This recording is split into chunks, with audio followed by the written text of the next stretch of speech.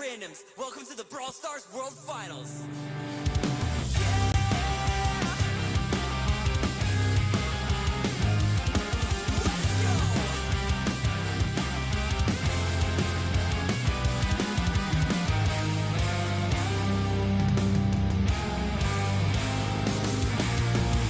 Am I just cursed or gone insane? The shadows whispering his name. It's no wonder he's the first. He will make your life worse. He loves your pain. She goes dashing for the wall, never lets go of the ball. This is your fate. 'Cause we risk it all just to win this fight. But victory lies in the hands of the creature of the night. From the depths it came, life will never be the same. It has all been coming down to this. We gotta turn big dreams into action. We gotta mix action with the passion.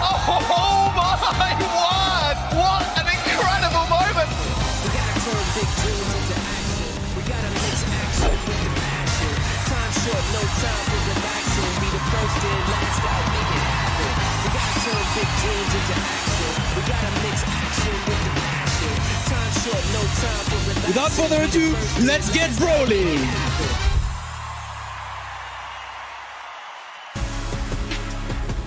After a phenomenal start to the BSC season, we are quickly approaching the halfway point of competition for 2023. Legacies are on the line. Teams are hungry to prove themselves, and valuable World Finals points are on the line. Welcome to 2023's most important monthly finals yet for All Stars Nation.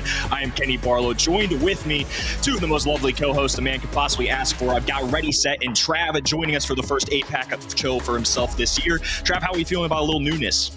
I mean, to be honest, I absolutely love this region. I've been sad to be kept away from it this year, and I couldn't be more pleased to be back.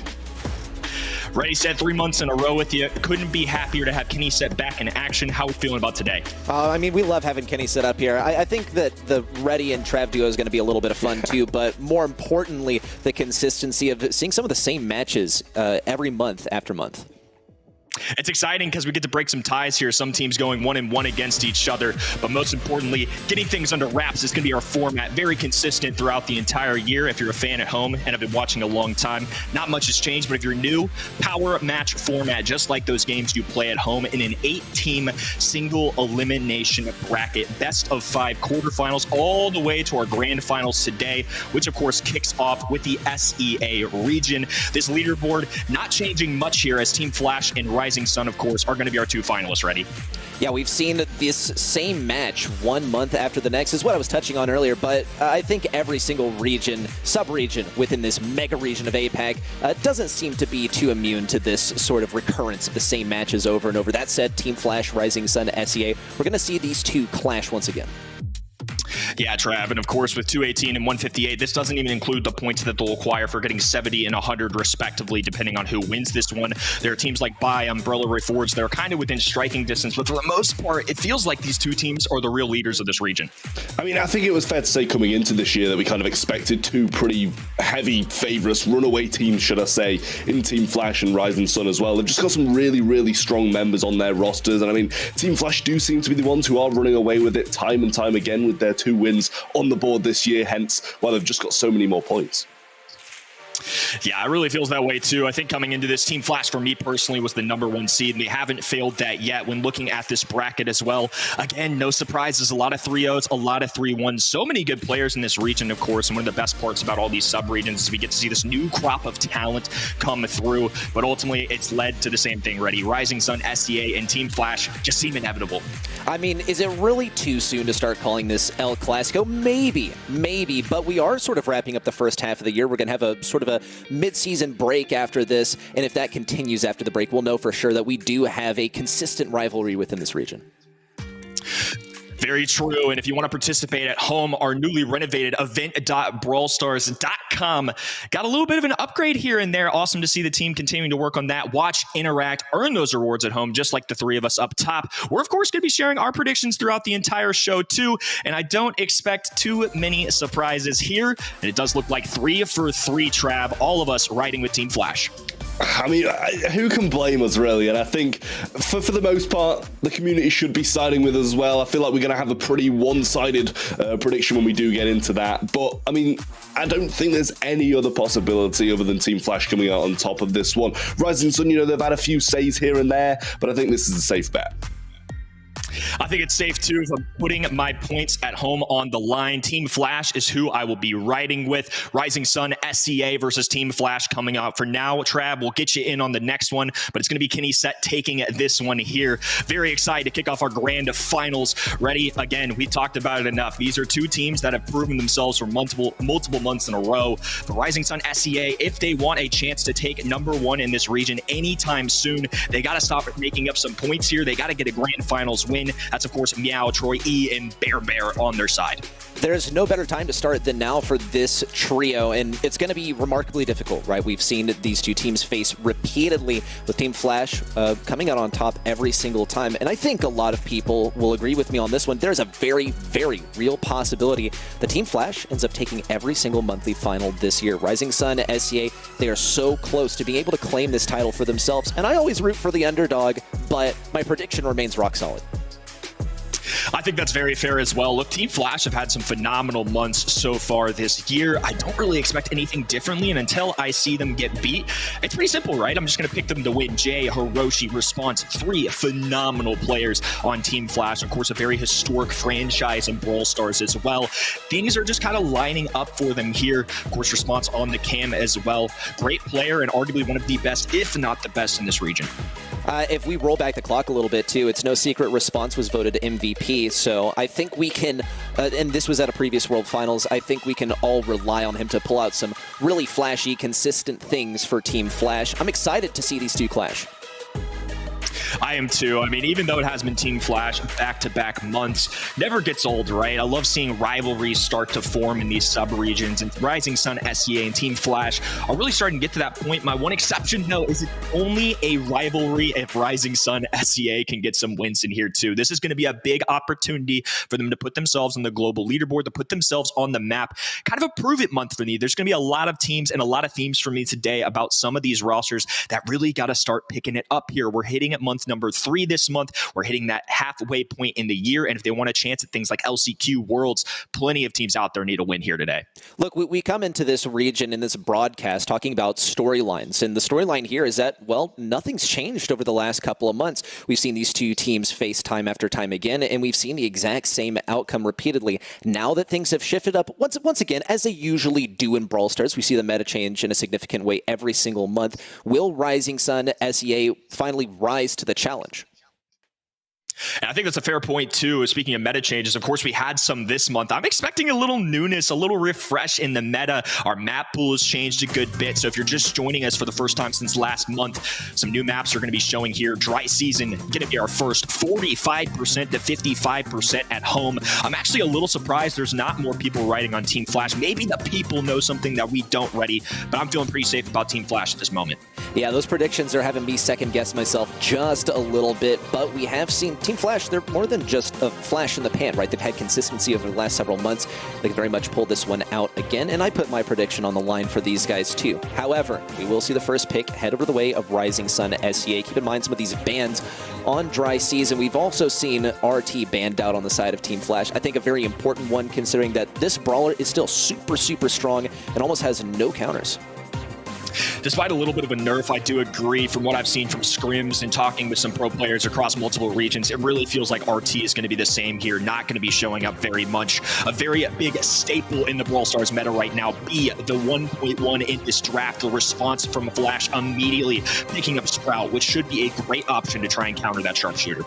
Yes, they've gotten rid of Tick from the get-go. Also, Meg selection here, very important one to call out. Definitely a difficult brawler to deal with at the moment. If you've played any Showdown, I have mercy on you. I'm so sorry that you had to endure that, because she is just about everywhere and she's just that strong. Let's talk about that Sprout pick, though. Usually we don't see it too early on. Usually more of a last pick, which Team Flash absolutely had at their disposal. They decided to go for it for their second or third pick, which I think is a good reaction to the B. It just could get countered really, really hard. So Rising Sun are going to have to think about how precisely they decide to deal with this. Bonnie is their choice. Yeah, and of course with Meg's rework as well, very different brawler than what we used to see, and it's going to throw a lot of teams off, I imagine. We've only had a few days in this current meta on these new maps as well, very new. There's a lot going down right here, a lot that these players are going to have to juggle, and definitely in the past, Meg would not be somebody that shows up in Dry Season, so it's really interesting to me to see this control brawler, somebody that goes in a hot zone a lot of the time, now show up here in something like Bounty. Pretty wild to watch. Bonnie, of course, a great response too, though. Grum, final selection from Rising Sun. I think this is a great reaction also to that Sprout. Gonna need a thrower in order to deal with that, especially considering the lack of wall break really available here in those indestructible walls. However, last selection from Team Flash could open things up just a bit if they want. Might want to consider some sharpshooter options here, but also need to think about what's going to work in close range. You might have Bonnie jumping on top of you. If you can effectively keep her out of range, then it's a completely different story. She'll just never, ever get that super. Keep in mind, also, I think we should really note that Bounty's changed a little bit. Carl, final selection from Team Flash, but I think the bounty changes are going to have a significant impact here. Going to be a bit more conservative, try not and cross that 20-star threshold.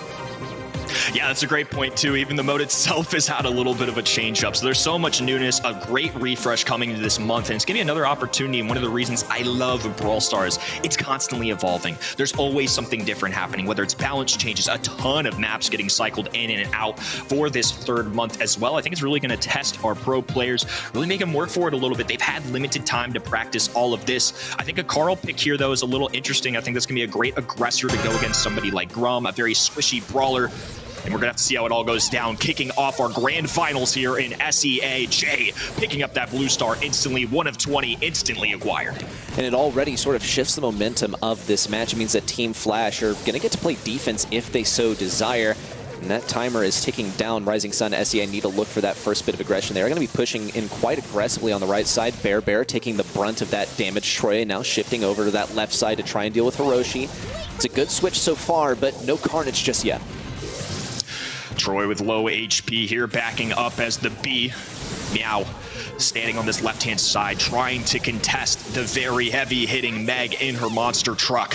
Response with the wall available as well. They want to try and craft this map however they like. Bear trying to step up right-hand side, even at the arm's distance of a thrower, doing a great job of dodging this out and using these walls to Team Flash's advantage. Rising Sun really trying to look for any aggression that they can, but it doesn't really seem like they have any openings. Meow might be able to get a jump in if he farms up that super.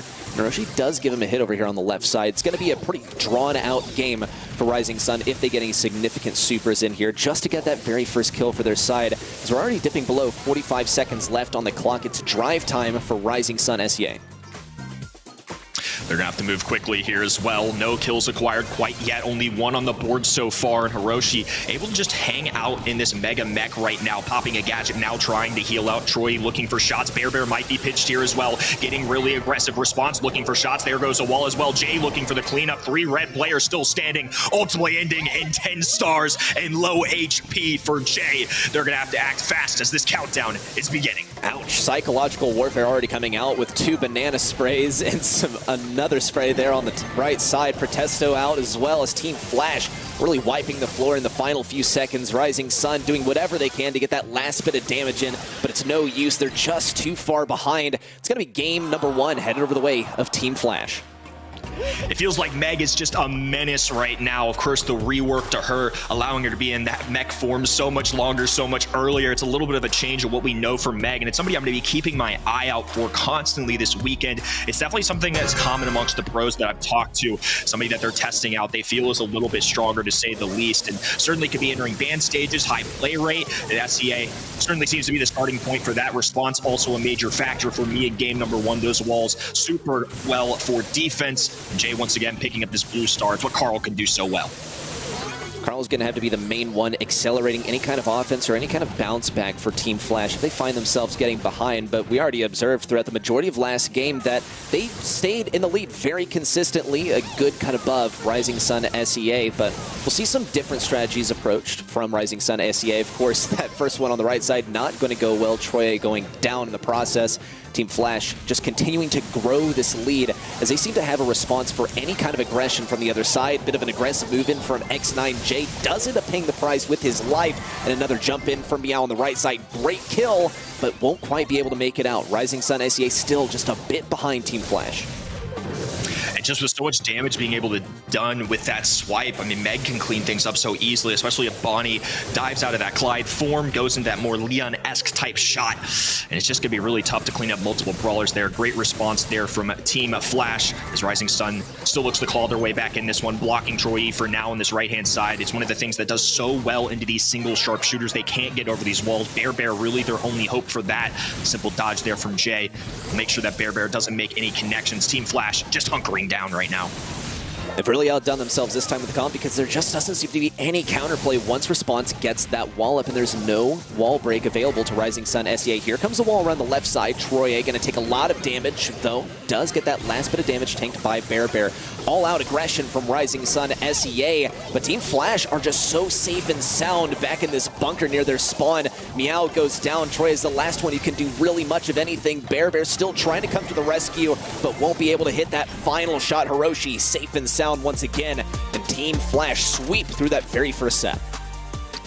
Yeah, that felt really dominant to me too. I think the Team Flash composition was really strong. I think just an overwhelming amount of HP coming in from all three of those brawlers. We had Meg that just instantly starts with a high amount of HP. You know, I think Carl's a good pickup there too to kind of be an aggressor into somebody like Grom. You know, good flashes from Rising Sun, I will say, but it really felt like Team Flash was in control throughout that whole duration. They totally were. I think one of the biggest things that we can pay attention to is Meg on the left side, and we remarked a little bit on this, just how dominant she's been in other modes, but just across Brawl Stars as a whole, you get that super for free. You spawn inside of that mech, and she is just crazy at the moment. Rising Sun, SEA, they really did try their best to push into this, but Team Flash was pretty much always ready with their number, getting those lane switches out, making sure that Sprout was always on an optimal matchup. And, well, it's not really hard to come by. You have Sprout into Bonnie, and you have Sprout into B fairly consistently through there. It completely shows in the numbers, too. Yeah, you can definitely see in the reflection there too. I mean, 12 kills to 4 on the other side. A lot of those being picked up, it felt like, in game number 2. But Team Flash simply never wavered. We even have Bear on there with a solid amount of DPS, don't get me wrong, even rivaling somebody like Jays and Hiroshi, but 0 kills is 0 kills. And, you know, we say it a lot. It depends on the game mode. Kills aren't everything. But in Bounty, unfortunately, that's the name of the game. And they simply got outplayed here. I think there's still room for opportunity, though, as we approach field goal. This is still a really solid team that's made 2 grand finals back-to-back. Sure, Team Flash have been solid, but 45% of our people at home believed in Rising Sun, so I believe there's something there. I mean, it's a pretty even split. If we got predictions later on during the match too, I wonder how exactly that would change. After that performance in set number 1, I would say hopes are riding pretty high for Team Flash. Let's check out some of the brawlers that have decided to ban out. Rising Sun, getting rid of that Meg most notably. I think that's an absolutely great call. Also getting rid of B, who's just about one of the best brawlers on this map, period. This is, once again, another addition to the competitive map pool. It's a very, very long-ranged Brawl Ball map when you consider all the other maps that are also in rotation. Colonel Ruff's selection from Team Flash gives them a bit of versatility if they want to get some wall breakout, and also gives them immunity to some important brawlers that are single target. Note that Penny has been banned on the side of Rising Sun SEA, so that's not an option for them to retaliate.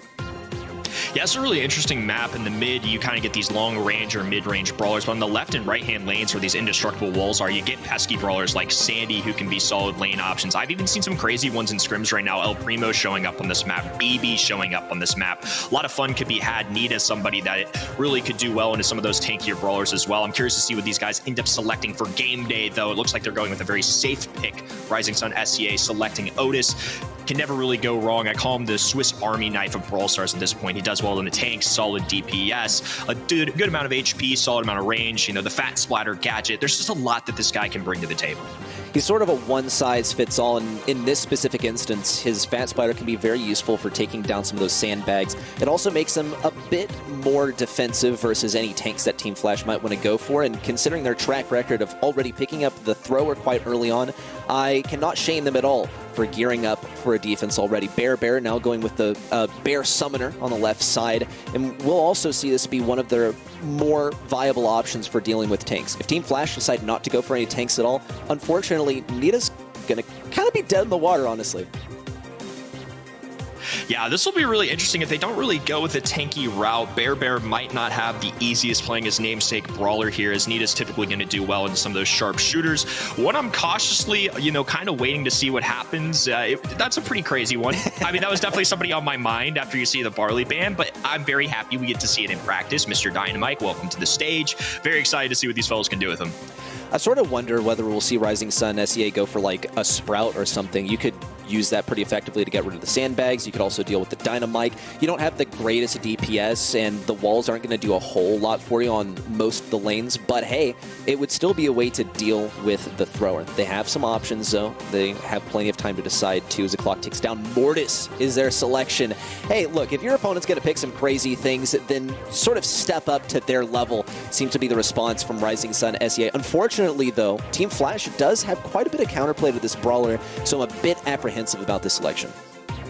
Man, this is going to be spicy. We got to see a little bit of Mortis in NA West last month, and it was a blast to watch. I can only imagine what it can do here. This is very untraditional, I will say, at least in the 3 brawlers on each side.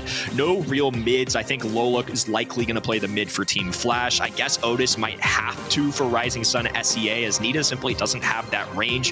Dynamite laning into a Mortis, not the most fun. I don't know how this one's going to go down. Very unorthodox drafts for both of these sides. As Team Flash, we're going to kick off set number 2 with the 1-0 lead.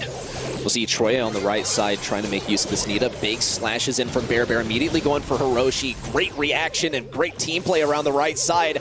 We might have seen Team Flash outdraft themselves just a little bit here, as within just 20 seconds, Rising Sun have already taken the first goal. I mean, sometimes it's as simple as that. Mortis counters, Dynamite go crazy. Bear cycling in a super as well, going down and taking out Jay. Meow low HP kicks the ball forward, and now Bear going to be trying to juggle this ball and dodging enemy shots. Meow trying to assist on this left-hand side as Jay returns into action. Here he comes, but no damage really being dealt. Jay stays alive, breaking the walls open on this left-hand side, picking up a kill on Nita as well. Hiroshi now breaking away right-hand side as Bear is going to be forced to play some defense. Well, here's a reaction from Team Flash now. They've sort of pushed up this line of scrimmage to the midfield and then try to do a bit more. Meow on the left side taking a bit of fire. Troya also trying to react to this ego play in. Still does get taken down. Bear looks to corner this ball. He's got to make sure that he gets in close with Hiroshi. Hiroshi now trying to get some kind of stun. Not going to hit Bear. He will manage to escape with his life for the time being. But Team Flash are starting to hammer down this pressure on the back right side. Trying to take down Troya in the process. Big back lines play from Bear and a takedown. Mortis is, I'll take it back, actually. Doing fairly well. Yeah, I think it's just a really solid matchup into Dynamite. You're going to have to play it so well as a Dynamite to really work with that. And I think all 3 brawlers are really going to have to focus Bear here, as we see all 3 hurtling around him now as Bear is looking for an isolation play. Dodges the super. Meanwhile, Troy E on this left-hand side, dribbling that ball forward, getting it at that midfield mark as Bear continues to play his matchup. This time it's Hiroshi getting the win, though. A super going down. A pickup from Meow. 2v1 situation as Lola Egos falls. Meow going to be picking up this ball, trying to do their best to kick it away. And for now, they're going to hold off as Team Flash look to get a last-second goal here. The defense is looking quite oppressive from Rising Sun, but Bear now going for the offense, trying to accelerate things to the other side of the field. They'll lose a couple of brawlers in the process, but now they really do have to gear up for a defense. Response, Hiroshi now ready for this. Response has that super. Might have to super it around. Now goes for the ego, blocking off some of that damage, still falling in the process. Hiroshi not going to be in position to pass that one in, and Rising Sun SEA will take their first game of this match. This would be a huge momentum swing. Rising Sun kicking off game number 1 with an early goal. And if they do so with a confidence kind of pick with Mortis, gotta think that changes the momentum of this match. A real showing here for Rising Sun. If they can keep it up for one more game, they can tie things up going into set 3, kicking off game number 2. Meow throwing a fat splatter in the mid here. Rocket Rain, right-hand side. Rising Sun immediately being pressured, but Bear trying to instigate some offense by grabbing that ball early. Well, he's facing quite a bit of fire down the left side already, but Hiroshi struggling to hit these shots. It's not really a good lane for him. Even on defense, Bear seems to have that appropriate response. Now trying to get away, even going for that stun, but it's not going to come true. X9J now falls, and Troy and Meow get to work this ball up the left side. Response on Hiroshi with the appropriate counterplay. Bear now closing in around the right side, waiting for that perfect moment. Bit of wall break also from X9J, but it's not going to quite be enough to shut things down effectively. Nice one right down the middle from Meow. Rising Sun SEA start off this game with yet another goal. Great patience and coordination coming in from Rising Sun SCA. Bear off to the races once again. Cycling one super goes down. It's a trade though. Jay trying to hold back Bruce the Bear for now. Shield going up from Troye as he's trying to keep it alive a little longer. They're forced to use so many resources on Mortis. I think it's a reason this composition has thrived so far. Team Flash still kind of waiting for that first real push at offense as it's been Rising Sun in the driver's seat for most of this set. The sheer mobility that Mortis has so much influence over how this team gets to play. Bear now going to pick up that ball seemingly unwillingly. Looks like he wanted to more get on top of Hiroshi on the right side. Thankfully, though, for Team Flash, they're able to fend off this offense. Now starting to hammer things in. Bear once again. Look how Hiroshi completely has to shift gears, and Response also has to respond as well, just to Bear respawning with that bubble shield. It's going to enable Rising Sun SEA to push out of their spawn, and the consistent respawning of Bear pretty much prevents Team Flash from going for a goal effectively. Low HP for Meow here. Troye being backed up on this left-hand side. Bear back in action. Now Response gets the quick takedown. Jay, super in hand, hits it right at Meow, pocketing that ball for now. It's going to be left to Bruce, to Bear, and Nita. Nita getting tagged up, but Bruce keeping her alive and well. Another super being dodged by Nita as well. Bear doing his best to avoid all the action. Team Flash need to find an opportunity and fast, but it's Rising Sun with control of the ball. 15-second countdown coming in hot. Response and Hiroshi trying to get rid of Troy on the defense. Hiroshi's really trying to put himself in a position to defend, but it's not even possible. The lag walk all the way to the enemy spawn. Bit of action here with the Super 2. It is a win for Rising Sun SEA within set number 2. With a Mortis at that. Mortis into Dynamite. Honestly, pinch me. I feel like I'm dreaming. An awesome one to watch. I mean, like we said, those are two drafts that I certainly wouldn't have predicted beforehand. The Mortis was a lot of fun to see thrive there. And again, I think this could have huge ramifications for the rest of this match. Look, it was a little wonky of a draft compared to what we're used to seeing, but anytime Mortis gets some pop-off plays, gets a win for your team, it's got to feel good, right? Gives you a little hope that if you can win with Mortis, you can do it in future sets as well. So as we approach Heist and some of these latter ones as well, I think Rising Sun might have a new amount of confidence coming into this.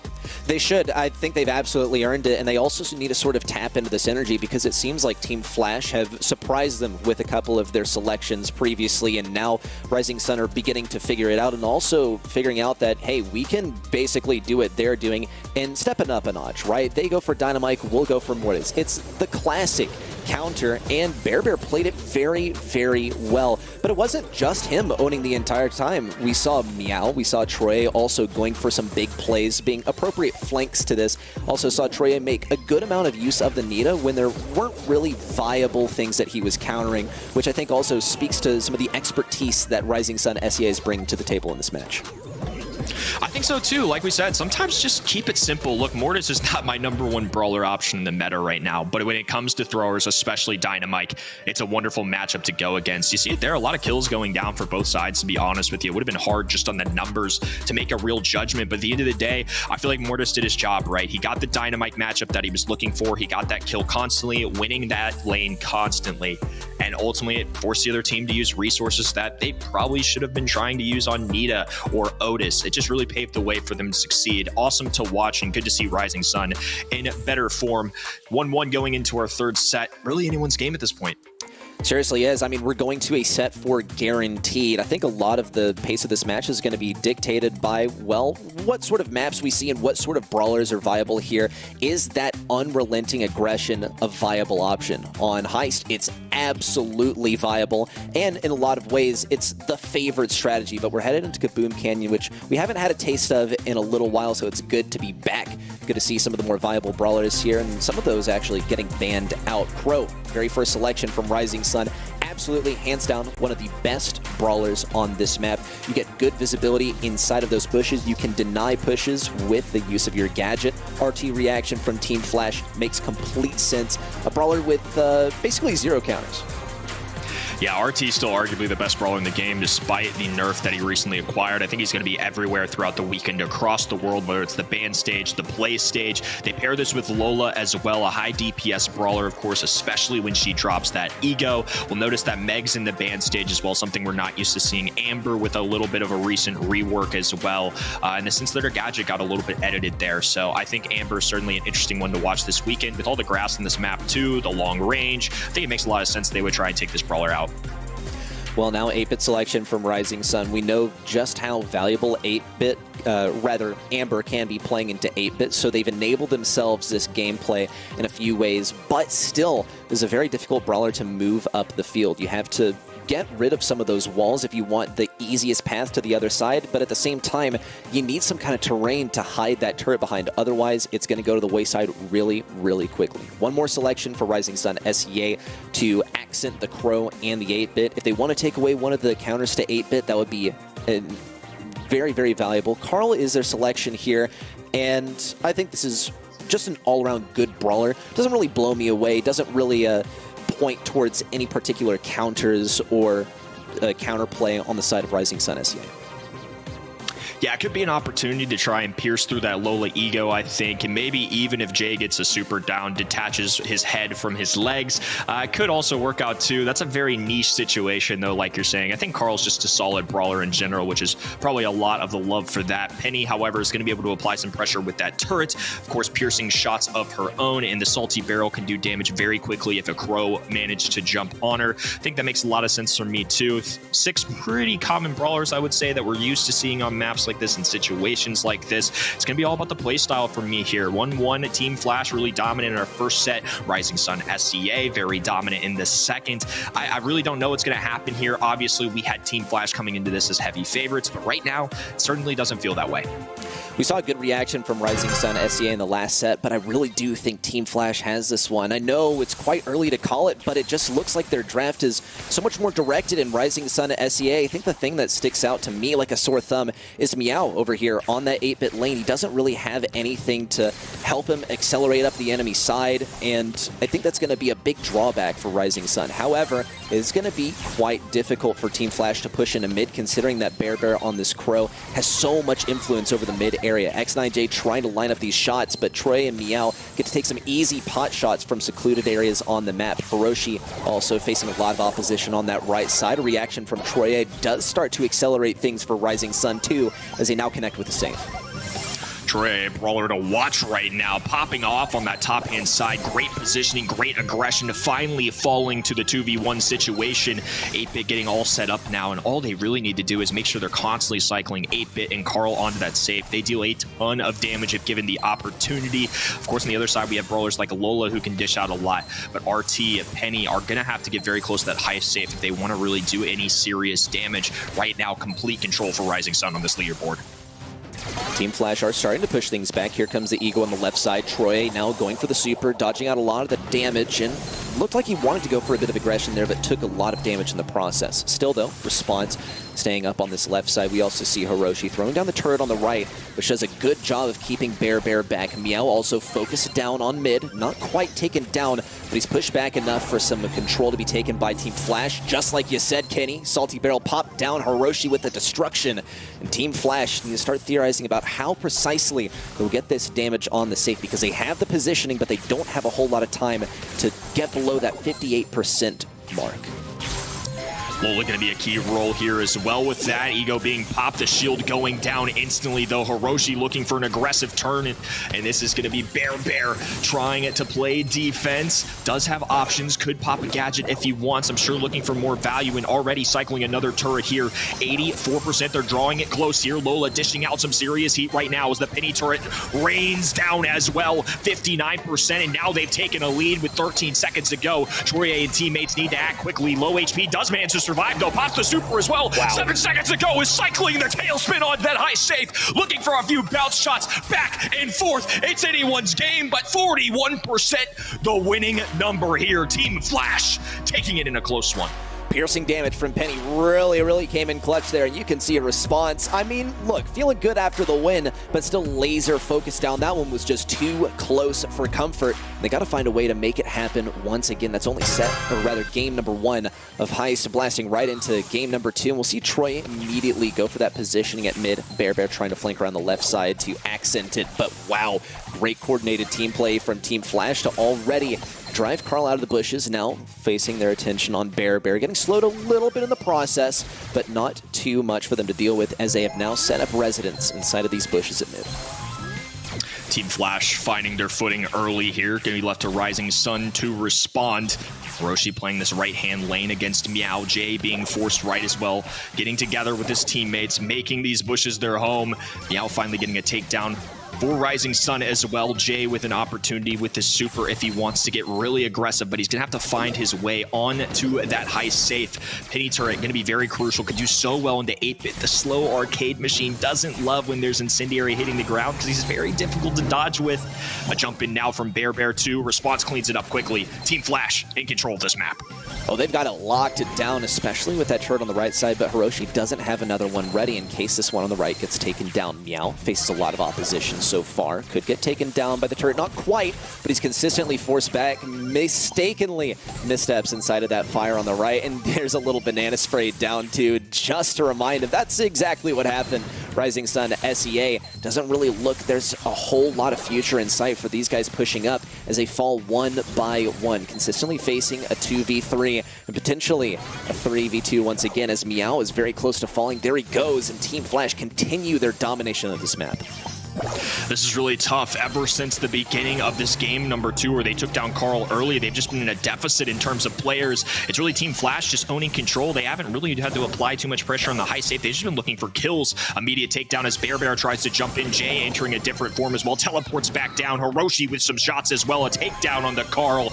Domination right now in game number 2 for Team Flash. Only 30 seconds to go. Otherwise, Rising Sun SEA are facing a similar fate as previous months. Doesn't look like enough time for Rising Sun SEA. They're trying to make it work, though. Bear has a super. Here comes the Hail Mary play, but response is already with the opposition. Troy on the left side also facing so much damage from that Ego. Couldn't take it down in time. Just 10 seconds left, but their fate's already sealed. There's no way for Rising Sun SEA to bring it back from here. Not within set number 3. It's gonna be headed over the way of Team Flash. Team Flash now finding themselves in the driver's seat once again. Very similar to what we've seen in our first 2 grand finals of this year. It's going to be left to Rising Sun SEA to get different, to get back to game number 2, to hope that they can claw their way out of this one. Because if you were going down 3 straight grand finals to Team Flash to kick off the year, the halfway point, Team Flash can be very heavy favorites to take that number 1 spot. Look, you say they're in the driver's seat, and I couldn't agree more. It looks like they are really in control of this match, and when they decided to go out on a limb, that's when they got punished. This time, they played it very, very safe, simply playing the best brawlers around, not going for anything really out of the box. Penny, extremely consistent. RT, arguably the best brawler in the game. Lola, just another all-around good brawler. Probably not gracing the top 5 in the grand scheme of things, but still such a good brawler to have in your control on this map. Rising Sun SEA, on the other hand, they tried to get creative. Crow, not the most creative, but still a great brawler to bring to the battle on this map. Meow on the 8-bit, I think, is where they kind of went wrong. They didn't really have anything to accent the 8-bit, nothing to really help him out, and he faced so much trouble against that Penny turret. We saw sometimes not even being able to outrun the mortar fire at his heels, and Team Flash, they are racking up the kills as a result. Yeah, X9J being a huge contributor in that category as well. 1 kill for Meow, 1 kill for Bear, and that's honestly a little shocking to me considering how close that first game was, but I think they really piled on the kills there in game number 2. It was just Team Flash the whole way. They won that matchup very early on, put themselves in a prime 3v2 situation the whole way through, and they never let it go. I think game number 2 was a masterclass of how to gain map control and just never let go. Team Flash now are current leaders in the region, current favorites this month to win, and now with a 2-1 lead, history could repeat itself once again. Rising Sun SEA are going to need a very solid draft here on Crystal Arcade. I think draft is where it all needs to start too. I mean, Team Flash have consistently gotten that draft advantage, and in the last one, they just got some good brawlers on their side, and Rising Sun SEA tried to get creative and didn't really finish it out. I don't think they really finished strong in that draft. The 8-bit can be so strong, but you have to make it work, right? You have to have the appropriate brawlers on your side to accent him, to enable him and put him in a position. So Team Flash just got to do the same old. I think we saw earlier on in this match, they were messing around a little bit. We saw a lot of sprays. We saw them going for some out-of-the-box stuff like Dynamite, a lot of spinning, a lot of lag walking, and that seems to have pretty much gone now since Rising Sun have proven that they're able to put up a good fight. They definitely put their personalities into this one, right? I mean, they are celebrating constantly. We even saw in that second heist game, they were in complete control, 45 seconds left to go, and they were still dropping those banana sprays, man. They're having some fun out there as well. I love to see it. I love enjoying and seeing these animated players come through. I never mind a little bit of a touchdown dance already, I'll be honest with you. Crystal Arcade, our next map here, 2-1 in Team Flash's favor. Rising Sun currently facing a deficit. It's going to be a tough one here, but still an opportunity to show what they've got once again. and an opportunity to show what they've been working on, really, not just over the last month, but over the last several months, because this is the first map that we've seen in this rotation that is a part of the map pool before this last month's changes. So we'll see some of the more traditional stuff making an appearance here, and some of the brawlers not making an appearance. Also, some of the newer brawlers that have been thrust to the forefront of the meta right now. We see, of course, Meg, Amber, both being banned out. Penny selection from Team Flash. Can't argue with that. They already went with it in the last set. It worked out great, and if it ain't broke, don't fix it. Yeah, keep it simple. Penny, going to be a solid pick just about anywhere, and I don't see that being an exception here on Crystal Arcade. We saw what that turret could really do for Team Flash in Heist, and it can definitely apply some pressure in Crystal Arcade. 8-bit, of course, a viable option on this map as well, so that is a little coverage for that. Like I said, sometimes those incendiary shots are really tough for him to dodge. He also sets up his turret to boost him, so just another target for the Penny turret to kind of aim at. Jean, of course, going to be a staple on this map and in this mode in general. The Salty Barrel, though, can prevent Jean from hitting some of those pivotal pulls, though, so I'm going to be looking out for that interaction as well, but I can't really blame them. Jean is a solid brawler, but Penny's certainly an opportunity here to shine. Totally. I think that Jean does pose some of the risks, like you mentioned, where he can get countered out quite effectively by just about anything that throws down a turret, and there are a lot of viable options to do that. Not just Penny over here, but also something like Janet, which could very much make an appearance on one of these lanes. Still have to consider what exactly is Team Flash going to be going for with their mid. Penny is an option. There are some other options that they could go for. Bo is definitely a more popular option. We'll see Bear actually pick up the spike just a moment ago, and this is, once again, a fairly good, consistent brawler, but at this level of play, players are pretty good at dodging out some of those curveballs, so it can be a bit less effective at the highest echelons of play. Love to see the B coming out. That's absolutely got to be their mid, and a Squeak selection just to deny some of the anti-turret play that could pose some risks when you're playing Penny. Yeah, I think that's a great pickup for them, and a good point that you make as well. No honey molasses pots, no Penny turrets are really going to have to worry about Squeak at this point. And also it does really well into that life plant as well, something that Spike is definitely known for. Penny has a piercing shot into that Spike life plant as well, so they have definitely a couple options in that situation. B really the only one that'll struggle with that Spike gadget. Final pick going to be Buzz, a little spice being introduced with this final pick here. I like it. It's a little bold. The other team has picked B, which traditionally is a tank counter, but Buzz could thrive against somebody like Squeak. I think that's a favorable matchup if Meow can play this right. Really excited to see what Buzz can do here. This could be history repeating itself in a way that benefits Rising Sun SEA, because we saw them run the Mortis counter pick in Brawl Ball when Team Flash went for something very control-oriented. And even though Team Flash were able to pump out some good, consistent DPS with their brawler selections, they just weren't able to shut things down in close range. There was no knockback. We'll see X9J on that Penny. Probably going to start thinking about running that knockback star power now that allows him to get some knockback when he throws down his turret, but still have to place it in a safe position. Bear on the left side, getting immediately focused down by Response, and X9J doesn't really look like he has that much room to hide. And Troye is going to take advantage of this already, picking up a few gems, getting some supercharge off of it, but a 3v2 is a 3v2. It's not an optimal scenario for Rising Sun right now. Yeah, as the result of Buzz getting really aggressive, sure, X9J and Response had to kind of deal with Buzz, but they were still able to pick up a couple gems, gain map control. Now Troy under some heavy fire. Bear being forced away as well. Hiroshi approaching this right-hand side. It's going to be Meow taking down connection on the Bear, who's just holding on to this super, looking for opportunities. It's got to be a big pull here. Nicely done as well. That'll help the cause. Now opening up the map here too. Bear doesn't really make the connection they're looking out for, though, and even if they were, Jay was ready with that Salty Barrel. Teammates there to help. Response, quick cleanup. Bit of aggression there on the right side. A reduction in enemy force is going to be useful for Rising Sun SEA as they now continue to compound this lead. 7 gems on their side, a 3-gem advantage. Response still trying to fire things down without the bushes to hide in on the right side. It's going to be a bit more difficult for Troye, but Bear now grappling it on the right side. Looks to be in a good position, dodging out the damage from Response, and a takedown onto that turret. Missed pull just a moment ago from Troye, not going to hit Response. Didn't see him throw down the Honey Molasses either, surprisingly. He's quite vulnerable over here. X9J also pushing up that right-hand side. If Bear gets a good grapple in here, he can completely change the tides of the match, but big fumble. Now all these gems toppling to the floor, and not a quick enough reaction from Rising Sun SEA. Perfect placement of the salty barrel as well. Meow, low HP. Troye without a pull in hand. Response with a connecting shot, looking for one more. Super going down. Desperation gadget not connecting. Meow now throwing up shots right hand side. Very low HP. Bear tries to get within striking distance, but can't quite grapple his way up the map. Rising Sun SCA's Jim's spell onto the ground, and now it's Team Flash under match point. They may be at match point, but they are far from home safe because we saw how consistent, how dominant that Buzz can be as long as he's shifted onto the correct brawler matchup. A lot of Brawl Stars, especially when we talk in the competitive scene, when we talk esports, revolves around 1v1s on those lanes, and Bear's going to hit the jackpot over here already, getting Squeak on his matchup. Bit of assistance from Response on the left side, as he also looks to get some pot shots with a honey pot thrown down in tandem. Hiroshi also trying to slow things down. Great grapple from Bear. Looks like he'll not be able to escape, unfortunately, as he's shut down the left side. But Rising Sun SCA does get to walk away with 3 gems from this initial reaction.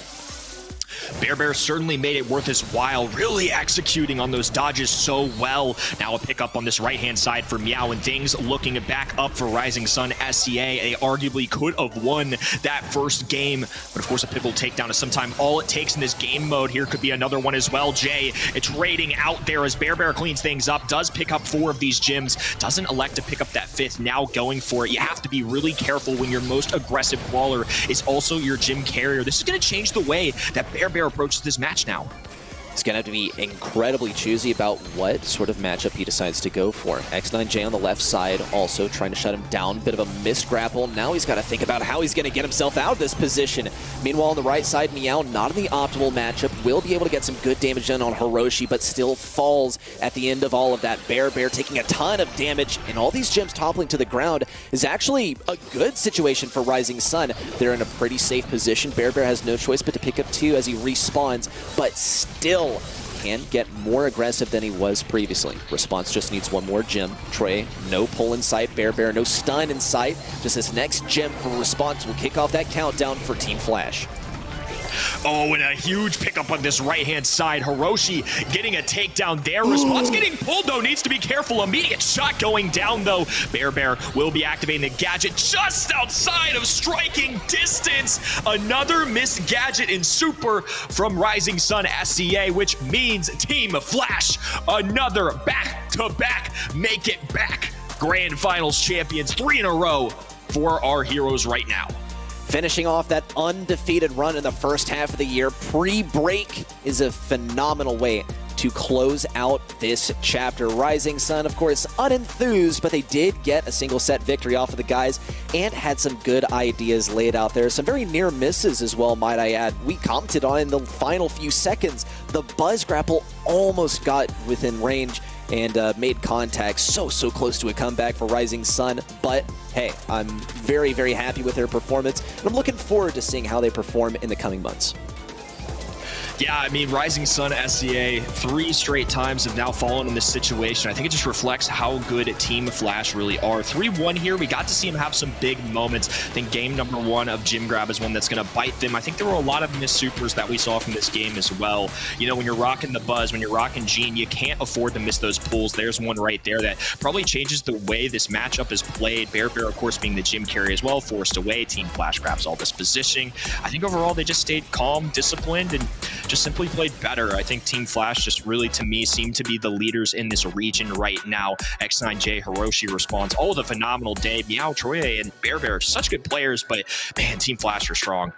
Not only are they incredibly mechanically gifted, but they understand this game on such a deep level. Even when it comes to things like a brawler that can completely surprise them with a Mortis, they're still able to pull out some counterplay. We did see them fall in the end, and they stopped going out on a limb so much, right? Out with the Dynamite, in with the Lola, in with the Penny repeatedly, and it worked out so well for them. Just a good consistency of some of these brawlers, maxing out your skill cap on some of them is what ultimately puts this region on the big stage and propels it to the World Finals, World Champion status in the greater understanding of things. But of course, MVP, I'm excited to see who this is.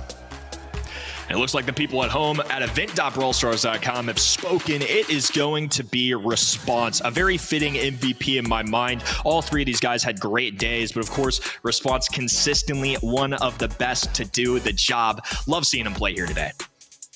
There's a reason that this guy has been voted MVP on the world stage in that world champion spot previously, and he's just back here doing it again. It's a consistency. It is the repeated first place finishes from this team in this region that I personally believe, and I'll make the call right now, they take every single monthly final this year. It really is feeling that way, right? I think Team Flash are just in the driver's seat. They've been in control this whole time. I know we talked about a little bit about for pre-broadcast as well. They've just been really impressive so far. They haven't been in a lot of 3-2 situations. They haven't really had a lot of pressure applied to them yet. And Rising Sun's a really good team. They've climbed their way up this bracket 3 straight months in a row. But now we're in a spot where, well, it's Team Flash with 3 straight grand finals. That's 300 points just being accumulated from 3 straight monthly finals. And I don't know, man, it's looking pretty tough, but we have a long break coming up for these teams. A lot of time to regroup, reconsider, work on your game. So anything's possible. I don't think it's mathematically ruled out, to say the least, right now. But yeah, Team Flash are pretty much in control at the moment.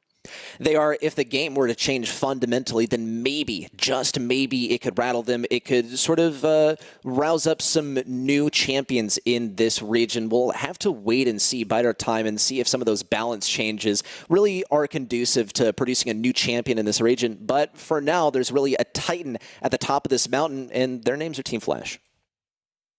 Yeah, I think Team Flash are just simply the best right now in this region, and really looking forward to see if anybody else can rise to the occasion as well. I mean, we've got other teams that are great in this region too. It's stocked with really awesome players. I mean, watching some of these monthly qualifiers, some of these top 8 matches has been really exciting as well, even if you're not tuning into the main broadcast. We've got other matches going on throughout the month too, just to get the way for all these guys to play out. But I think, simply put, Team Flash were the team that lots of us expected to be in this position. It's the team that I predicted now 3 months in a row to win this. You've been the same as well. Even Trav, it's his first month, and he understands as well. I mean, he's the prediction master for a reason, right? He jumps in for his first month. He knows he's winning this thing too.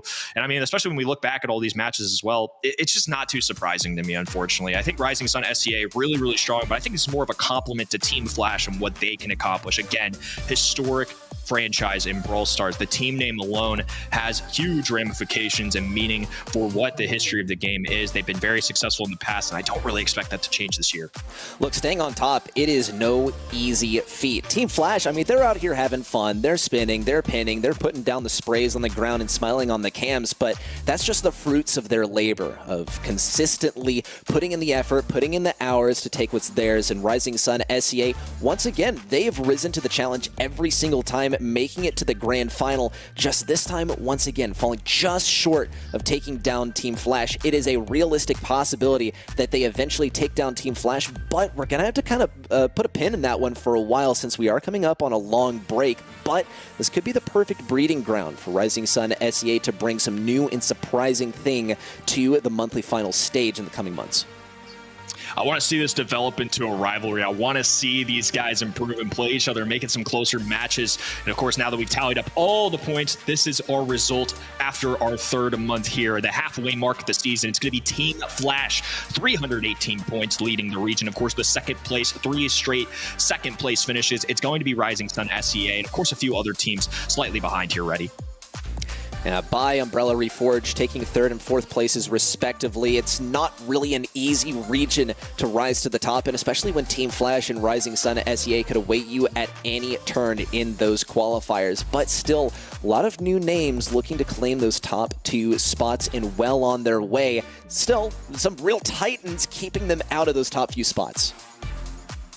Well, we've got a special guest inbound as well, a 3-time 2023 Grand Final winner. It's going to be X9J joining us on the big stage. First of all, congratulations. You've now won 3 straight months. What sets you all apart from all the other teams in this region? Okay, firstly, thank you. And yeah, I think what sets us apart is simply the amount of work that we put in. So as you know, we are going to be playing in the ESL Asia Pacific next week. So yeah, we've been really scrimming really hard, almost day in, day out, every single day. We've been putting in the work. And yeah, as you said earlier, it's just the fruits of our labor.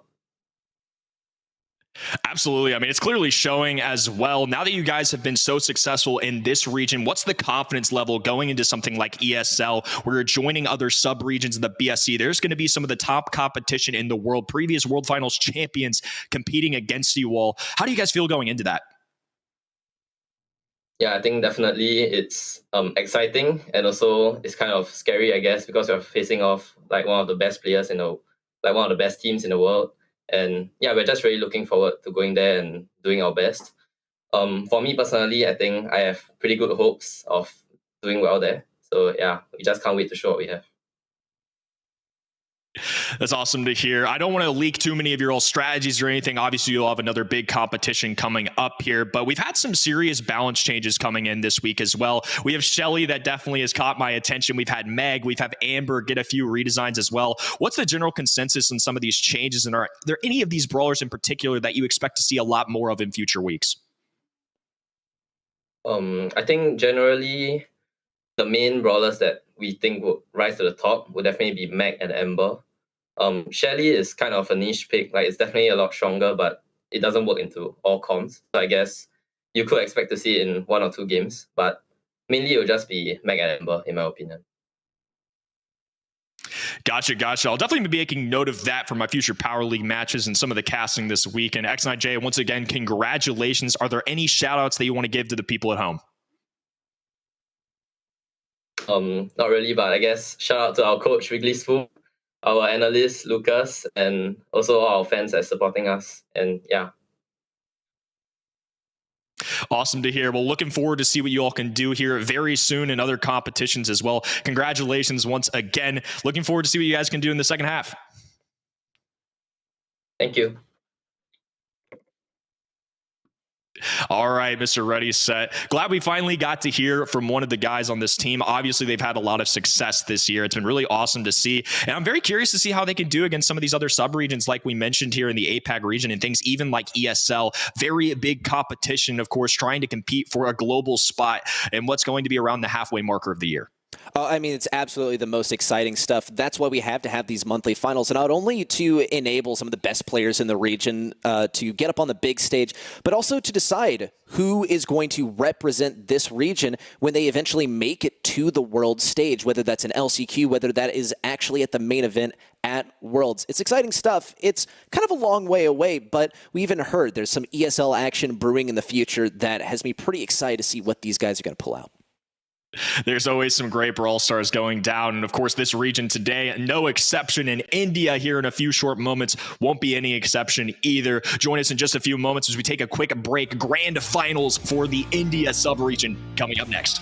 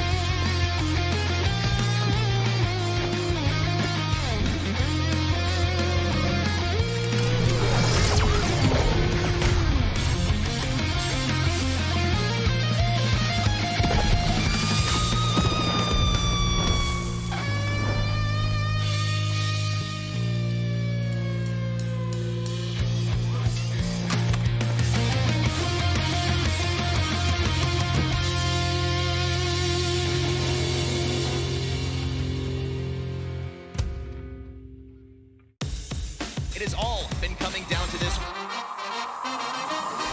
We gotta turn big dreams into action. We gotta mix action with the passion. Oh my word! What an incredible moment! We gotta turn big dreams into action. We gotta mix action with the passion. Time short, no time for relaxing. Be the first and last out, make it happen. We gotta turn big dreams into action. We gotta mix action with the passion. Time short, no time for relaxing. Without further ado, let's get brawling!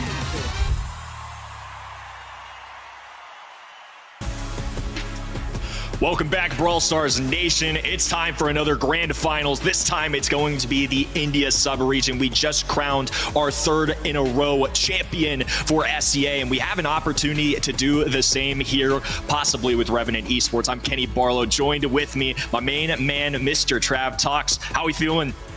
I mean, after that first one, it's got me even more pumped for this India region. I mean, to be fair, I think we all kind of knew Flash was going to come out on top, and I think this one's probably a similar story with Revenant. That's definitely the way I'm siding. I think the leaderboard's going to help kind of back that as well for sure. Revenant Esports, of course, taking the first 2 months. These are the points leading into this second month. Revenant 220. Grendize is actually at 173. Marcos Gaming clawing their way back into this one. They've had some great success outside of BSC as well. And once again, making their second grand finals this year. Yeah, as I say, they need to translate this success in, you know, other competitions like the Snapdragon Pro Series, where we've seen them go all the way and qualify towards that Masters phase. They need to bring this here today into the Brawl Stars Championship, and as you say, start clawing their way back up this leaderboard, as they are sitting quite a far way down. Yeah, and in terms of results here, I mean, this month, very similar to last month. A repeat, of course, of our grand finals matchup in the bracket. Sure, a little bit different names, a little bit different order maybe, but a lot of similarities. Marcos Gaming in a close one in their quarterfinal, but take things swiftly in the semifinals. Bury any doubt that we had about them, and they're right back where they were. Revenant Esports defeating Grendize once again. It's the team they beat in the grand finals in month number 1, so a team that's also accumulated a lot of points here. Certainly deserve a big shout out in my mind, but Revenant Esports and Marcos Gaming seem to be the most consistent right now, Trav. They do indeed, and I mean, you know, I think it goes to show, as I said, in other competitions, they've pretty much been doing the exact same as well, so wouldn't surprise me if Revenant come out on top, but I don't doubt that Marcos are going to have a bit of fight back. Yeah, I agree. Revenant going to be my favorite here as well. And for good reason. I mean, they've done it 2 times in a row. This is very similar to what we saw with Team Flash earlier. They were the favorites for me coming into this season. And it's just kind of one of those things, man. Until I see them lose, I'm just not really going to believe it. It's going to be Sergeant Trishafin challenging Marcos Gaming here and trying to go for a 3-piece to kick off 2023. I mean, they need to be trying to follow in Team Flash's footsteps, try and get the 3-for-3 this year, and finish this first half of the season off with a bang. Because with this break, a lot of that momentum can be killed off. Some things can happen, balance changes will be made, maybe even bigger changes to the game in general. As we've seen, Unbreakable Walls this year come in and make a big difference. Something big could happen in this break, and then Marcos Gaming or another team in India might be able to get that breakthrough. So they need to secure all the points they can as early as possible. And on the other side, it's going to be Marcos Gaming. It's going to be Yush, Sharon, Abhishek trying to challenge Revenant Esports. We saw little signs of life in our first grand finals here today from the opposition. Of course, Revenant Esports will be the favorites coming in. I'm not sure how the people at home are going to feel. They still felt pretty similar in our first match, but for me, Marcos Gaming has still proven themselves really well. It's a team that I know our main man F-Dot has spoken on really highly just from seeing things in the Snapdragon Pro Series. They're a good team with some solid results here. Certainly proving themselves in other spots too. Yeah, exactly. Well, we'll see if they're able to come out on top today. Marcos Gaming, they need to, as I say, have this fight back, get some points on the board and get fighting back against Revenant, or it's just going to come too little too late for any team in this region. You know, we've seen a very similar story with Team Flash in the previous one. They're just starting to run away with it. 100-point lead now with what they've been able to conjure up with 3 wins in a row compared to the people getting second places. It just builds and builds and builds month on month, and as I said, it'll be too little too late for some of these teams if they don't catch Revenant soon.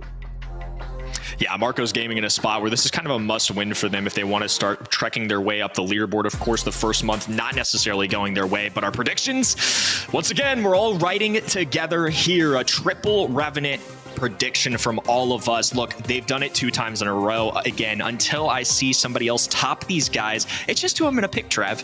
Yeah, and I mean, I think the community probably should as well, and I'm sure they will. I will say I was a little bit surprised to see that Team Flash prediction not a little bit further in their favour, so we'll see if it's very similar with this one, whether the community of India and the rest of this portion of the world knows something that we don't. We should be getting it through shortly.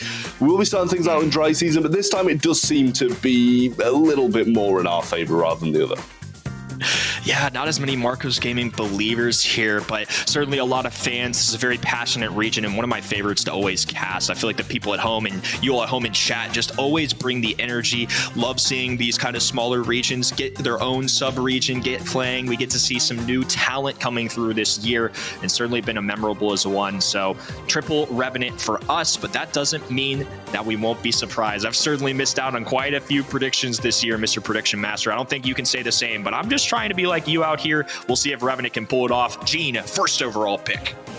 I must say, I do like the Gene. You know, it's very versatile, got the range, got that long distance poke damage, possibly even coming in with that vision gear as well, getting some vision of that bush if you get the right angle. So I don't hate it as a first pick. Ban-wise, looking at the Penny, the Sprout, and the Brock from the blue side. The red side over there, the Tick, the RT, and the Sprout going to be banned out as well. So I like it. Clearly don't want to be seeing many throwers from either side. Yeah, and I think that's respectable as well. Throwers can be really pesky with these indestructible walls. It's something we saw play out in our first grand finals of the day. Sharpshooter of choice, it's going to be Piper. Piper, not always a great matchup into Jean, I might add. This is probably a confidence pick, and sure, this is a longer range map. Piper can still shine, but one of the cons of this is, well, normally she can two-tap brawlers. You can shoot one, and then you follow up with a gadget. In this case, Jean can usually survive those situations. Plenty of HP, also has the magic puffs in his favor. I think this is a pretty solid matchup for Jean, to be honest with you. Yeah, I mean, I think it's pretty decent as well. You know, Piper, when it's out in the open, if there's some wall breaks, and yes, we do have this unbreakable wall in the mid, so not as many as she'd like, even if she does manage to get them. But if there's some wall breaks, Piper definitely can have a say in that matchup. As you said, the homemade recipe is always very, very solid, but at the same time, if she was wanting to break, I don't think she'd really bring in that Grom. Yes, the Grom can do more of the same, break up a few of those walls here and there, but it's not really the best synergy if you are planning on breaking up that map with the Piper. Yeah, a Grom pickup here doesn't necessarily seem super conducive, but I think they're just going to have to be careful about how they craft this map. A very safe and long-time Brawl synergy coming through for Revenant here. It's going to be Trishant picking up the Max. Max and Jean go back. It's a tale as old as time for Brawl Stars Esports. You get the speed of Max juicing up teammates. They can sprint across the map. Jean pulls, get within more striking distance. Obviously, a fanning shot coming in from Jean too, so you can apply so much pressure so quickly. This one a little surprising to me. Makes sense given the matchup, though. It's going to be Gray, who we've seen significantly less since his previous nerf. Not in this balance change, but in one beforehand. Used to be really, really strong, but is a way, I will say, to deal with throwers. He can get under those indestructible walls with this super, and once he's up close to somebody like Grom, unless Grom has a Grom bomb that goes down super quickly and he makes some insane reflexes, Gray can certainly win the matchup. Yeah, I mean, to be honest, I'm surprised we haven't seen Meg come in yet. We did see it in that previous region, and in my eyes, it worked pretty well. It really, really strong brawler at the moment with that kind of rework. Janet's going to be the last pick coming in from Marcos Gaming. I do like it. It's got that range. As I always say, it's one of those really, really versatile brawlers. Not really a lot that it's not very good against, and it's decent against quite a lot as well. Good burst damage at close range, drop the base occasionally as well, and obviously that's going to be able to be pretty solid for tanking these Gene pulls also.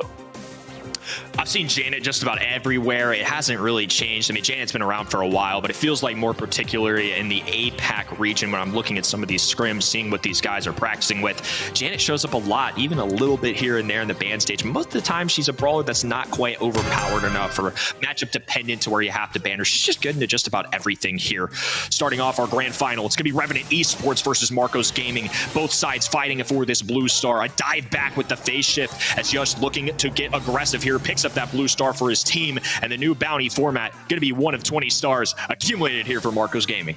Yeah, a lot of those gadgets being used early on. We see the drop the base on the right hand side. We already saw a phase shift, Vengeful Spirits as well coming in from the Gene, and obviously a lot of it has been expended early on, so you have to pretty much be seeing a lot of that normal gameplay towards the end, probably.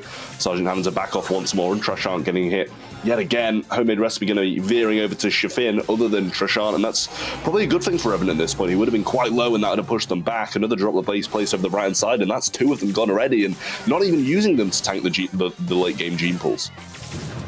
Love this positioning coming in from Marcos Gaming, just taking their time here, trying to make sure that they're the ones in control the whole time. Beautiful shots going down. Gene is going to fall. Sergeant could be the next victim as well. He's going to have to back away, taking advantage of the magic puffs coming in from Gene. They're grouping together. Trishant has that pool available. There's a shot coming through from Saran as well. The Piper gameplay on point right now. Not the easiest thing to do into a max either. Right now, Marcos Gaming in complete control with the 1 extra kill on their side. Yeah, well, there's the pull. Going to get rid of that with the walking cane. Yash going to be getting aggressed. Can Sergeant get out of this? Even if he gets the kill, he does manage to get the kill. Can he get out? The drop the base is placed. Not going to be able to find another phase shifter in time. Trishant still got this pull as well. They are now at a 5 deficit. Vengeful Spirit's not going to connect on anybody there. And back to square one. 20 seconds to make the aggressive push, and they might be leaving it too little too late. countdown on the clock now. Revenant Esports, the favorites, need to respond quickly. 5 stars being the difference maker right now. Energy being distributed from Max. There's the pull connecting to the wrong object, though. There's one pickup they need more, though. A jump in from Piper. Blue Star advantage. A team wipe here, but a response as well. Doesn't matter. Blue Star advantage and kicking things off with a bang here in game number 1. I mean, it really was an absolutely gorgeous comeback towards the end there, but it was scary all the way through for Revenant Esports there, coming in as the heavy favourites against Marcus Gaming. You expect maybe a little bit more than this, but to be honest, it does seem like maybe Marcus have that comp diff and therefore might be able to make something out of this match and this set to start things off. We know how valuable this first set is. If they can make a bit of a better play, then they might be able to pull through. Early kill as the Blue Star went to Revenant. It's now flipped onto the side of Marcos as they got the entry frag. Tough beat there as Piper's going to miss that connecting shot with the gadget, but an excellent start for them too. They now let the other side do the dirty work for them, and they end up getting a kill in the process. Just trying to defend here. Drop the base going down as well, just keeping these enemies at bay. They're going to be punished if they try and go up close. Low HP for Grom. He's looking to get aggressive here. Watchtower to protect himself. Grom bomb in play. A connection there as Sergeant falls 4-1. Marcos Gaming with a 3-star lead. We'll say we did see pretty much more of the same in the previous game, so you can't really write Revenant off no matter how many stars on deficit they are, because of this comeback capability they have with this composition. Trishant going to go down once more as well, but Sergeant still surviving over this left-hand side, just taking things slow, maybe pushing one by one just a little bit too much and not able to get too much done because of that, but Shafin over the right-hand side, playing this nicely, playing it slow, and he knows this isn't a favourable matchup for him until he gets some speed or something going, so just playing it patient. Grom bomb on this right-hand side. Pickup as well into Shafin. Sergeant going to be in trouble now too. Has to rely on these dodges. Great job so far. Grom has to be careful here, but has teammates backing him up. A beautiful pickup from Piper onto what should be a counterable matchup. Instead now, it's 10-1. Marcos Gaming adding on to their lead and running away with this game too.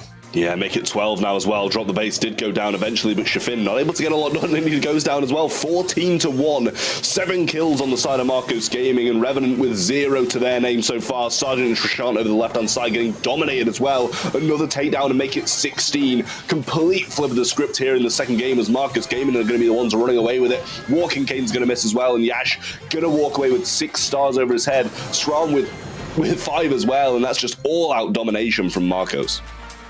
Yeah, Sharon was certainly somebody to watch there. I think that was some excellent gameplay from Marcos Gaming, never letting their foot off the gas pedal. Just so awesome to see them pile up kill after kill. And what I thought the Piper might struggle, right? They also pair this with Max, which I might add is sometimes really difficult to hit, right? We saw the phase shift. Literally, Max can go indestructible for a second and dive out of the way. Didn't matter. Sharon was still hitting shots. Game number 3, we'll see how it starts off. Really aggressive once again as Revenant pick up Blue Star plus a kill earlier. Nice shots from a Shafin. The gray pick paying off right there. Yeah, you maybe do have to question if this start being in the hands of Revenant is going to alter the course of the game and maybe bring them home this set win, as the first one maybe a little bit lucky towards the end. They got that good positioning, but this time definitely starting things off a bit stronger, and Sergeant with an earlier speed as well. Not able to get too much done with it, but at least he's playing it a little bit smarter this time. Yeah, Sergeant just trying to generate a little offense for his teammates, but just couldn't really do so. It's going to be really hard going to somebody like Abhishek, who has a really fanned out shot. Janet doesn't deal an insane amount of damage, but enough to certainly make you hurt. Opening up this map now as well, it's going to allow for Piper to kind of rain down shots in a little bit more wide open of an area. Sergeant and Trishant going to have to really rely on these dodges here. Yush letting some shots rain on the right as Shafin dodges out, looking for that super. We haven't seen a lot of those from Shafin. Now a pull going through too. Piper's going to go down here. It's going to be 5 stars to 0. Less than a minute to go. Marcos Gaming started so strong in game number 2, but they're going to have to find some kills quickly. Yeah, Shran for the first time pretty much caught off guard by the stream pull here. Yash also going to be low as well. Sergeant going to pick up another one and get 4 stars. Forced to jump as well. Phase shift through those bombs and come out alive. 9 stars to 0. And Marcus Gaming completely different from the previous game. Yeah, we've had 3 games in this set. Every one of them have been so different. We've seen everything across the board. Another pull going through. The reflex is not quick enough, though. Sergeant strikes. Now a phase shift forward as well. Shrog going to be in trouble here. 13 stars in climbing. Grom bomb going down. Misses Shafin. They need to do better than that with 10 seconds to go. Have to get every single pickup on the board here. 6 stars in Sergeant's hand. A missed pull won't matter too much. Abhishek going to be low HP, and they simply throw in the the towel.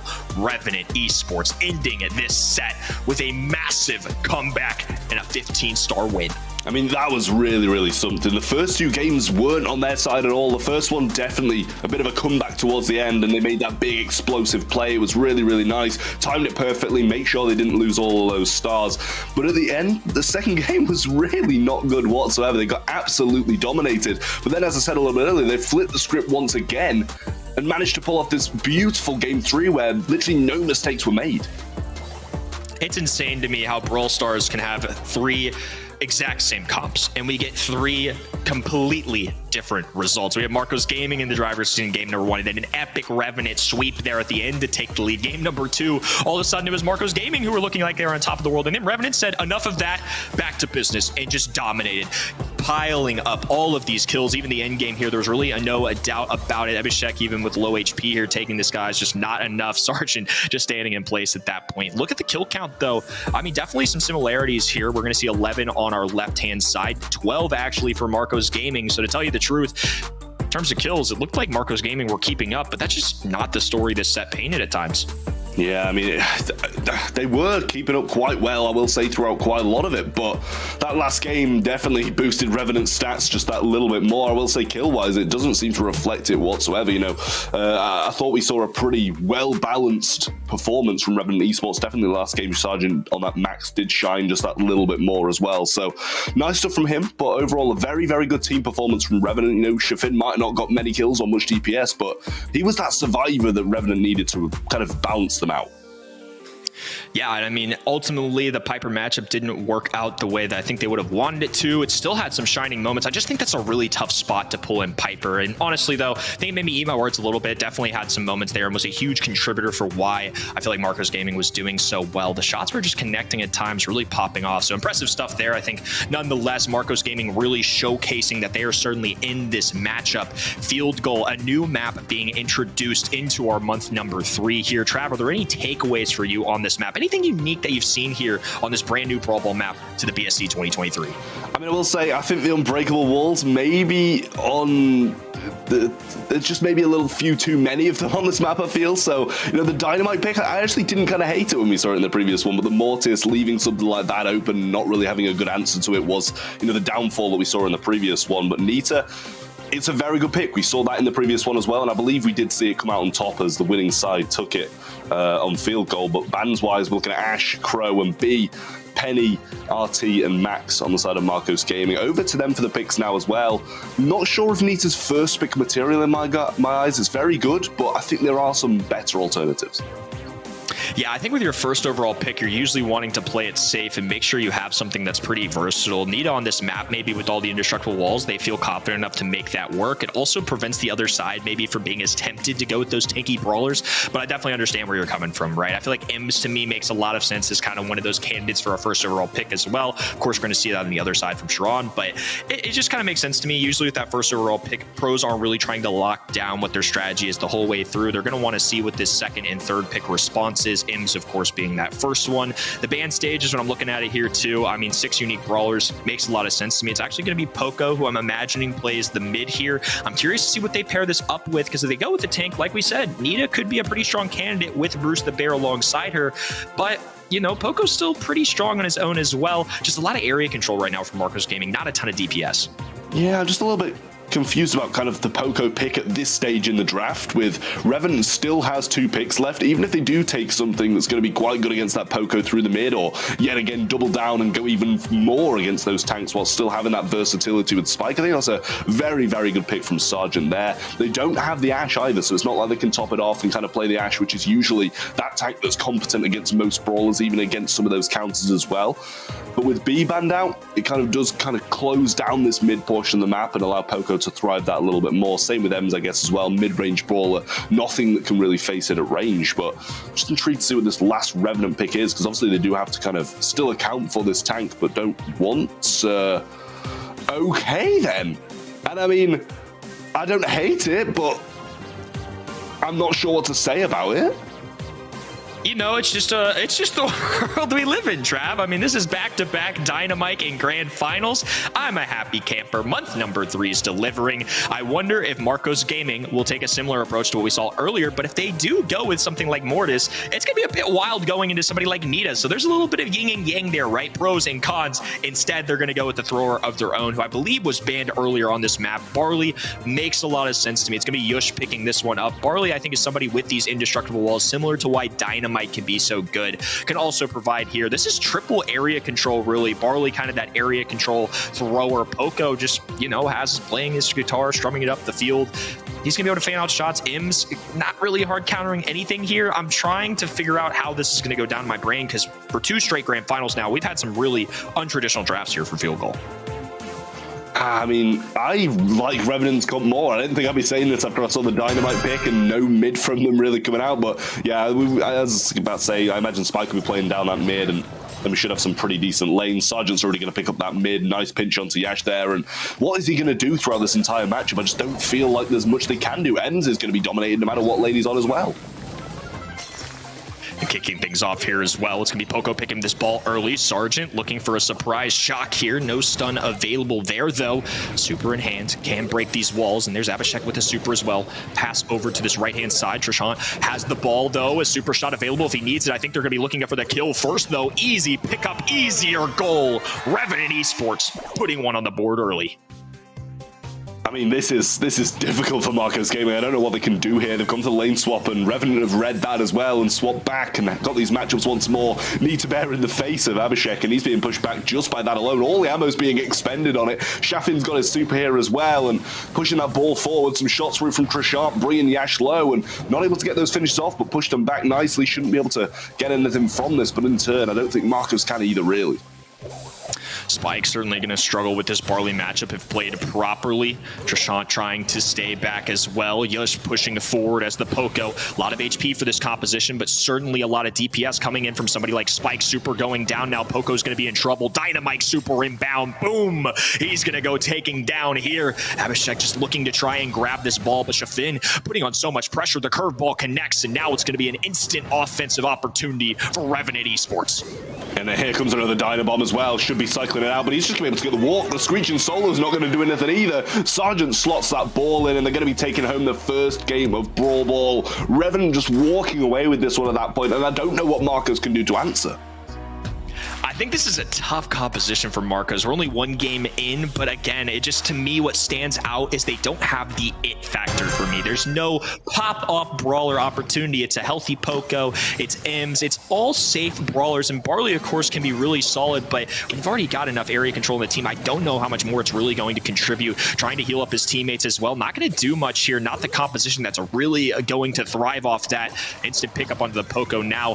Shafin tries to move this ball forward. Super going down this left-hand side, really nowhere Sharon can go. Sergeant connecting the easy shots here. Still a solid defense so far. A lot of goalkeeping right now for Marcos Gaming. Yeah, shots being thrown left, right, and center. Stun's going to come down. Not going to make any connections, Owen Sergeant. Yet again, starting from square one. Yash going to throw at that Screeching Solo, but not going to be able to bring down Shafin. He's got that super in hand as well. Just staying on that edge of Poco's shots. Wants to stay in his range, but outside of Poco, super going to be thrown down. Slows onto him as well, and the bomb once more from Sergeant goes off and gets the kill. Shran now trying to get the kill over the right side, but that's not happening either. And Trishant, bear in hand, 3 players on the map. What a position for Revenant. They're looking pretty strong here. Dribble up this right-hand side. Sergeant hiding his gadget. Does make the connection to super as well. Sergeant with another super as well. The double tag, the triple kill. Dynamite pops off, and Sergeant walks in. An easy bucket here. I mean, that was just absolutely beautiful from the Nita Bear to the Dynamite super cycle. It's just absolutely gorgeous from Revenant. Throwing out another one. Not going to make any connections, but some wall break did come along the way. Should make it a little bit easier for Shafin here to get some shots through. The curveballs onto Shran and Yash. Super available as well, but he might want this goal scoring opportunity. He wants to try and keep this super and force the ball in with no real repercussions. Going to throw that ball up a little bit further, pass it out to Trishant. Super from Shafin still available. Surprised he hasn't used it on Yash just yet, but holding off just a little bit longer. Trom with low HP here. Chasmac now moving up the map. Shafin with another opportunity with the super. A double pick up here as well. Abhishek hustling back, but Sergeant refuses to miss. Easy walk forward, and once again, Revenant Esports turning it up. The heat has been cranked on high. They are now winning their second straight set, and an opportunity here to take their third grand finals home for 2023. I mean, this is domination at this point. That first set, a little bit sketchy. Had a few hiccups, but from there, it's been all out of Revenant at this point. Kaboom Canyon, I don't doubt that they're probably going to be able to take that one home as well and sweep it in a quick 3-0, because that Brawl Ball set was something special. Yes, they had the comp. Not sure what Marcos Gaming were kind of going for. They didn't really have much of a composition to start with, and they're picking, you know, a Poco, trying to go that tank route against an already first pick meter with the possibility of more tank counters coming down as well, and they just didn't have that availability to pivot to a different comp, and I think that kind of did hurt them. There's the Dino Supers and the beautiful plays from pretty much the entire team as well, all of them having a bit of say in that play. It was really, really nice from Revenant yet again. Yeah, maybe I need to cop that new Dynamite skin. If that's the kind of plays that I'm able to make by wearing that, might have to walk into the store and pick that one up for myself. I'm feeling inspired by Sergeant in his gameplay. The Dynamite was awesome to watch. A bit of a yikes here for Marcos Gaming. Look, set number 1 was really solid from them outside of, you know, game number 3. There's exceptions, but a couple goose eggs here. You don't love to see that. Only 2 kills in 2 games. Really illustrates why Revenant Esports was so dominant. And I mean, the DPS isn't terrible either. We saw in the first set someone had 40 DPS. Yes, it was in Bounty, but 0 and 0, 2 kills on the side of Marcos Gaming. The DPS wasn't bad. They just weren't able to find the killing blows and the opportunities.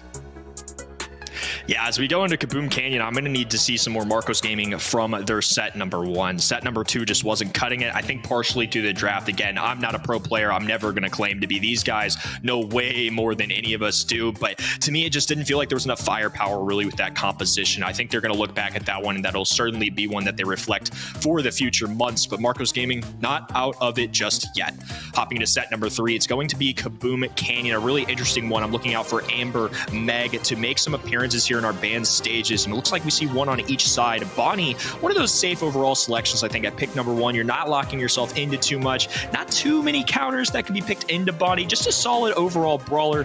One of our 2 circus acts here, it's gonna be Colette, Lola as immediate responses. Yeah, fast draft. It seems like the teams know what they want to play, and I like it from Revenant so far. They've gone with that Colette, obviously very good against Bonnie as well, but we're already back to Marcos Gaming with their picks. Just a quick glance at the bands as well. Got the Crow, got the B, a little bit of that slow out the way. Meg, it's Meg at this point. If you know, you know, and it was massively changed in that previous bout change. So strong right now. Then the Max, the Amber being so strong with that new gear as well. Really, really solid stuff. Brock going to be picked up for Marcos Gaming, and then the final ban of that Daryl as well. I kind of like the approach that both teams have taken so far. Yes, they might have countered out that Bonnie really, really nicely with the Lola and the Colette, but Brock should have an answer to that. Yeah, I think Brock in general as a sharpshooter is going to be favorable in the Colette, but meanwhile, Colette's going to be really solid in that Bonnie tankier cannon form. I think it can work out. Plenty of DPS on the side of Revenant. Colette, one of the most notable historical ways to deal damage onto those high saves. Lolo, of course, very common in that as well. Eve, the final pickup here for Marcos Gaming. One of the unique factors about Eve is that she's not going to be prohibited by these little watery areas on the left and right-hand side of that middle area. She can just float right on top of it. The extra spawners could do well into somebody like Colette too, who's a single shot brawler. I think that makes a lot of sense to me. It's not the biggest damage dealer onto that high safe, but they got Brock for that. And of course, when she exits and gets out of Clyde, Bonnie could be that too. Oh, Revenant feeling confident. It did get a little bit of a buff. It went from that standard speed to a very, very fast brawler. So nice stuff from them, but I'm not sure what it's good against here, really, I will say. When it gets in that grass, maybe with the speed gear as well, it can really pop off. But I also kind of think at the same time, it doesn't have the best matchup. There's a time and place for Shelly. Maybe they're just going for that kind of subtle flex, less of a flex than it was in previous months. But still, it's something that you can flex with, and I don't know if Revenant are maybe celebrating a little bit too early. Yeah, maybe. I do think Shelly's in a pretty strong spot, though. It's a common conversation I've had with several pros. We even heard X9J talk about it earlier. Shelly's certainly in a stronger spot, but I'm with you. It doesn't necessarily pop off to me as somebody who will do well in the spawners. But the clay pigeons can certainly do some work, but an early deficit here. It's going to be 3-2. Trishant and Shafin looking to play some defense here as we're going to have Brock popping off on this left-hand side.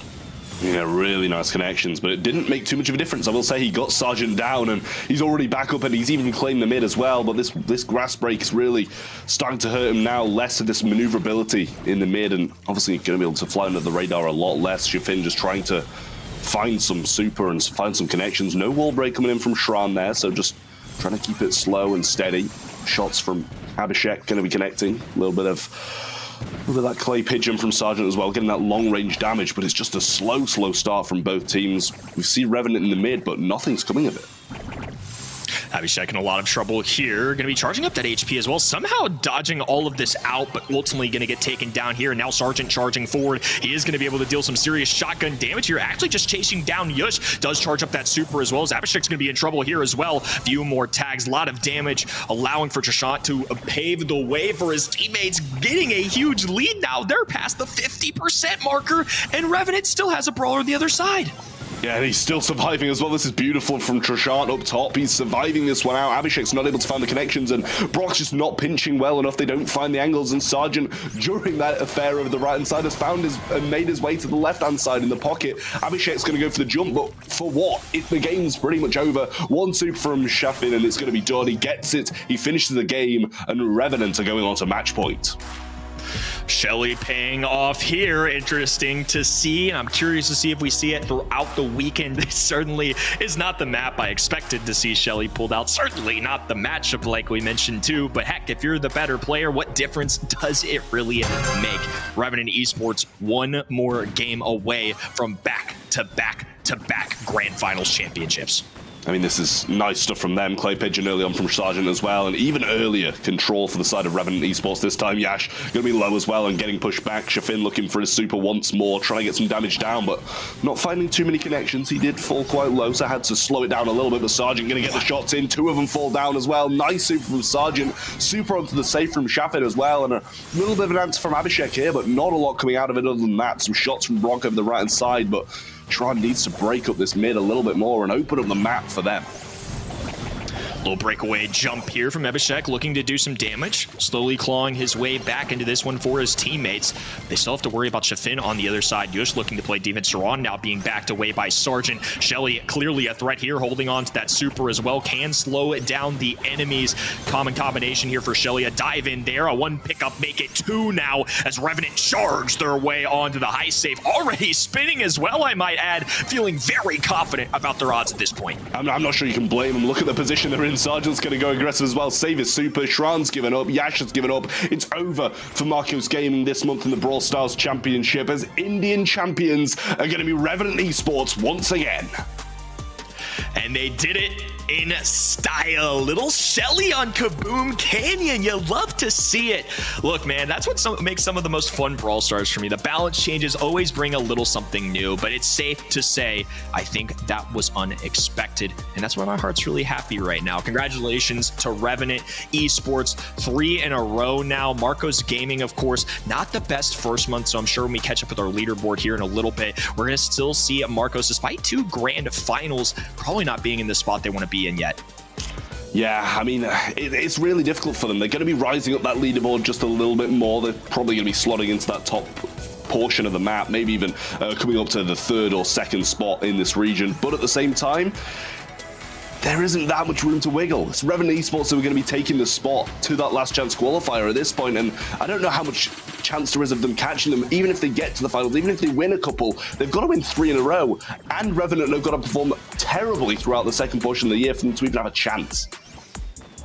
Yeah, mathematically, it's only going to get tougher from here. Revenant have just been so good, and it feels really similar to me of like our first region in SEA. They just feel like this strong powerhouse here. Shafin with a little bit of a goose egg himself, but doesn't matter. Sergeant Trishant doing some good work. His DPS was solid enough. Yush, Saran, Abhishek combined for only 8 kills, and you know, that is only 3 behind, but if you watch the match, it really felt like Revenant never really let go. We had Shelly pop off multiple times as well. I can't get over it. I'm not used to seeing Shelly. Makes my heart happy. A huge fan favorite at home too, so it's nice to see a little buff, a little energy coming into the Shelly picks. I hope we can see more of her this weekend.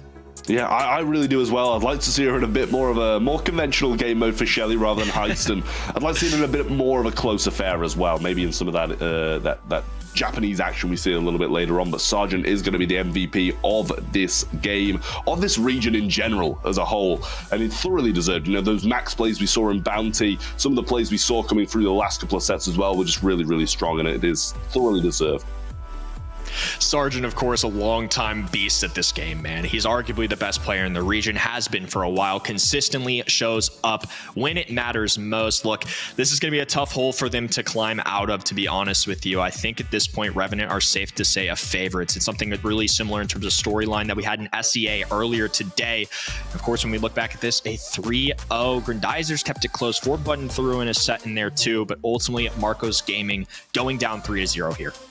Yeah, I mean, looking at the region as a whole as well, when we should be looking at points. I mean, Marcos Gaming, they made it to the finals here. Their other big opposition did lose to Revenant Esports in those semi-finals as well. And yes, they did manage to slot up into that second place. I predicted maybe second or third. They did just about get up there, but the gap in this region is even wider than the gap in the previous region we saw in SEA. And Revenant Esports are just running away with this region. Somebody's going to have to upset Revenant Esport. I'm certain for Marcos Gaming, Grandizers, even SFA and No Skills, you know, all of these teams are within similar point ranges, right? 194 versus 320, 3 months left to go. You get 100 points if you win the grand finals. I think we're going to have to see some teams rise to the occasion, defeat the titans of this region in Revenant Esports. But for now, Marcos Gaming still good steps towards working their way towards that top spot. A couple grand finals in a row now, some more consistency coming through. We can't forget about these Grandizers, though. They made it to the grand finals in month number 1. So depending on how brackets shape up in the future, Trav, could be interesting to see what happens. Definitely so. I mean, we need to see some different brackets for Revenant to be able to kind of knock off their high horse. Maybe even getting them out in the quarterfinals or even earlier than that would be a big thing for a few of these teams who are trying to break through into this last chance qualifier spot. Number 1 in India will be taking that. Obviously, a lot of things need to kind of line up for Revenant to be knocked off that spot, and I'm sure they're going to be thrilled about how they're doing going on to the second portion of the year. Obviously, they do have a bit of a break, so I'm not sure if they're going to be laying back and sitting back from the scrims just a little bit more or keeping their foot on the gas. I'm sure they're going to be trying to do so. 3 in a row for Revenant. Awesome start to our weekend here. Don't go anywhere. We'll be back shortly. We have a very intense APAC matchup coming up next. It's the East Asia sub-region on the way.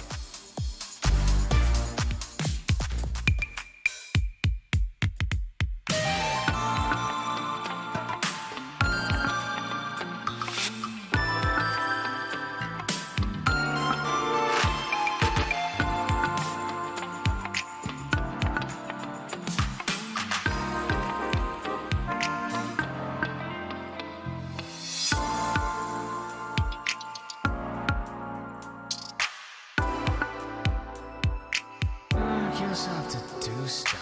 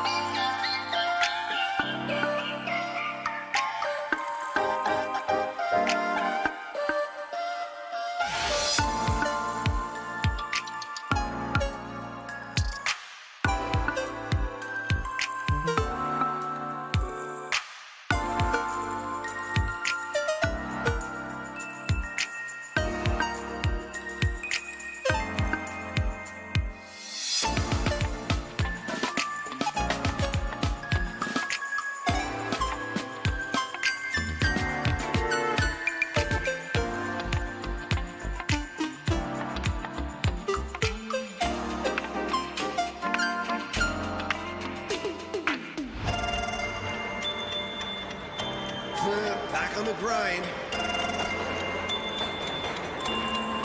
Boring.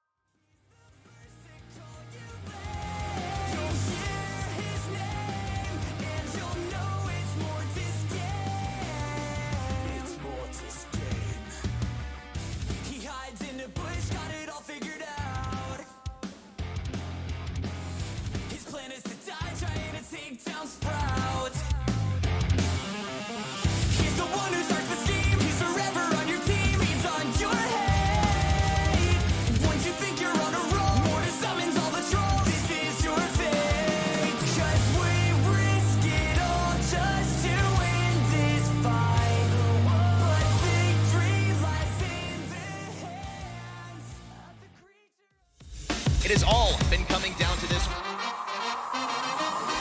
We gotta turn big dreams into action. We gotta mix action with the passion. Oh my word! What an incredible moment! We gotta turn big dreams into action. We gotta mix action with the passion. Time short, no time for relaxing. Be the first and last out, make it happen. We gotta turn big dreams into action. We gotta mix action with the passion. Time short, no time for relaxing. Without further ado, let's get rolling.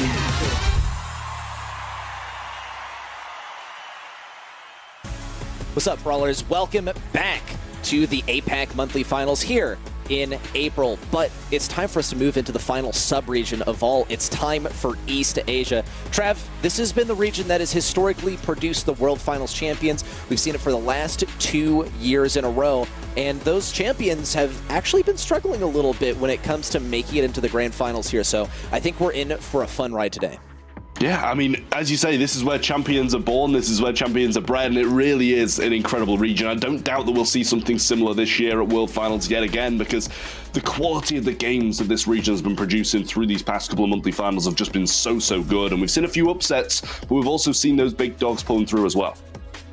Look, we've seen in the past couple of regions, right, the two sub-regions that we just covered, much of the same stories, right? The leaderboards, they haven't changed up a whole lot, but here in East Asia, they have quite a bit. In fact, we saw Crazy Raccoon step from that #1 position down to #2, now just behind Reject, and they were upset by Aphelion Esports in the last monthly final. Of course, Chasmac Gaming EA, absolutely part of that discussion. Our top 4 teams here are the same top 4 teams that we'll be covering today, because once again, it is a repeat of last month. It is the exact same teams facing each other, Trav.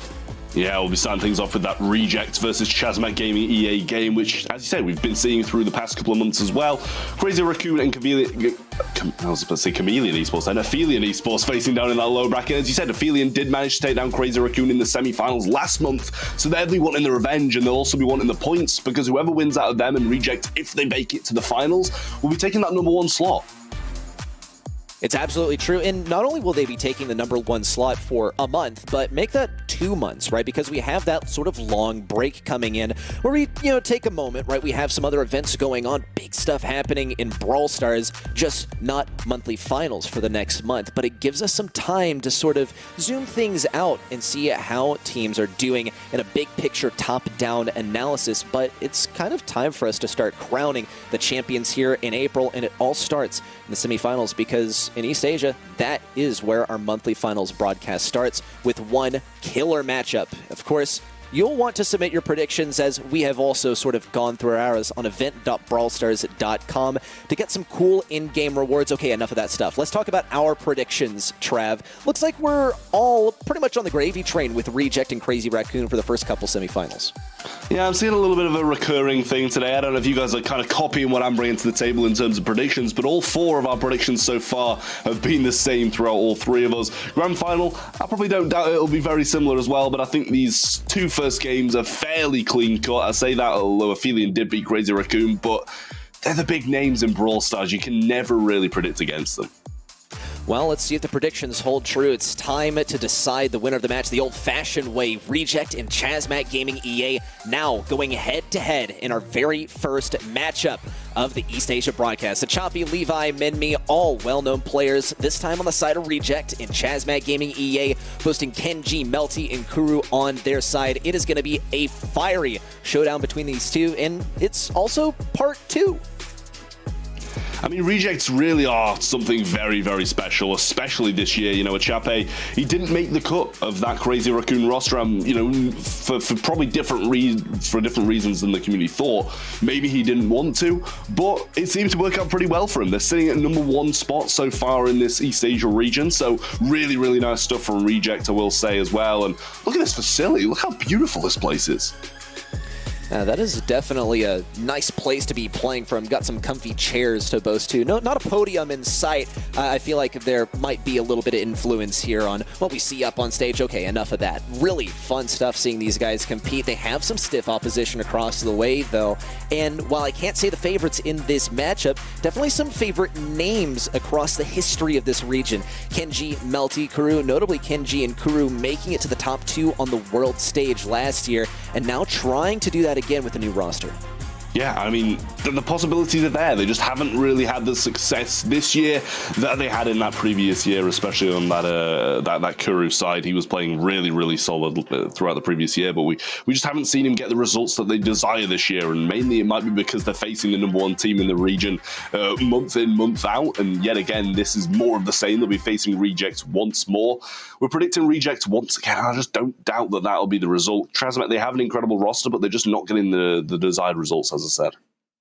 Look, as consistent as the other subregions have been, though, we have seen East Asia have upsets from time to time, especially last month. We saw Aphelion take a W, but Reject did get their win in. So now maybe it's time to flip the script. It's still going to come down to who plays better.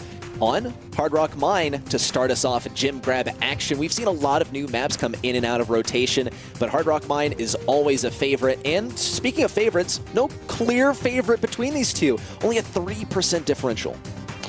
And let's just note the fact that the 3% differential is on the side of Chasmac instead of the #1 team in the region who's defeated them for the past couple of months. Chasmac are still getting predicted over them, and that might be because they've got a couple more of those bigger names, but Reject are definitely the favourites coming into this one regardless. Well, we'll see the first pick go the side of Chasmac this time. Ruffs selected by Kenji. Note some of the brawlers banned out as well. On one side, RT gotten rid of. We also see Meg go to the wayside. Also Amber out of the question. Some of the best brawlers in the game at the moment, and it's going to standardize the gameplay to see these guys eliminated from the equation. Janet selected now by Reject, and they have one more brawler to go with. Probably going to opt to go with their mid brawler off of this second selection, but they could get creative and use their last pick for that purpose. I just don't really see it happening. Yeah, I mean, I like the Janet pick. Obviously going to be able to splash through those sandbags pretty nicely, take him down with only a couple of shots, so might kind of make Kenji not want to play that gadget and go with something a little bit different, but Byron going to be the pick coming up second, and, if they had this Meg pick, then maybe I'd say, you know what, go for it. Go for a bit of Byron, because that reduced healing is no longer with Meg, but on its own, I'm not sure what they're going to go for. Maybe they'll try and tank it down one of the sides and just go for it as their last pick, but surely Chasmac might catch on to something like that now. I'm personally hitting myself a little bit because every time I see Byron selected in this region, I get a little bit surprised, and then I have to bring myself back to reality and go, no, this is actually a fairly popular pick here in East Asia, and they make good use of it. He has quite a bit of flexibility, just doesn't really have the most DPS to offer, but a lot of footsies at play, just staying just out of each other's range. We'll probably see Byron get a whole lot of value there, and it also enables some good close-up play. Should they decide to go for a tank as one of their final selections? Chasmac Gaming, EA, they're not really gearing up to face versus tanks. Yes, they have the wall break possibility if they decide to go with that star power for Kenji. Kuru, though, not going to pump out a ton of DPS as Gus, but still a very viable mid matchup. Here's a tank counter. Stu, always a fun one to watch. Yeah, I mean, I like Stu, and especially when you stick some of these East Asian players on it, it really does just flow. It looks so beautiful when they play it. They get the dashes, the heals, everything goes on, and it just all comes as a cohesive unit. That one Brawl can really be incredible. Back to Reject for this last pick now, and I'm kind of intrigued to see what they go for, considering they went for the Byron as the second pick. Can't say it's something that I'm really used to, being pretty much just on Europe and the South American regions this year. I haven't seen it, and I'm not sure it's something specifically down to this region, but they're going to go with the max with it, and that kind of makes me question why Byron even more. Yeah, I mean, okay, look, we've seen the healer and the speed combo together before. We also know that Max is a total favorite in this region. I just don't really see the cohesiveness here. But if there's anything that we can rely on the East Asian players to bring it to the forefront, it's simply hammering down the max amount of mechanics that you can dedicate on a single brawler.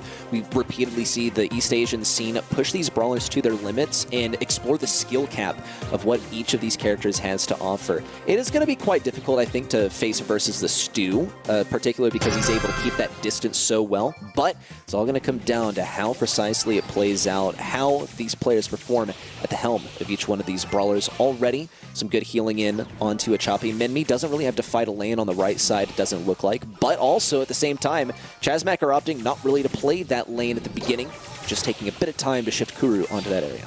Yeah, maybe that seems like kind of a little bit of a mistake, all things considered. Memmi's been able to heal up Chappie quite nicely and get him a couple of gems through the mid, but now Kuru's playing this side and he's got that Gus shield as well, a little bit of a pinch coming in and another set of sandbags burning down, and that's two gone already. Kuru only has one more and now a Chappie, and Memmi surely pinched him down. That should be a takedown, but the third sandbag goes down, and yet again, what a waste.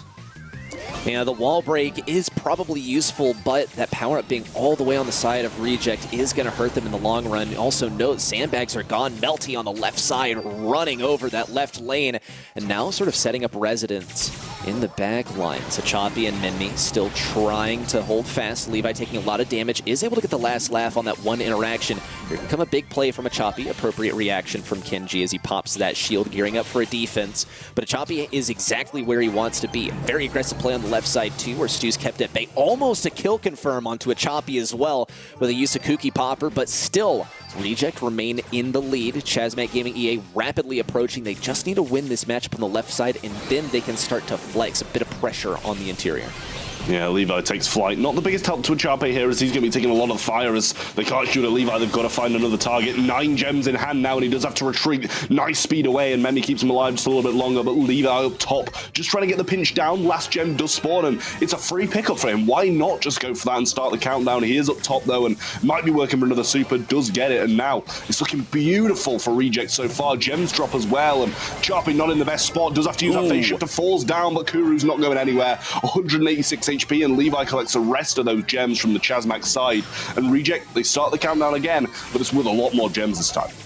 There's a potential for a comeback, but it's going to have to be an absolute miracle. Great defense from a Choppy. Levi not going to go anywhere except to the skies, and Menmi safe and sound. Spins already. Seems like APAC is serving up a whole lot of spins and pins today, because no sub-region seems to be safe from the wrath of the BM, or maybe just saying GG. I don't want to put some words in these players' mouths, but usually the spin is not a sign of good sportsmanship. I mean, that kind of depends on the region, I feel. Here, I do feel like maybe it kind of is a little bit of a GG well played rather than in other regions where it's just complete BM. But we'll see if they do continue to do that as we go into the second game here at Sharp 8. Gonna use that phase shifter, didn't tank the damage, but at least it brought him a little bit further away from Kenji, who's going to be pretty good in that auto-aim range, especially with this Kooky Popper, and does use it once more. Shield available as well, and might be wise to put it onto Melty and allow him to go aggressive. A lot of emphasis here from Chasmac on applying pressure onto Minmi and Achapi. They're working together as a dynamic duo. Also interesting approach from Minmi. We don't see a whole lot of Byron, so we don't see a whole lot of his gadgets. He is running gadget number 2, which can enable him to get a lot of DPS up close. He might need to use that if Melty gets too close to him. A lot of pressure applied on the top left side here. Achapi and Levi able to get a takedown together. Kenji now trying to pressure and gets 1 kill. Achapi very, very low, but Kenji wasn't able to finish things off. Minmi also reacting to Melty on the right side, and Rejects stay alive with all these gems. Yeah, you know you're a good player when you can win that Byron versus Stu matchup pretty much alone with no help, but Kenji getting hit hard. Splash comes down as well, I guess, through the shield. Not going to burn down just yet, and that little gadget was still on the floor there from Melty. Kooky Popper could have been the play to go, but does wait out just a little bit longer, and they have control. They do have a bit of a thorn in the side with Levi coming in the back of them now, and it's going to be a difficult position. Drop the base place, and now he's going to be in an even worse position as they can't really fly under the radar, but over the left-hand side, he's going to go down, and Melty's going to maybe get out with one of these gems, but Chasmac Gaming definitely have a few more answers this game than in the previous. Ouch, so close to salvation there for CMG EA, but they weren't able to get that last bit of damage out. Minmi came to the rescue. He had that super ready in just the right moment. Now looking to pick up gem number 8, but playing very conservatively. Takedown as well with the Kooky Popper. Levi might have to pick these up, and he does. He's ready to take to the skies if necessary, and here it comes. Kenji just a moment late, and he also didn't even have a gadget to finish off that kill onto Levi. Big destruction. As Reject heads up the right side, Kuru falls. Kenji has to be next. They got to get that 1 kill. Minmi and Achapi looking to pressure in. Good tanks, but Kuru still able to fend things off, but plays an appropriate defense. Minmi also completely surrounded. Not a good situation, as now Chasmac Gaming EA compound their lead. Yeah, I mean, they got the reset. He almost got out. 1v1 couldn't be helped at the end there, but now all of the gems on the side of Chasmac Gaming EA. Complete flip of what we saw in the previous game, and it's got to be Melty. Got to go down now. Levi going to get the takedown on him, but Melty's going to survive just a little bit longer. 1 follow-up shot, but Levi not going to find the killing blow. Chasmac Gaming survive it out and take this second game of gem grab home, making it 1-1 in Hard Rock Mine. Love seeing how CMG EA adapted their strategy and sort of decided who they were going to focus on particularly in order to get a victory in that second game. Loved seeing the sort of inter-game development. We'll see if Reject are able to stamp that one with a no and bring around a win for themselves in this third game as things start to come to a head. We've most importantly seen CMG EA be conservative with some of these rough sandbags. Kuru not really using it to deny that Byron is hard. Looks like he's trying to shift off of that lane, but he's getting denied at every turn so far. Yeah, another good start from Reject here, though. They start off with 5 gems to 0 this time, and Kenji's low. Maybe a follow-up shot from Minmi could have gone towards Kenji there instead of the other alternative, but Levi going to pick up the right-hand side with a little bit of help from his friend Achapi now as well. The shots coming in from the left-hand side. CMG trying to fight back, but this might be too much of a lead for them to come back from straight off the start. This could be 7 gems if Achapi goes for this one. My eyes are just glued to Levi right now. I mean, this guy just doesn't seem to have any limitations to what he can do. He'll play the lane, he'll completely swing around from behind, and despite CMG's best efforts to shrug him off, he comes back to punish them anytime he is out of position, doesn't even need any help. Here he comes once again, going straight to the backlines, takes down Kuru. Kenji is next up on the menu, and Melty for dessert, finally for that last shot. Levi's effectively gotten a team kill, and Reject get to reap the rewards collectively as Achapi runs it back with 10 gems. I'm actually really glad you brought my focus to Levi here. Maybe I was focusing a little bit too much on Achapi through the mid, getting all these gems. He's playing so well. Getting kills with flight is not something you see every day, and he's getting multiple, one after another, and it's just gorgeous from Reject in this final game here. Control pretty much all around the map, and complete cohesive team, really playing so well to bring home this first set. It almost brings a tear to my eye. That was just beautiful from Levi, and I hope we see him continue on this path because that was an absolute spectacle. but in the spirit of competition, I want to see a bit more resistance from CMG EA because we saw good stuff in game number 2. Levi just continued to do what he was doing already so well. Pressure up one of those lanes, play just out of his mind, and then continue circling from behind and completely disrupting the enemy organization and disrupting any of those lane layouts they had worked so hard to achieve. I mean, that second game from CMG was really nice. The first one they could have won as well. Had a little bit of a turnaround in the first. Well, not a turnaround, but they did have quite a lot of their gems drop. But in the second one, Chasmac played it really well. But in the third, Reject was just complete. They were just out to finish them off in the first set there. Didn't want to be dropping that. And we saw so many gems being picked up without Chasmac even having an answer whatsoever. I believe they got to about 8-0. And as you say here, Levi was just playing so well, picking up kill after kill. And he really was the man of the match in this first set. Just seemed like he was able to rotate onto any lane where he was needed, and even, oh my gosh, 14 kills? Okay, that's a star player and a half. I honestly left a little speechless here. I mean, yes, we already knew it was going to be domination, but not this hard. Yeah, I mean, Chasmac, they definitely have a bit of a say in this battle. You know, they can 100% bring this back. It's only one set down. Maybe if they drop the second one, it gets a little bit further out of reach when they have to kind of reverse sweep. But if they can pick up this next one, they've 100% got a say in the outcome of this game. And Chasmac Gaming, I can't write them off just yet because in my eyes, Reject, they looked very good. They had some circumstances, you know, when Levi's popping off. We've got a Charpe through that mid, but they're not looking as convincing as other months. And maybe it's not because they're playing bad, but Chasmac are just playing that little bit better than usual.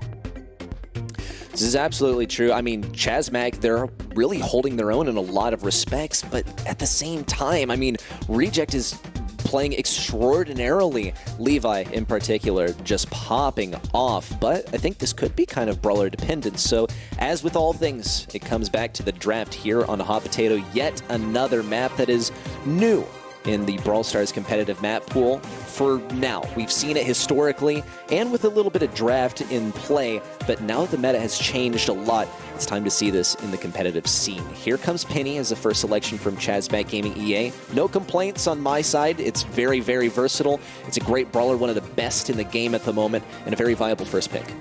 Yeah, extremely solid brawler. I like the Penny a lot, and especially when they've banned out Barley themselves. Dynamite, yet again, it might be an option here. We saw it on Brawl Field Gold, very, very solid, and the Unbreakable Walls aren't as useful for him on this map, I will say, or for throwers in general, but there are still a few here, the left and the right-hand side.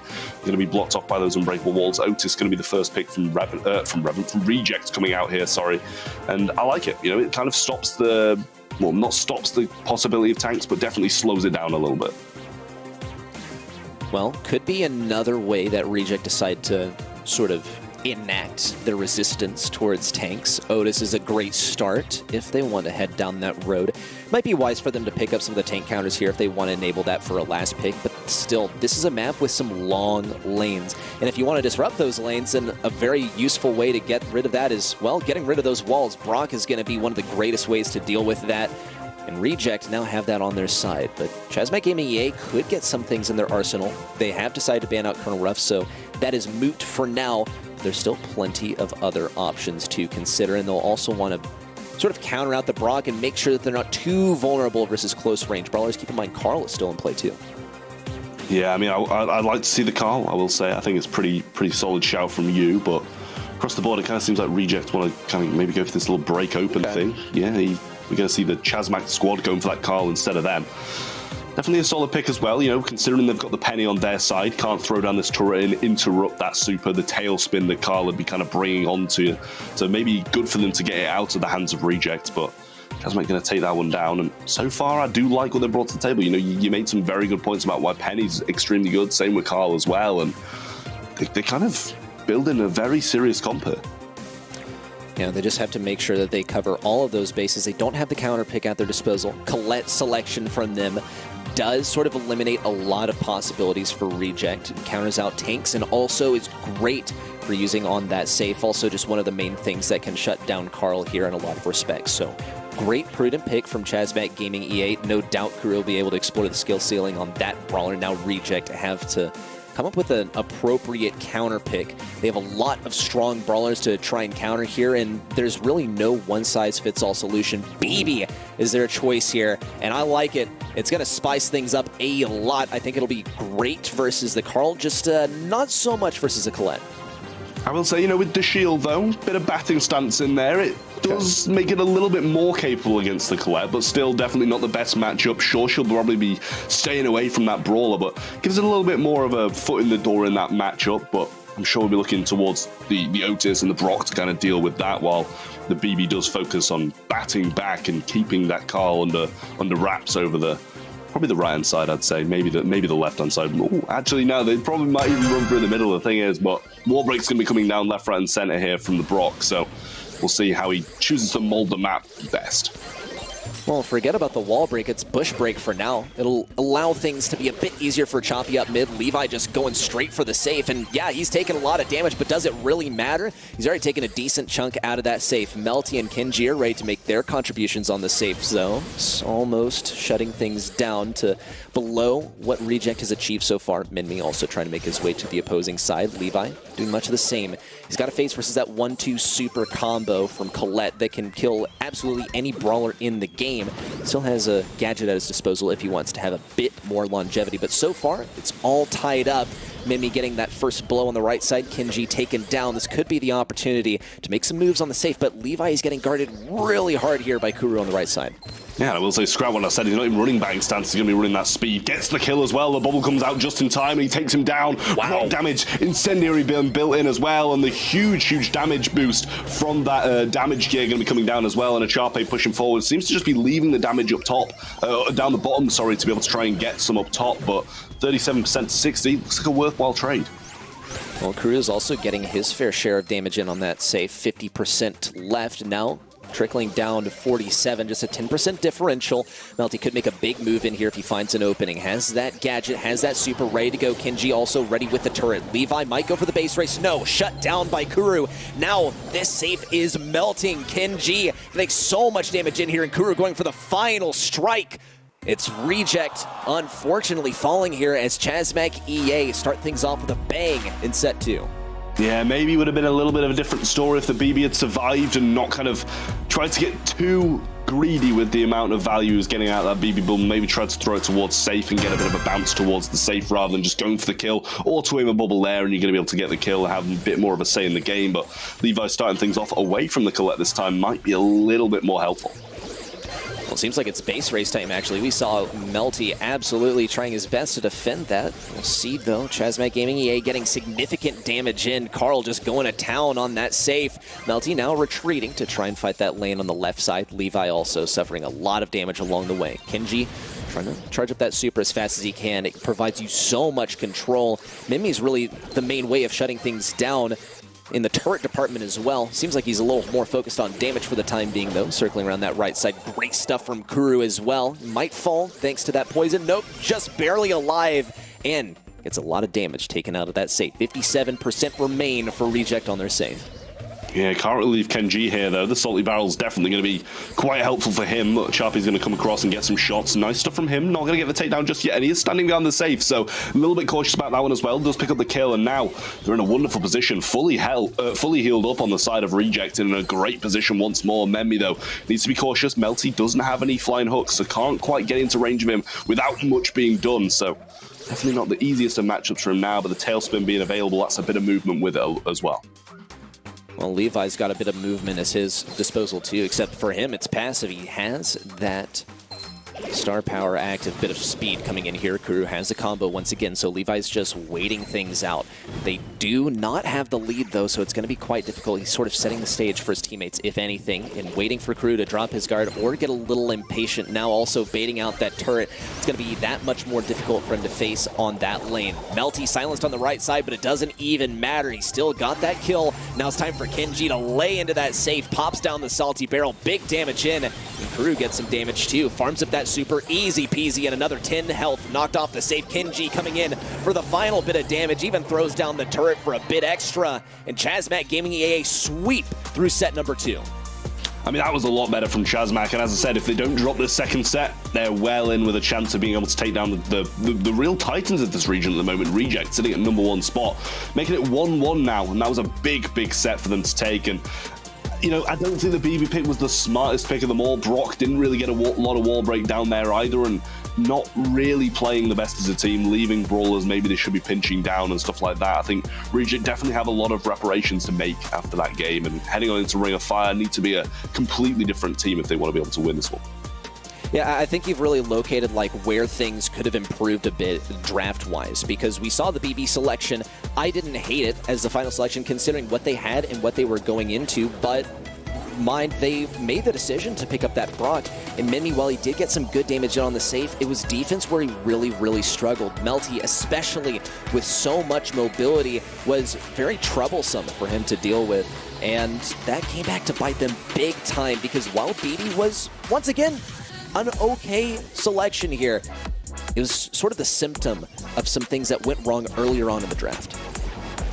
Yeah, well, it seems to be the draft that is their issue in this one. First one, they took a bit of a bold draft with the Byron as well. I was questioning it, but it worked out well for them in the first. But second one, where I questioned the draft, maybe not as much. And as you said, coming off the start, I think Penny was a wonderful pick. Just so good down that right-hand side for the majority of the game, getting turrets and helping out the teammates as well. Kill-wise, I mean, Kuru's going to have the most, considering it was against that BB matchup, which he's just so good against, especially that Gotcha Gadget, just healing up, getting the super off, and pretty much just cycling everything that he's got.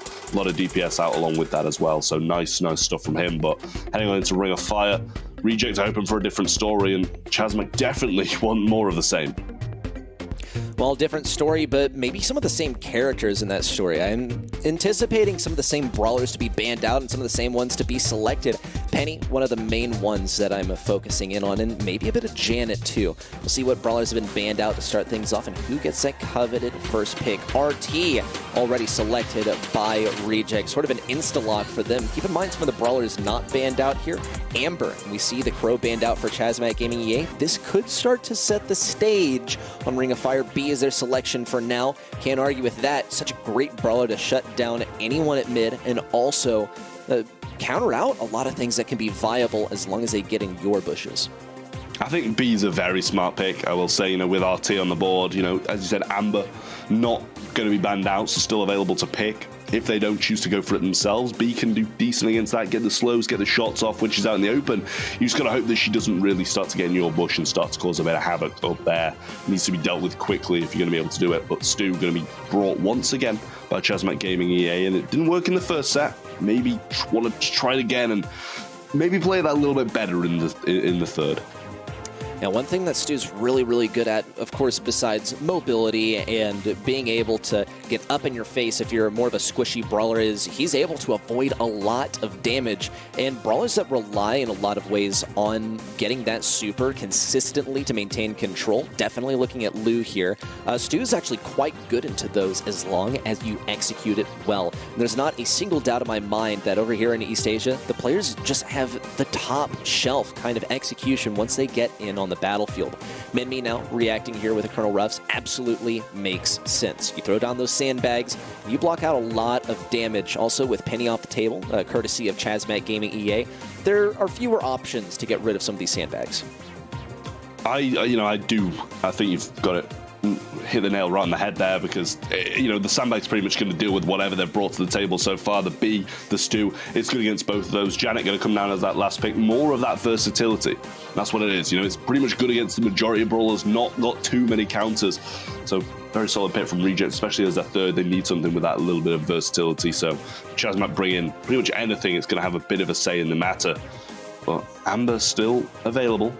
Might be good against this Ruffs as well. Should be decent against the Janet also, so wouldn't be a terrible pick. Can burn down some of this grass and also throw those the puddles of oil towards the mid, and with this new gear slow people down.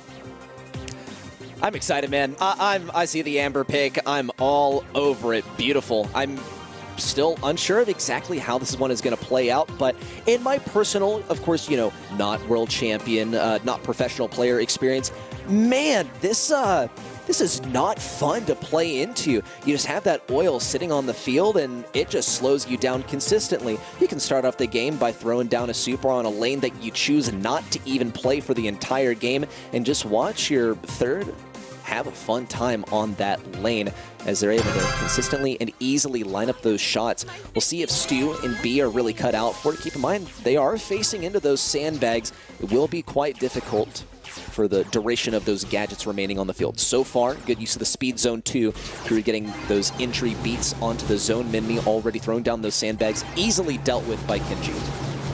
Yeah, he's getting some damage down though. Gadget going to be used by Charpy and bring him down. Nice stuff from him to get those connections, the follow-up and the gadget as well, obviously. Drop the base over the round side, proving so useful as well. Melty trying to aggress, should be taken down by Levi here. Doesn't manage to get another super, another Gasser heal along with it, and this is great start for Reject. Levi on the Janet is a dangerous thing. Definitely something you ought to be coming into all of these matchups considering and remembering as it is in recent memory. He's going to go for it once again, though. Already super to the back lines, trying to take down Kenji. Beautiful stuff as he gets that elimination and sort of cements his position on this back left, ready to pinch in behind Kuru. There it is with a Choppy enabling that pinch. 70% already claimed by Reject. Now with the slow, Choppy not too weakened, especially considering that, well, Levi's taking care of business on the enemy spawn. I will say, you know, you can put all the oil in the world down, but if you're not there to kill them, it doesn't matter if they're slowed or not. But this is 100% to 8 here, and Reject completely walk away with this first game. Amber might have been good in theory, but if you're not there to fight the battles, not being able to get out of spawn, it doesn't matter if they're slowed or not. Youch. Yeah, it looked like the stage was going to be set almost perfectly there for B to simply wipe out the enemy team, but good teamwork, good coordination and shot calling, and most importantly, getting those pinches, getting enemies into positions that they legitimately were not able to escape from, enabled Reject to take some swift victories on separate lanes. We'll see a bit of a switch up though. Chasmac Gaming EA now playing Kenji up that left side, already taking down a Choppy and focusing his fire on Minmi with the takedown. Here comes Levi on the right side though, and a no-look shot to the back right. Kuru takes him down, and this is exactly the sort of angle that Chasmac Gaming EA envisioned they would be playing in that very first game. Yeah, I mean, this is the complete opposite once again, but Gadgets come down, Memmi picks up the left-hand side, just Melty surviving, and he shouldn't be too far behind them if he chooses to take this 3v1 match on, but so far he actually survives it out, gets taken down now, and should have probably waited for his teammate there. Levi going to be able to pick up this right-hand side. Kenji not going to be able to be killed just yet, but eventually Chappy's going to put the kill and blow in and get the takedown. Nice tank to drop the base from Levi there as well, knowing he was going to have that shot coming towards him when he landed. Memmi going to try and break up some of these walls, place some sandbags down and bring Melty along with him, and they've taken the lead already. Minmi playing this left side has been troublesome for Melty in a lot of ways. You saw sort of the way that players tend to play Stu is with that auto-aim, right? Consistently line up some of that auto-aim, whether it's a super, whether it's a shot, and with him being in the bushes, it completely disrupts that rhythm. Kenji has reacted, now trying to move over to that left side, though it's not really working too many wonders for them. Levi firmly cemented on this right side, could get pinched, but he's so safe and sound, and Choppy gets some easy pot shots as a result. Just staying on the edge. Kenji, Melty, and Kuru now closing in for the retake, but man, are they walking a tightrope. Just 5% left for Reject to take things back. I mean, and Charpy's not missing either. He's literally just hit like 4 shots in a row and brought this one back for his team. 2-1 now to Reject as they take this third set back in their hands. And after such a disappointing second, you might think they're going to have their heads down. They're going to be looking defeated. But no, they come back. This is the mindset that people in this region have. They don't really let things get them down. And they just spring back and manage to take this third set here. That was dominant for Reject, but I think it's more impressive than just them beating CMGEA within that last set. More importantly, considering what exactly they're facing versus Amber is an incredibly troublesome brawler at the moment, and they pretty much kept themselves from ever falling into that scenario where there is oil all over the field, where they're all slowed down. And how they do it? Well, they did it with coordination. You can clearly see just how effective the team comms are on this team and consistently getting those pinches, and also Levi still popping off on the Janet. Yeah, exactly. He just played so well. I maybe thought he was going to get the right-hand side kill, but even if he didn't get the kills, a Charpy was there to help him, and this is what Reject brings to the table. Just such good team play, and it really is unrivaled by Chasmac Gaming here. They might have some individual moments of excellence on the side of Chasmac, but Reject have that on top of their incredible team play, and having these people pinching down, playing the side so perfectly, it's incredible to watch. And kill-wise, stat-wise, Reject, they've got the 8, 7, and 4 in comparison to the 4, 0, and 2. I think that shows what needs to be shown.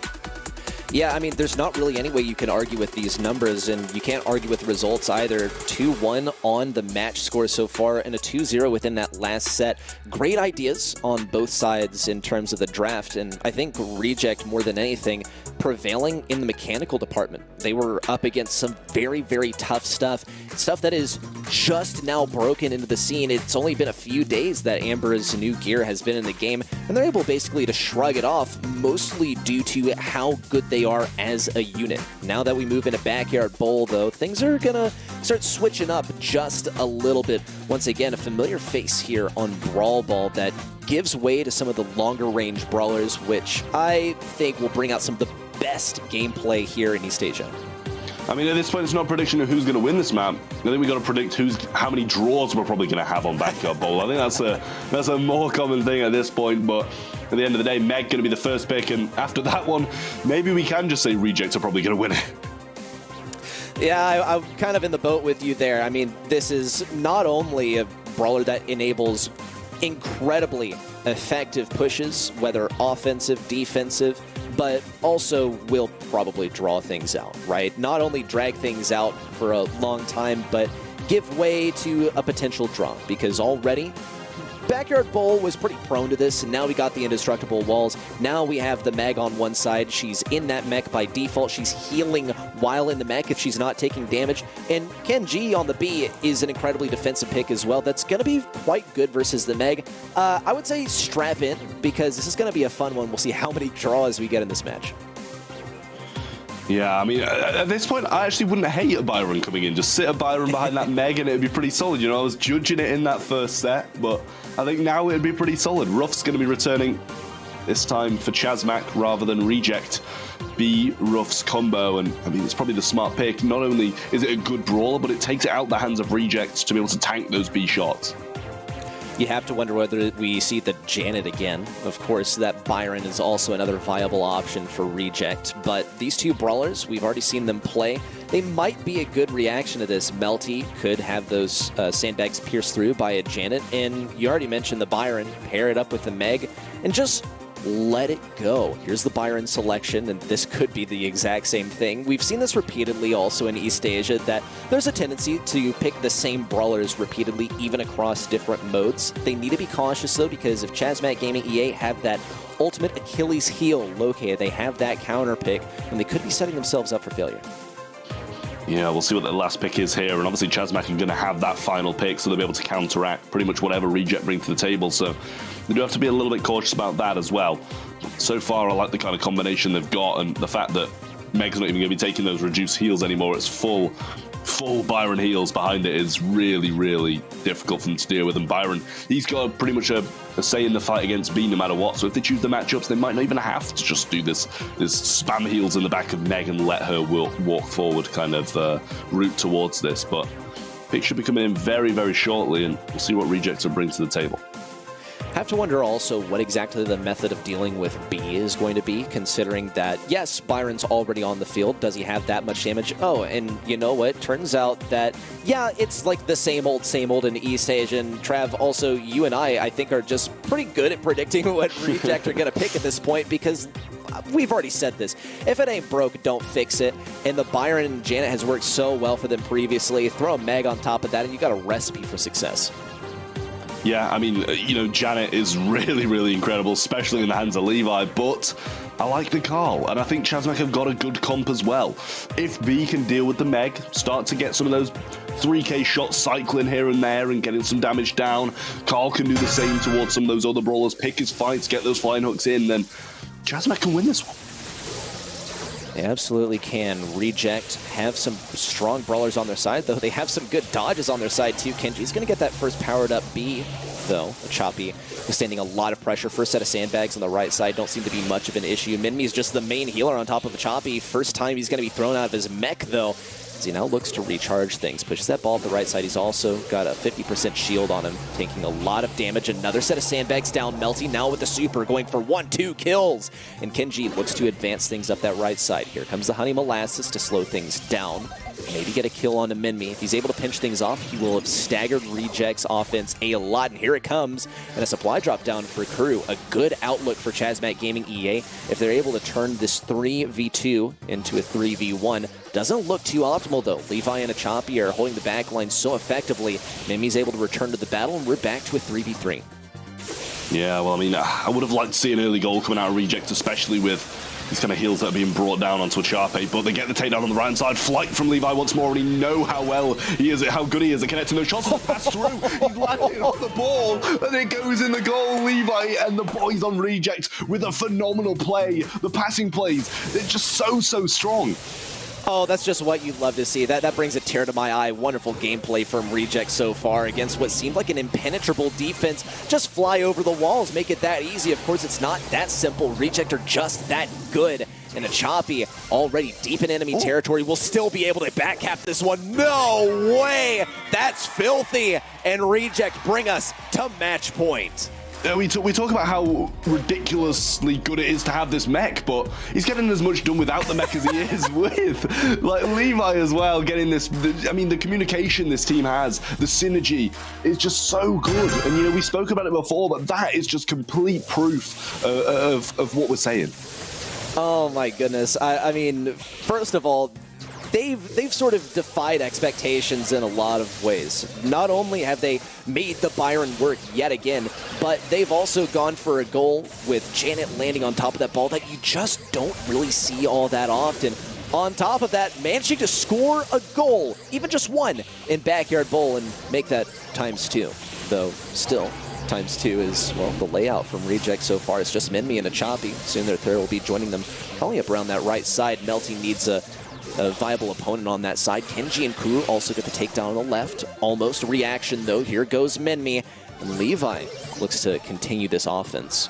More so trying to hold the back lines than anything, enable his teammates to push up. Melty has a super, but it's not going to be too useful for closing in versus Achapi. If he's able to get on a Minmi, that would be optimal, but Achapi's closely guarding him on this right lane. Yeah, has left him a little bit now, and he might choose to go aggressive, but that might leave an opening for the rest of them, and he doesn't even get him. The splash gets the takedown for Minmi there, and Achapi's still looking to push this ball forward. Kuru has a super as well to try and knock him back. A little bit of a wall break coming in, but doesn't get a lot done with it. This swipe could be devastating. Honey Molasses is going to be placed, and Achapi can't seem to get rid of the ball, but he's getting heals for days from Minmi, and he's playing that so well, but does come out of the mech now and should fall down shortly after. Wow, that Honey Molasses was absolutely devastating for Achapi. It allowed Kenji and Kuru to peek him so effectively, and now without a bodyguard, here goes Minmi. Levi takes to the skies to get a bit of chip damage in here, might even be able to get an elimination onto Kenji, circles over to Kuru, down goes that drop the base, but it can't protect him from his own fate. Kuru and Melty able to continue playing defense around this position. We need to score a goal here. Doesn't look super possible until overtime when they're able to really flex their dominance with Kenji and his B. Achapi still out of the mech. Chasmac Gaming EA trying their best to deny him that super. Even once they take him down, though, they gotta move fast to score this ball. I mean, even in overtime, is it that's one-sided towards Chasmac? They've got the Byron, the Janet, they've got a Meg on the other side, and they've got a Ruffs and a Carl on the other. Like, it might be pretty even with this B on the side of Chasmac Gaming. Chappie needs to work for another mech here, or this could be coming downhill quite quickly for the side of Reject. And CMG might burst into a little bit of a comeback, but Levi trying to get some shots on the right-hand side. We know what he can do, even on his own, but these walls staying up is a big reason why we see so many draws on Backyard Bowl. Well, let's take a look at Achapi. I mean, he's been out of that mech for so long that he's actually lost his shield. This could be a good opportunity for Melty to start pushing in. Kuru and Kenji trying to get some chip shots at range. Achapi's got to be close to this super, but he doesn't have it yet. Here comes the play in for Melty. Take down onto Achapi, but Minmi remains alive. Achapi's now going to be spawning back with that mech. He has just enough time to start turning this into a victory for Reject. A bit more time, just 25 seconds on the clock. Bit of a power up for Melty. Levi now taking for the back lines. Could be big destruction. Kenji, Kuru could be next. Achapi has that super. A pass to Minmi could clear things, but he's on such low health. This has got to be the play. Pass to Minmi. Super. No, not good. Kuru blocks it, and with 10 seconds left, Chasmac Gaming try to bring things back. A pass up to the middle. Levi trying to block it off. Kuru has enough health. Could it be the pass? No, no pass at all. Melty not able to pick it up, and it's a draw. Close game between these two teams. Possible opportunities for both of them there towards that late game. A little bit of aggression towards the end coming in from Reject, and that might have cost them. But Chasmac couldn't quite get the ball in the goal and play that objective towards the end. Very, very back and forward overtime, I will say. Not really favouring either team as we kind of predicted, but now we're going back into the start of a game, and usually this would be Reject-sided. You usually would, and if they're able to pull out something from that bag of tricks of there, maybe get some action on the back lines from Levi if he's able to take to the skies and then parachute down to the ground gracefully on top of that ball. As long as it's in position, it could be a goal.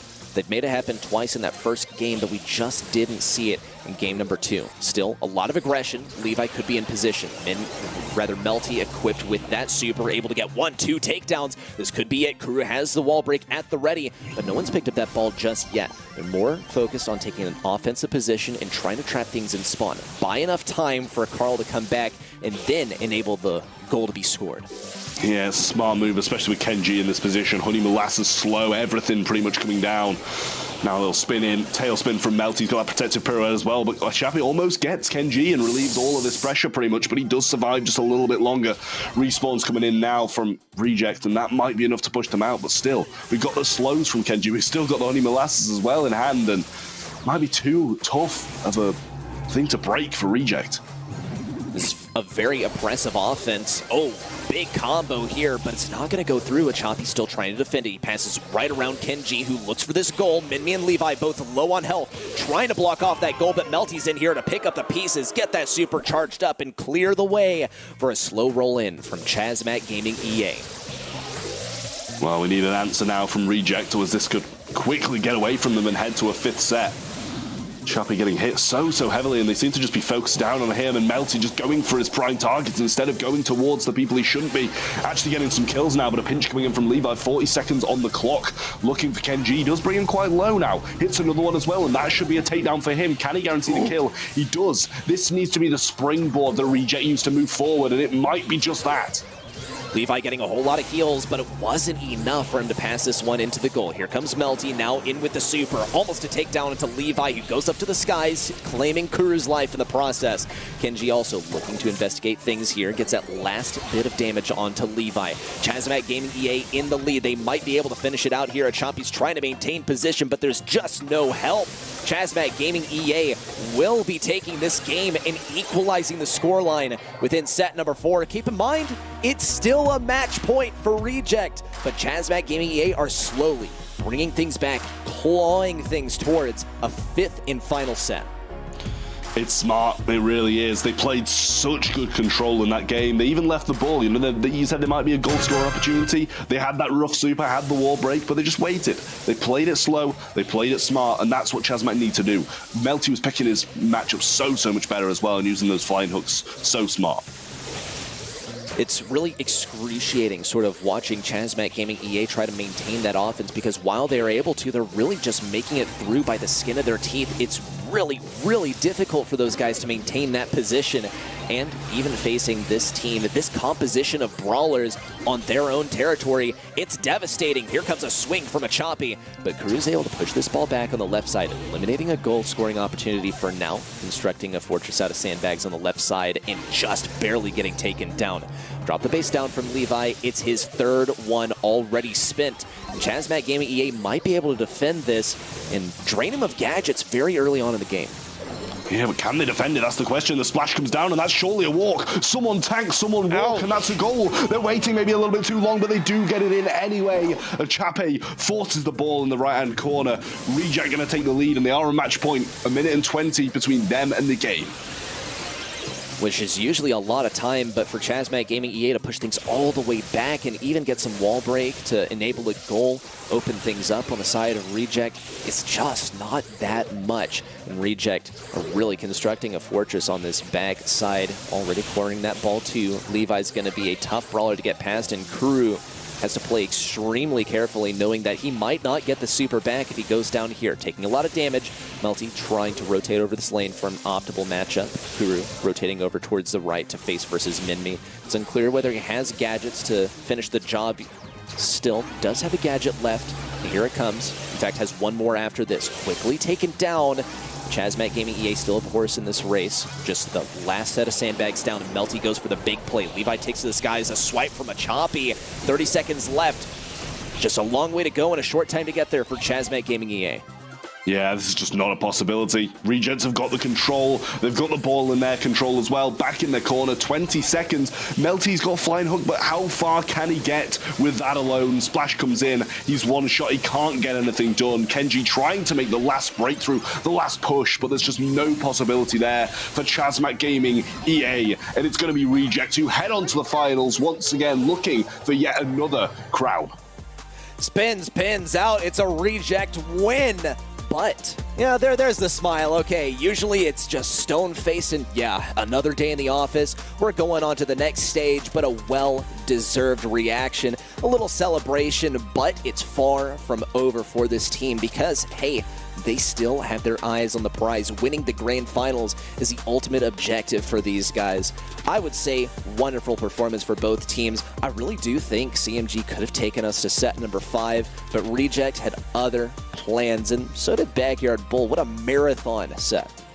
Yeah, it really was absolutely incredible. And to be honest, we could have had a few more draws in there as well, knowing Backyard Bowl. So honestly, I didn't mind which way it went. I kind of just wanted the set to be done. I would have liked to set number 5. So Chasmac Gaming EA, you know, I'd have liked for them to take that set because it did seem like at certain points they deserved it. They played some really, really great Brawl ball, but it's times like these where a Chappie just finds those breakthroughs, even without his mech. When they made that passing play to Levi, that you just know that Reject deserved to be in these finals.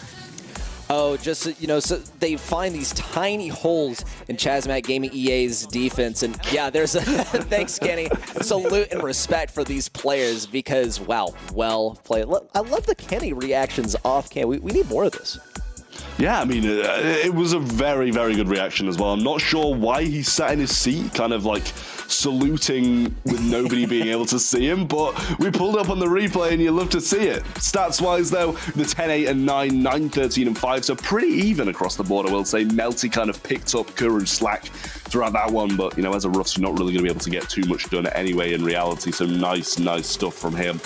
But overall, even game. I'd have liked to see it go a little bit further, but let's not count Chasmac out for that second portion of the year. Not at all. I mean, they have pulled out some crazy stuff versus Reject, who got an upset in that last monthly finals, and now Chasmac Gaming EA still are looking clean. Reject just looking that much cleaner. A Choppy, especially our MVP. What an amazing player to watch throughout this last set. We saw Levi pull out some good plays, but a Choppy really did steal the show. And seems like a lot of you in the audience agree, so thanks for voting for the MVP. But still, that's only our very first match done and dusted. We got more waiting across the way. Of course, I think also we need to find a worthy opponent for Reject.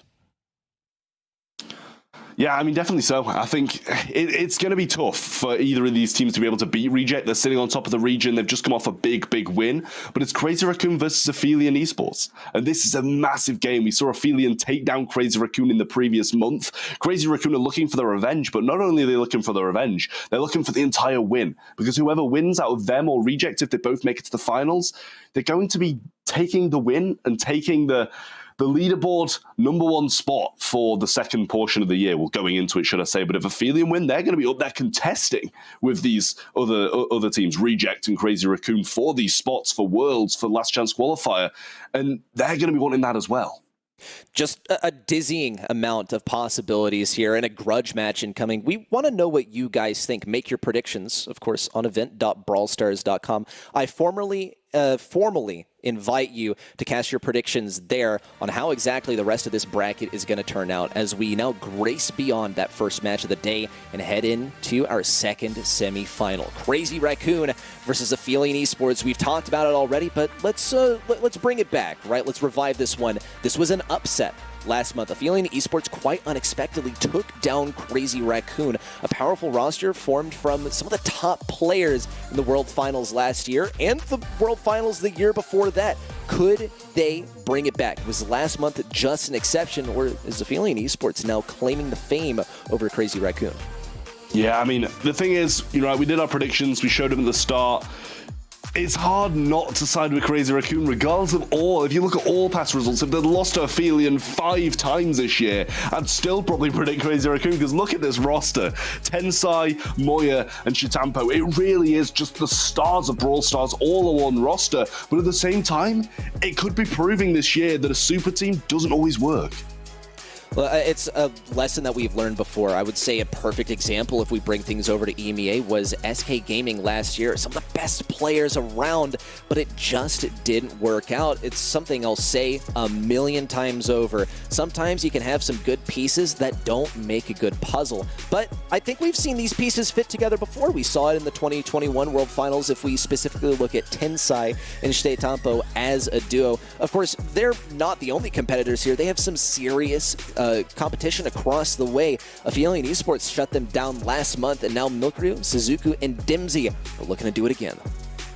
Yeah, I mean, they really are incredible players as well. I think notably Milkryu and Dimsy have been those kind of players across this region that you kind of look towards to rival these top teams, and rival them they have been doing. Suzuki, I will say, is kind of a bit more of a newcomer in my eyes. I'm not sure if he's a little bit of a name changer. I'm kind of just not following this region close enough, but they 100% have the capability of taking down Crazy Raccoon once again. But I think Crazy Raccoon, they're going to have been practicing, they're going to have been knowing their matchup for the past couple of weeks, and they don't want to feel what they felt last month yet again. Not even a little bit. I mean, that was absolutely a crushing defeat, I would believe, for Crazy Raccoon, considering that you're coming into this one as the favorites and coming in with so many expectations preceding you, having a star-studded track record, having a killer resume within the Brawl Stars esports scene, and then falling down to Aphelion Esports in the semifinals of all places. Definitely not a great feeling, but they get a chance to sort of change the record, right? Not scratch off what happened last month, but definitely amend things, amend the reputation, amend that glory, and bring it back in their court. Still, it's got to be done the hard way and the old-fashioned way too, at that, a good old-fashioned brawl between the two getting underway very, very shortly here. But we've already talked predictions on our side, and I think we'll be getting some of those predictions from you guys in momentarily as we start to head into Layer Cake. Here it is, 71% to 29. Still a lot of CR believers in the audience, but Aphelion Esports, I think, are bringing more than a 29% chance today. Yeah, I think so as well, and I think the community is very much the same as us. You know, even if we saw Crazy Raccoon lose time and time again, you still got to have faith in them against pretty much any team in the entire world, never mind this region, just because of the names that are on this roster. Bans are in, we're on Layer Cave, we got the Squeak, the Sprout, and the Penny out of the way by Crazy Raccoon. Aphelion Esports gonna get rid of the Meg. Don't blame you. I like that ban. Tick and RT on top of that as well. Yes, please, get the Meg out of here. It is so sad to watch a team play into Meg because she is so oppressive at the moment. Aphelion Esports, thankfully, sparing Crazy Raccoon for now, and Crazy Raccoon get to use their ban on something else. Chitampo also with the first pick of Gene, max selection on the side of Aphelion. Like both of the first selections, we're going to see this draft sort of mature, change, develop. Byron selection now from them. We've already seen how that combo can work out on Hard Rock Mine. Layer Cake, well, one of its more notable features is that it's not Hard Rock Mine, but still, I think we've seen this duo do good things, and I just wonder how exactly Crazy Raccoon are going to look to counter it out. Yeah, I mean, Byron's really been so good recently, and we saw it in the previous game prove itself a couple of times, and I doubted the first, and it showed, and now I'm a firm believer in Byron's supremacy. But on the other side of things, I like the Gene. It's always very good. You got the pull, Carl on top of that as well, flying hook, controlled aggression, making the right choices, which I know people on Crazy Raccoon will do. It's going to be a real force to be reckoned with. Okay, Tensai on the Carl. Now Crazy Raccoon have one more selection to go with. Have to think about how they're going to shut down some of this max gameplay.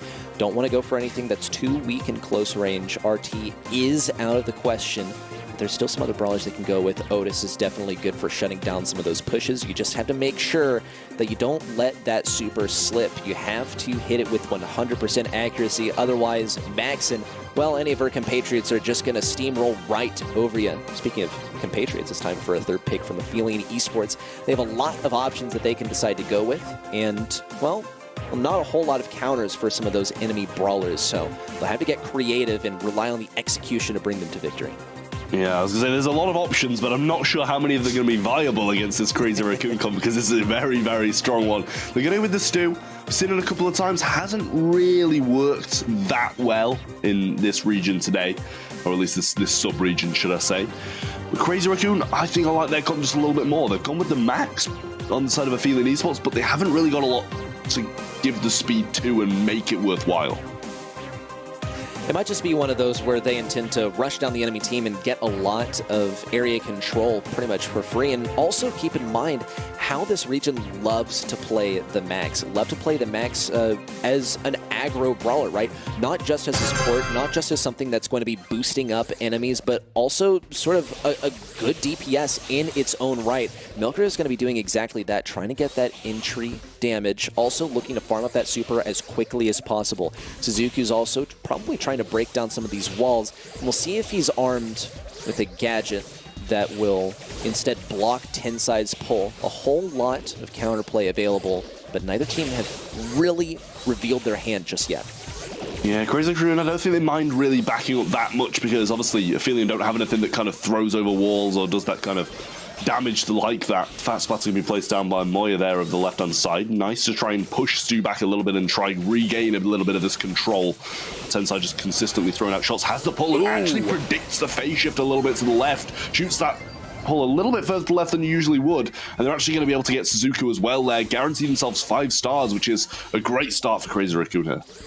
Read Milkrio like a book in that first interaction, but this time they don't really have a whole lot of reaction towards what Milkrio and Suzuki have to offer. Ooh. Oh, big pull! But Milkrio is just able to graze the edge of that magic hand. Suzuki also stays safe and sound for now, but with so many of the walls broken down, it's going to be tough for them to avoid getting chipped down so effectively. Moya now with a fat splatter forces Suzuki out of position. The Vengeful Spirit's coming in and denied a super at every single turn. Bit of healing from Dimsy to keep Suzuki alive. Actually phenomenal play from Dimsy just a moment ago that keeps him at the front lines. Crazy Raccoon still hunkering down on defense. 25 seconds left. It's drive time for Aphelion to try and recoup 5 stars.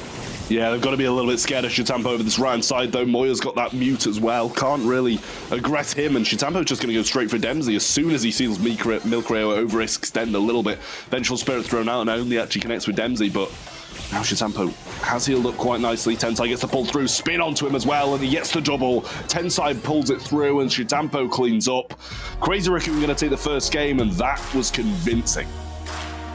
Certainly was. This is a much different Crazy Raccoon versus Aphelion matchup than we saw in the last month. I mean, we saw Aphelion actually pretty handily take some of these sets from Crazy Raccoon. This is much, much better form from CR. We'll see if they can continue that domination. I think one of the more impressive things was seeing Tensai hit some of these pulls, getting really, really good predictions. Shitampo, of course, doing the same old on that Carl as he always has.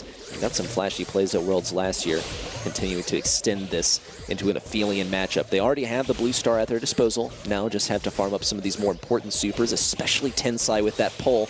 Just biding time, wasting some of the shots of Aphelion Esports as they try to maintain the offense. It'll be quite difficult, and Crazy Raccoon pretty much chill in these back corridors. Dimsy's lobbing some healing over those walls. Milkry also trying to leverage the speed to get an offense, but a whole lot of nothing so far. Crazy Raccoon just maintaining their position, and Aphelion Esports shut down on every lane.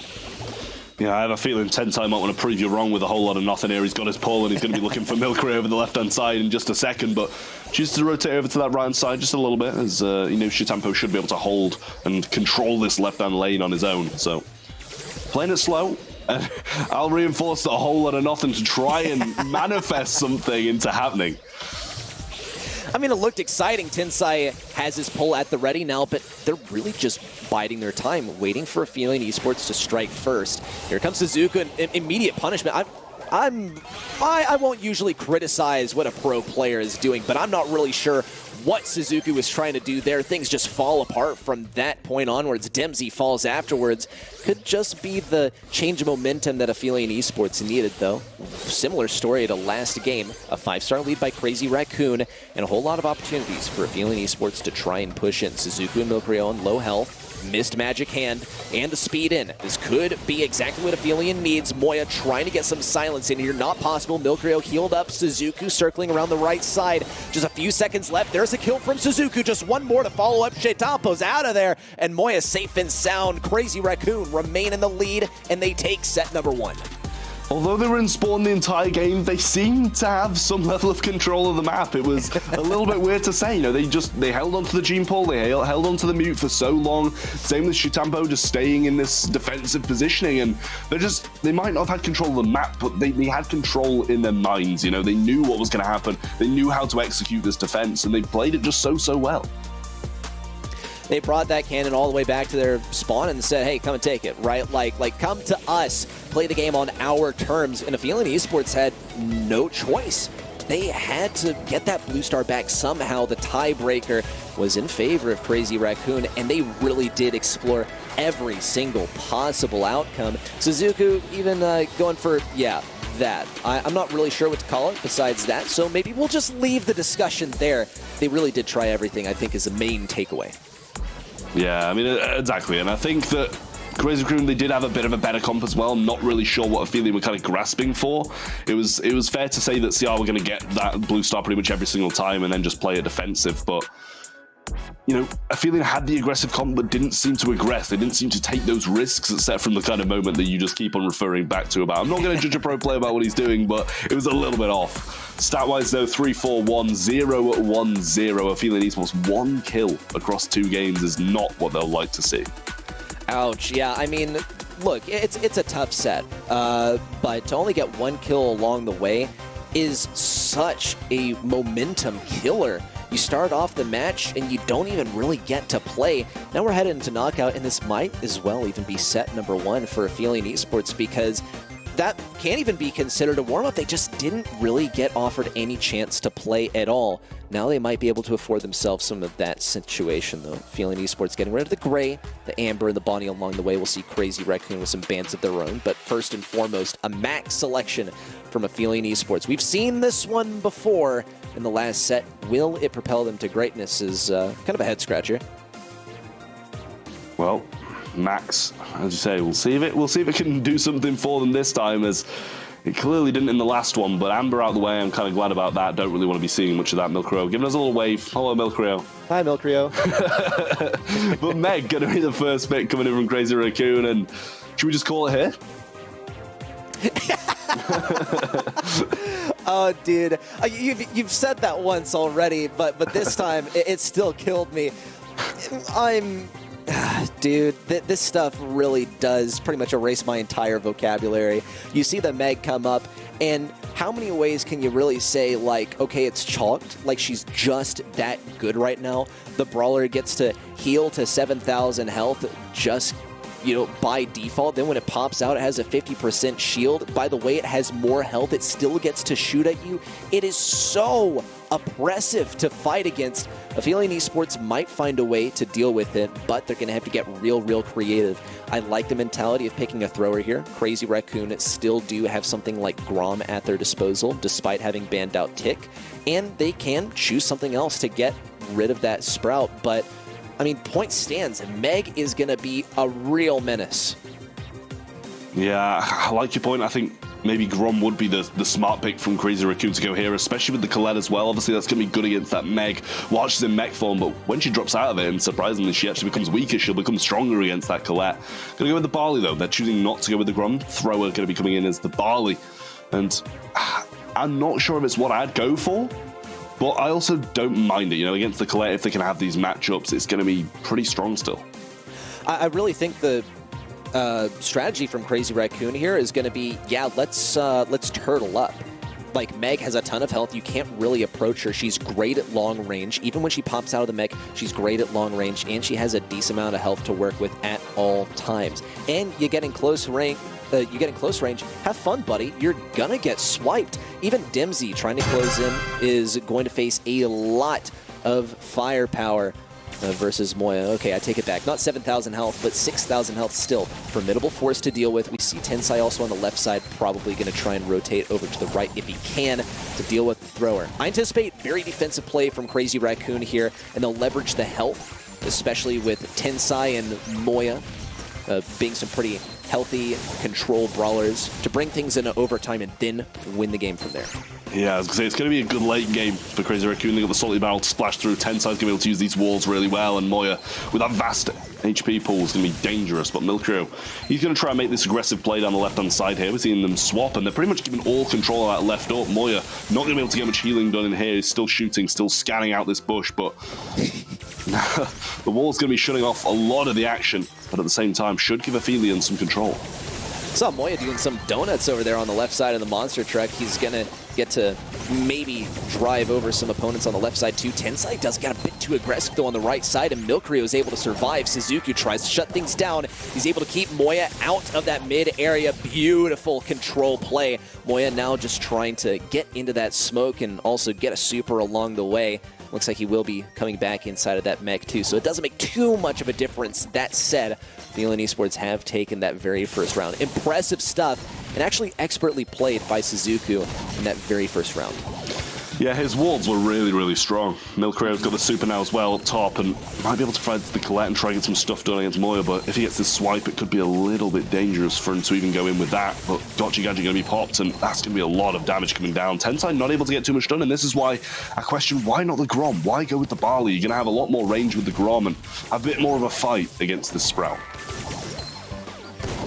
Sprout's giving them a whole lot of trouble right now, especially with Overgrowth coming into play to keep Tensai back.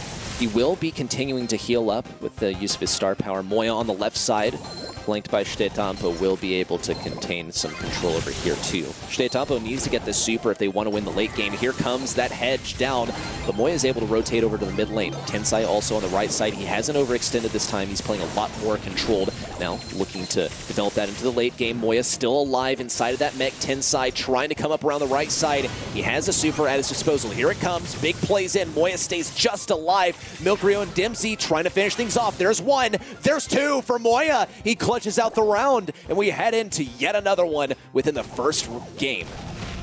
I mean, the power of the unmech'd Meg is just incredible at this point. It's like the complete flip.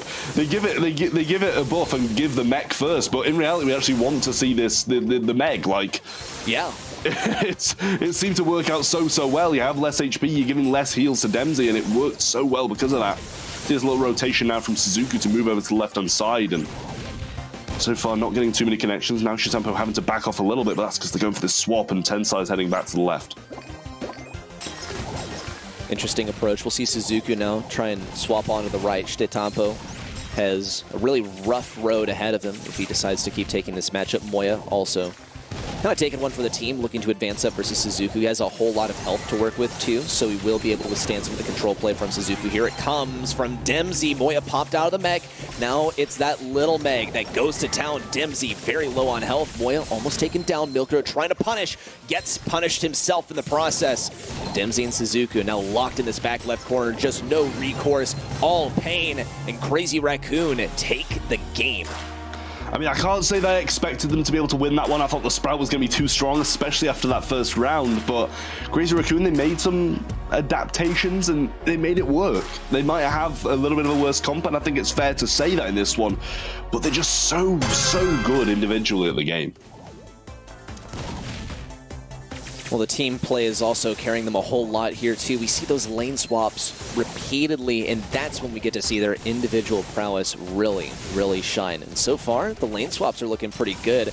We see some stuff from Aphelion Esports, too. They've already swapped lanes twice, put Suzuki on mid. He's back on right. Tensai, though, all the way over to the left side, where Moya will try and take on this matchup versus Suzuki. It's like musical lanes, if you will, as everyone's just trying to go for that optimal matchup. Suzuki kind of gets the last laugh, though. He has blocked off a significant portion of this map at the mid area. Dempsey gets to advance forward on the right side as a result, and now they're really locked into those back lines. Suzuki absolutely feasting here at mid as he claims the first kill on a Tensai. Yeah, Tensai not really in the best of spots there, and I think he maybe could have kept himself out that one, but he was trying to help his teammates stay alive as they might be a little bit better in that late game. Moya looking for this swipe now, but gets a hefty hit off Dempsey there, and another one as well. Trying to aggress and maybe even get some connecting shots, try work towards the next game, but Super's coming in left, right, and center from Aphelion Esports here, and that's going to tie it up. The 3v2 was just a little bit too much for Crazy Raccoon to deal with. Meg pops out of the mech, and Aphelion Esports don't give her a single chance. They just instantly pop the gadget, pop the super. I'm not giving you any damage at all. This interaction doesn't seem to be any different. Dempsey trying to stay just out of range of Moya. He seems to be a bit outranged on the matchup, though, and a bit outgunned, too. It's not his fault that he only gets one shot, and Moya gets two. Still, Moya pushing in the back lines, has this super at the ready. A whole lot of damage offered by Dempsey. Shitampo tries to come in to punish. Here comes the damage blocked with the use of the turret. Milkrio could also get taken down. Shitampo with huge dodges. Milkrio tried to circle back to get the kill, but he wasn't able to. And now it's a 3v2 favoring Crazy Raccoon. And that's not even blocking off the pathway either. He has to bring that back with a gadget and reuse it. Might cost him if they do manage to win this one for the side of CR and have less gadgets for the next. Tensai's just going to walk in a straight line at him. He knows he can win that matchup, and now it's 1 round away from Crazy Raccoon taking the set, or 1 round away from Aphelion Esports evening things out in knockout. And they're well equipped to keep this going. Shitampo could throw down that turret at a moment's notice. He might opt to use it in more of a defensive area. Here comes an optimal place to place it down. Places it in that nook right around those walls. Well, it's free for Dempsey, though. He still gets pushed back quite a bit, though, so the turret gets to live on. Going for Suzuku and Milkrio, pressing them towards the right side. Tensai also has his super if he wants to use it for control. It's going to be hard for him to earn it back, though, so he might opt to just use it in the late game. In the meantime, Shitampo's turret has fallen, and Aphelion Esports continue to trickle down Moya's health. A little hedge placed down for Suzuku as well, and an emergency super thrown down by Tensai to just grasp at any remaining control that they might have. Moya's still on really low health. Big moves in from Dempsey, and the speed from Milkrio to punish, but it's just not there. A 3v2 ensues. And Dempsey's going to miss his super as well. Another one from Tensai, and this is surely going to wrap it up. Dempsey's pinned back. Tensai's going to have these walls. Shitampo's there with him as well. And Crazy Raccoon is surely going to be moving 2 sets up, looking for the finishing blow. And there it is. 2 sets to 0. Crazy Raccoon now 1 away from moving to the finals to face Reject. It's been a sweep so far, but if you sort of look in the magnifying glass and look at these games under a microscope, it's far from it. Serious resilience from Aphelion Esports, and I think that this has been a great development over the course of the match so far. This is a much different Aphelion than we saw in the very first set, but I think that, honestly, this is all on them. We see repeatedly Crazy Raccoon playing very defensive, very oppressive strategies, and Aphelion Esports are still able to perform pretty well in the face of that. I think if they keep up this momentum, then they can expect to get some good shots in on Gymfort, but I won't say my hopes are super high. Crazy Raccoon are just on a different level today. Yeah, it does just seem like they are. They're just playing so well, and I will say, I don't think Aphelion are playing bad either. You know, they're playing pretty well. They couldn't do a lot in Bounty. This game they had some good plays. Maybe they had a little bit of a better comp and they still lost, but I'm not even sure if they had a little bit of a better comp, as Colette was seeming to struggle against that Meg anyway, so not sure about that one. But at the end of the day, they're still playing well. I don't think they're going to be able to reverse sweep, but their performance has been commendable. Certainly has been. We're just living in a strange world where even Colette struggles into Meg. She's just that strong. It's gotta be a ban in the upcoming set, but hey, maybe the players know something we don't. Maybe it's better that she remains unbanned, and there could just be bigger fish to fry, but the stats really do speak for themselves. I mean, really a breakaway victory for Crazy Raccoon, but Aphelion Esports are close behind. It certainly looks like Knockout was more of their mode than Bounty, but we're heading to something else entirely. As we move into Gymfort for set number 3, we have some different expectations ahead of us.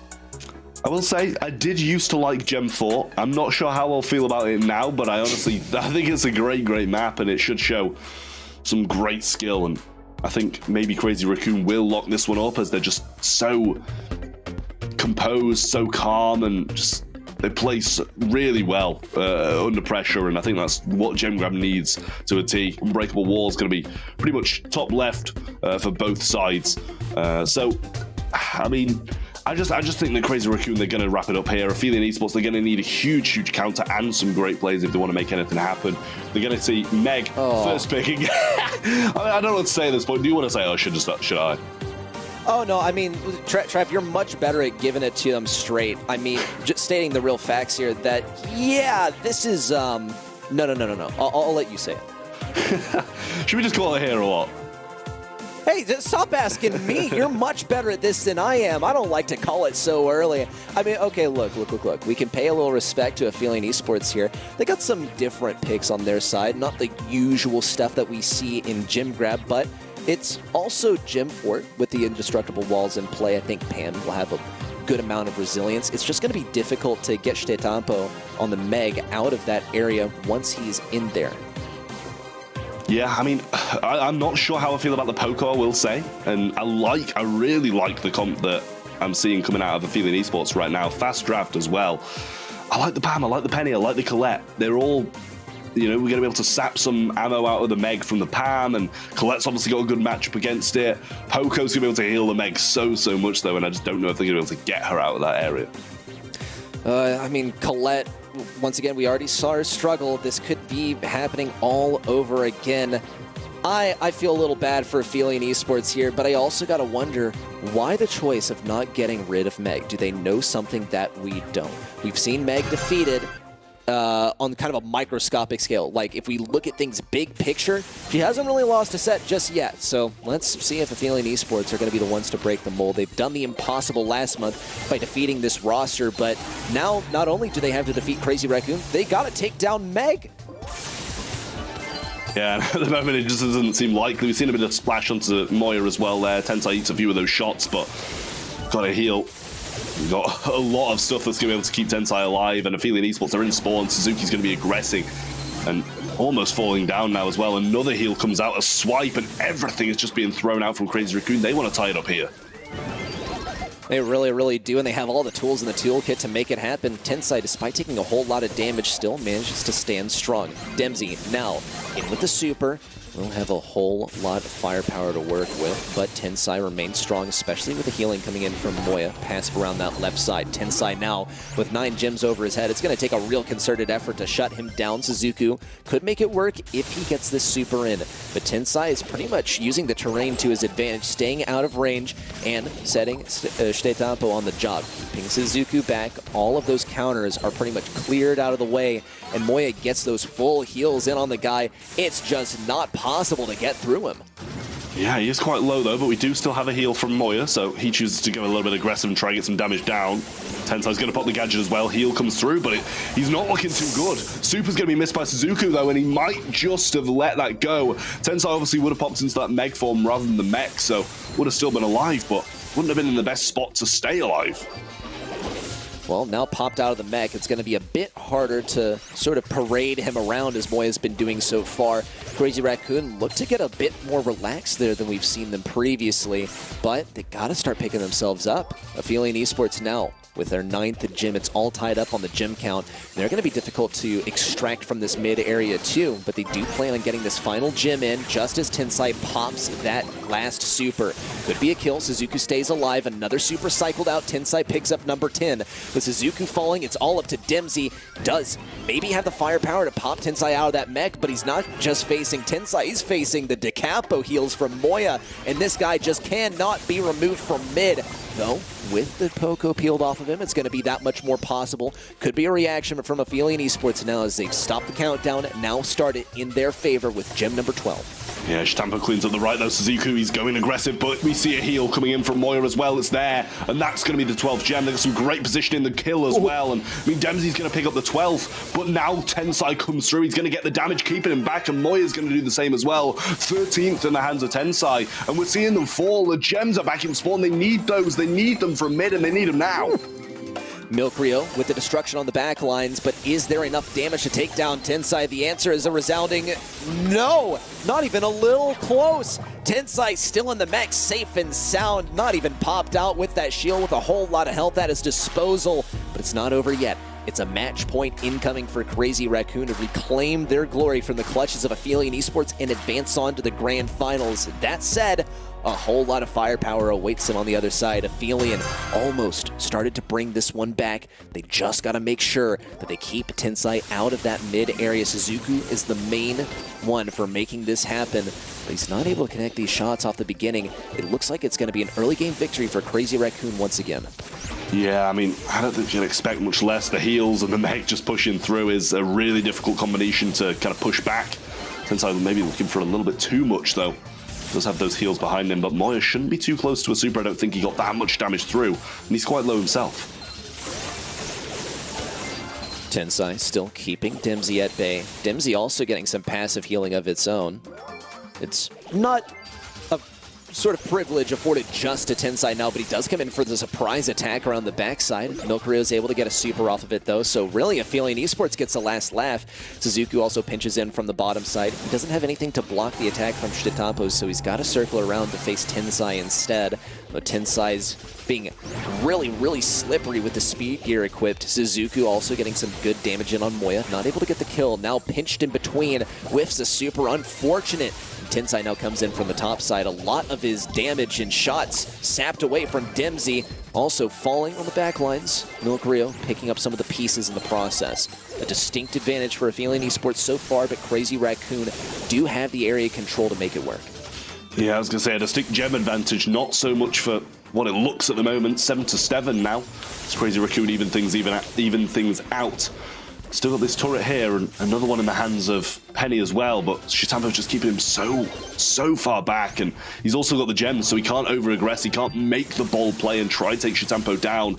Heals coming in from the Gotcha Gadget of Suzuku there, but not enough. Scraps there as well. Tensai's low, but the heal is there from Moya. 10-7. They don't need another one from the mid. They can just sit back, they can just stay alive, and they'll win this one through. No hope of coming back for Aphelion Esports just by picking up gems. They gotta somehow shut down Tensai, and it's not looking super hopeful. 3 seconds left. Milkrio, not a win in sight. Crazy Raccoon, they've reclaimed the glory, they've taken the match, and they go on to the grand finals. Great performance from them all the way through. 3 sets in a row is very commendable against an opponent like Aphelion. They took them down last month. They obviously didn't really see it coming last month. This time they'll have practice knowing that Aphelion had the capability of bringing them down. They'll have been scrimming these maps, and to be honest, they might have scrimmed them more than the finals, which makes me maybe think Reject might be able to take it again. They just might be able to. I mean, Crazy Raccoon, their work is really cut out from, but it's not even over yet. This is just the first part of their ascent to #1 in the region once again. So many obstacles in the way for them to overcome, but Aphelion Esports proved to not be enough to shut them down this time. I was actually really hopeful for Aphelion coming into this one, though. I mean, what a journey it has been, and you noted this earlier, Suzuku being a pretty new face in the East Asia, not necessarily competitive scene, but when we talk the upper echelons, right? The creme de la creme of this region. He's really carved out that position for himself. Crazy Raccoon, though, with some star-studded names on their roster and killer resumes to back it up, are able to take it this time in a 3-0 sweep.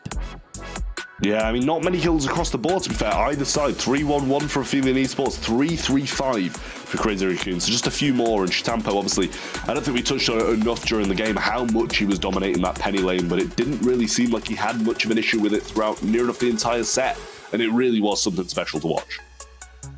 It was something special. I think Meg is just, you know, something pretty special in this game right now that needs that needs a ban in the upcoming matches. I mean, we've seen just how chalked it can be, but hey, maybe it's just related to how Crazy Raccoon can get on just about any brawler. Tensai, of course, it being one of the main dishers of damage on this team. MVP in our hearts and my eyes too. Tensai's my ride or die. So even if Reject offers a whole lot of opposition in the final moments in the grand finals, I'm still riding with my guy Tensai. And honestly, I don't blame you. He played it very well, and this, you know, the same with the rest of Crazy Raccoon. But I just want to say, Aphelion Esports, they had their moments.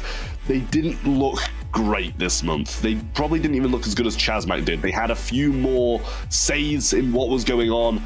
But Crazy Raccoon versus Reject in the finals, I couldn't be more pleased. Not at all. What a storied matchup that we have coming at us once again. I mean, this has been a brilliant day so far, but now the finale is here. It's not what we saw last month at all, but I think we're sort of back to normalcy here in East Asia. I agree. I mean, it was awesome to see this unfold. I put out a tweet yesterday about my wish list of matchups that I could see, and I want answers. I want to see if Reject can pull it off for a second month in a row, this time against Crazy Raccoon. It's choppy for me, a player that is on a legacy year. He's gone off on his own. He's taken a brand new bunch of players, and now they are seriously contesting for the #1 spot in this region. Crazy Raccoon, no strangers to this spot either, though, fellas. They've been insane, Trav. Yeah, I mean, they really have. And I mean, I think this is going to be such a great matchup. We see a little bit of a look at the bracket here. What we saw in the past, I won't mention the quarterfinals, but what we've seen today, if you are just tuning in and getting towards these finals. Semi-final #1, we saw Reject against Chasmac Gaming EA, where Chasmac actually looked very good. They put up a very good fight against Reject. Can't really say the same for Aphelion. They didn't look like they had as much fire as they had in them in the last month, and that's why they were taken down by Crazy Raccoon today. And if you are just joining, this is where we land right now. The grand finals, Reject versus Crazy Raccoon, and it is lining up to be an absolute banger. I am sure it'll be nothing less than that. It's been awesome to watch this unfold, and let's see if we differ at all in the predictions. No, it doesn't look like it. I'm actually a little bit surprised just because I'm not 100% confident. Can I say that, fellas? I think Reject is legit. I think they're a good team. I know a lot of players that I talked to in our most recent LAN that were gassing up my man Choppy and his teammates. I don't know. I feel like Reject deserves some respect, and I'm kind of hoping chat puts a little bit of their vote along that side too. Ready? No. I think you've locked in Crazy Raccoon here now. You don't get to back out. You don't get to double back. You're in with the rest of us, the hive mind today, because, well, every one of us have had the exact same predictions all day long. So look, we claim victory together and we go down together. But Crazy Raccoon is, I think, going to have a huge hand in that. Reject also across the way going to decide the fate of Crazy Raccoon. Do they take the monthly final once again, or does Crazy Raccoon once again ascend to glory in this region and prove to us that they really are the super team that a lot of people believe they're cut out to be? Yeah, I mean, I'm not backing down from the Crazy Raccoon prediction, don't get me wrong, but I'm just saying 100% vote of confidence is not something that I have. Reject's roster going to be a Chape, Levi. It's an awesome, awesome team to watch. And of course, Memmi's been a great addition to these fellows as well. Somebody that's been around the region for a little bit, just shines on that buy rate. Yeah, you know, I will say what we're seeing right now from Kenny is something we call over in EU predictions as backtracking or sitting on the fence, and I think it shouldn't be allowed. I'm sorry we're ready here. You know, you're locking it in. We're sticking together today, and we're all gonna be ascending to new heights of predictions, or we're all gonna fall down together. But having a little bit of a look at these highlights now, bit of a look at Rejects, and this was really one of the plays of the day in my eyes. Levi making those plays and really showing us his worth. It was really, really incredible. I'm sure we're going to see Rejects surely banning out a lot of that Meg, and we're surely going to be seeing Crazy Raccoon banning out a lot of that Janet, because they seem to be the opposite team's real strengths at this point. And their opposition, of course, is going to be Tensai, Moyagoku, and Satampo. A very strong roster, which, again, I will reiterate, I'm not backing down from, but I'm not 100% confident. Reject has certainly shown some good promise, but today, this is a very different Crazy Raccoon team than we saw last month. They did not let off the gas pedal. It was complete domination the entire time. Aphelion Esports looked like a great team last month. Ready CR just looks so good today. I mean, it's good to see them, you know, step on the gas once again and kind of get back to their former glory, it seemed. Now shutting down Aphelion Esports. It wasn't light work by any definition of that phrase, but still, they finished it out 3-0, a pretty clean track record. I will say they made not excessive, but copious use of Meg, and with that taken out of their toolkit, without that in their arsenal, I wonder if we're still going to see them in that similar position. Reject, I don't think are going to let this one slide after seeing how precisely Crazy Raccoon was able to hone in the domination of this brawler. It's a big statement month for both of these teams. Trav, before we let you go, any last second thoughts on this matchup? I mean, you know, as Reddy said, and as I said a little bit before, I just think they've kind of got to focus down on each of the strengths. Like, genuinely, that Janet has really been a thorn in the side of anybody who Reject have faced today. It is absolutely incredible. Whenever they picked out, they won. Whenever Crazy Raccoon picked up Meg, they won. So I think they know each other as well. And Sharpay's going to know what Crazy Raccoon are going to do. He's been teammates with all of them at some point. So I'm sure that he knows what their strategy is and he knows how to counter it. And I think that's going to be an issue for Crazy Raccoon. I think so too. I mean, how can it not be? So much history between these two teams. He's a two-time world champion of his own right. He's certainly earned this as well. I think Levi's been a great addition as well. Medmi, no stranger to success. Ready? It's just so awesome to see these two compete. I want a final answer. Are Crazy Raccoon who we think they are, or is it going to be 2 months in a row of falling up short? This is a matchup that I've been waiting for 2 months now to see, because I expected to see it last month, and Crazy Raccoon didn't quite make it to the grand finals. So I'm ultra ready for this one to get underway. Do we see Reject come out on top once again? And hey, was last month's victory partially due to Crazy Raccoon falling short? And also our Crazy Raccoon ready to step up to the plate. There is a lot on the line. Importantly, who ascends to that #1 position points-wise headed into the long break, and who gets to sit atop that throne in this region for a good, solid couple of months? All of your questions answered in more as we head in and get prepared for this grand final. Absolutely. I think that's a really big thing to point out too. Reject currently sitting on top of the leaderboards coming to this month at 184 points, only 20 points ahead of Crazy Raccoon. So of course, whichever team ends up picking up 100 points with this grand finals win, the other team's only going to get 70. So no matter how you spin it, somebody is coming out on top here today. Trav, we're going to let you go on this one. We'll catch up with you in a little bit. But for now, we're going to be hopping into dry season here, where chat has made a statement as well. They're riding alongside the casting desk, 71% to 29. Looks like Crazy Raccoon are once again the favorites, despite Reject winning last month. Me, that's me. That's me. The 71%, not the robot. But yes, I'm a Crazy Raccoon supporter out here. I think they'll be able to get it done. But I also love being proven wrong. So really, okay. But let's see if you can do it like Trav does it. So is this like chalked yet, or what? That was pretty good. I mean, it's not, it's never over till it's over. It's just pick one. Let's see if they can recover here. We've seen some Colette action going into Meg that does well. They're definitely going to have to get creative with this, right? Meg is in a very strong spot. There's another brawler we called out too. It's Janet time.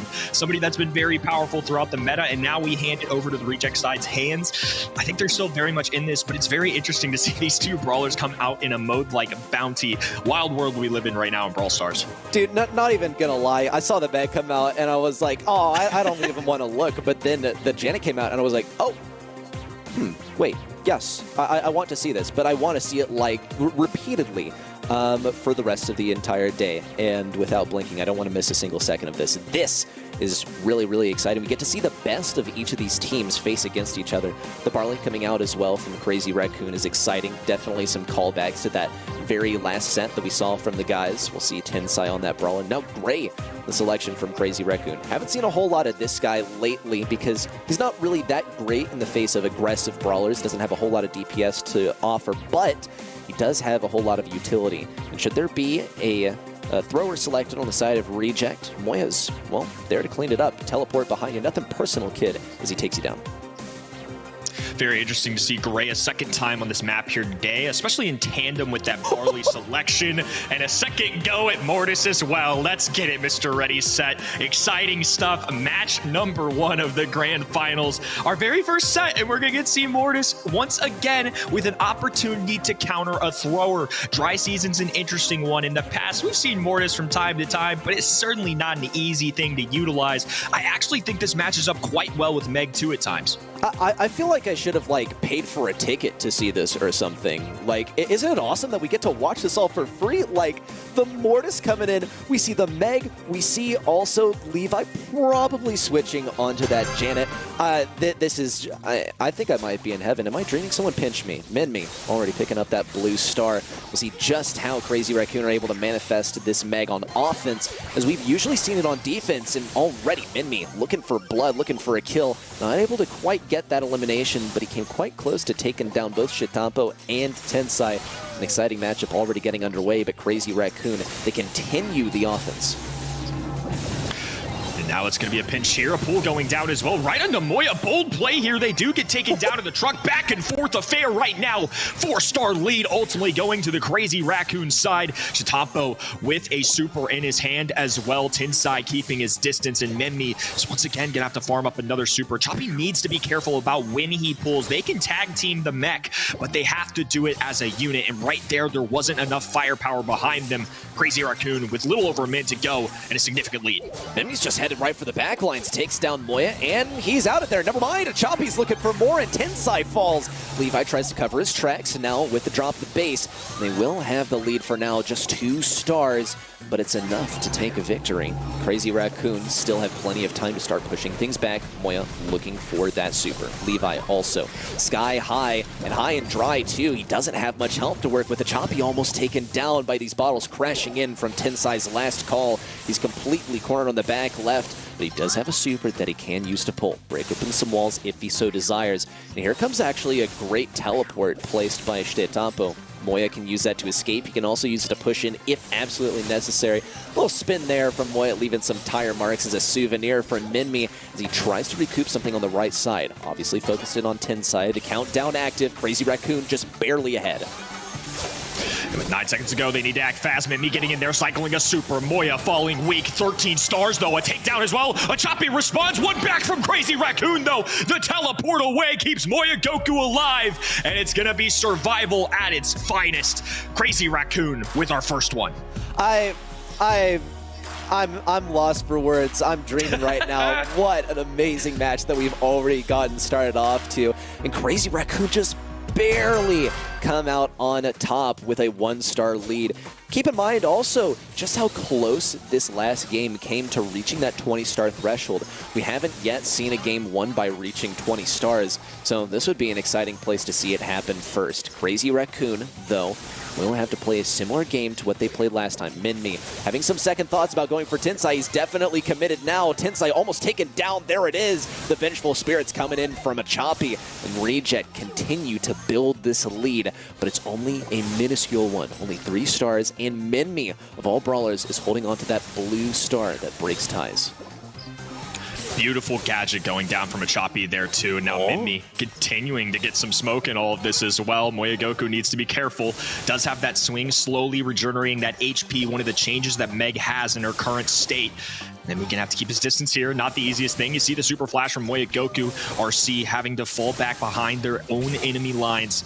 Slowly but surely making their way up the map are Crazy Raccoon, and things could get real scary, but Choppy just holding on to this super to try and catch some enemies off guard. Hey, you want to talk scary? Look at Moya on the left side. He's way out of position, and he's going to get that much more out of position as he's pulled by a Choppy. Minmi also punishing Tensai left alone on the back lines, and Shitampo runs for the hills. He could use a teleport, but it just wouldn't be the greatest use. He's got to enable some kind of play in from Moya or an escape from Minmi. Here it comes, but he decides to play aggressive, actually, leaving that hole for someone to teleport through on the left side. Moya also looking to finish off Minmi on the right side, but it's just not in the cards for him. Levi also close range versus Moya, but won't get that elimination. Even tried to finish the job using that drop the base, but was not a possibility. Still 0 stars for Crazy Raccoon. A good reaction from Tensai as he gets the first kill for his team. Not much time left. Moya out of the Meg. Just doesn't look like there's counterplay here from Crazy Raccoon, and Reject will very confidently take game number 2 and tie up set number 1. Wow, complete difference from what we saw in game number 1. Simply no signs of life really there coming in from Crazy Raccoon. Just a reject game number 2 there at its finest. And man, it's a 1-1 already. Things heating up in our grand finals for month number 3. Let's see who takes this one here. It's going to be a tough one, but an easy blue star usually can be acquired here from Memmi. Swiping in, swiping out. Now it's going to be a contention for this mid. So far, it's CR winning in terms of positioning. Here comes Memmi, though, the first kill striking. Does manage to stay alive. Swipes away, 50 HP. Survives. Now Moya Goku attempting to be on the hunt, but can't quite close the gap.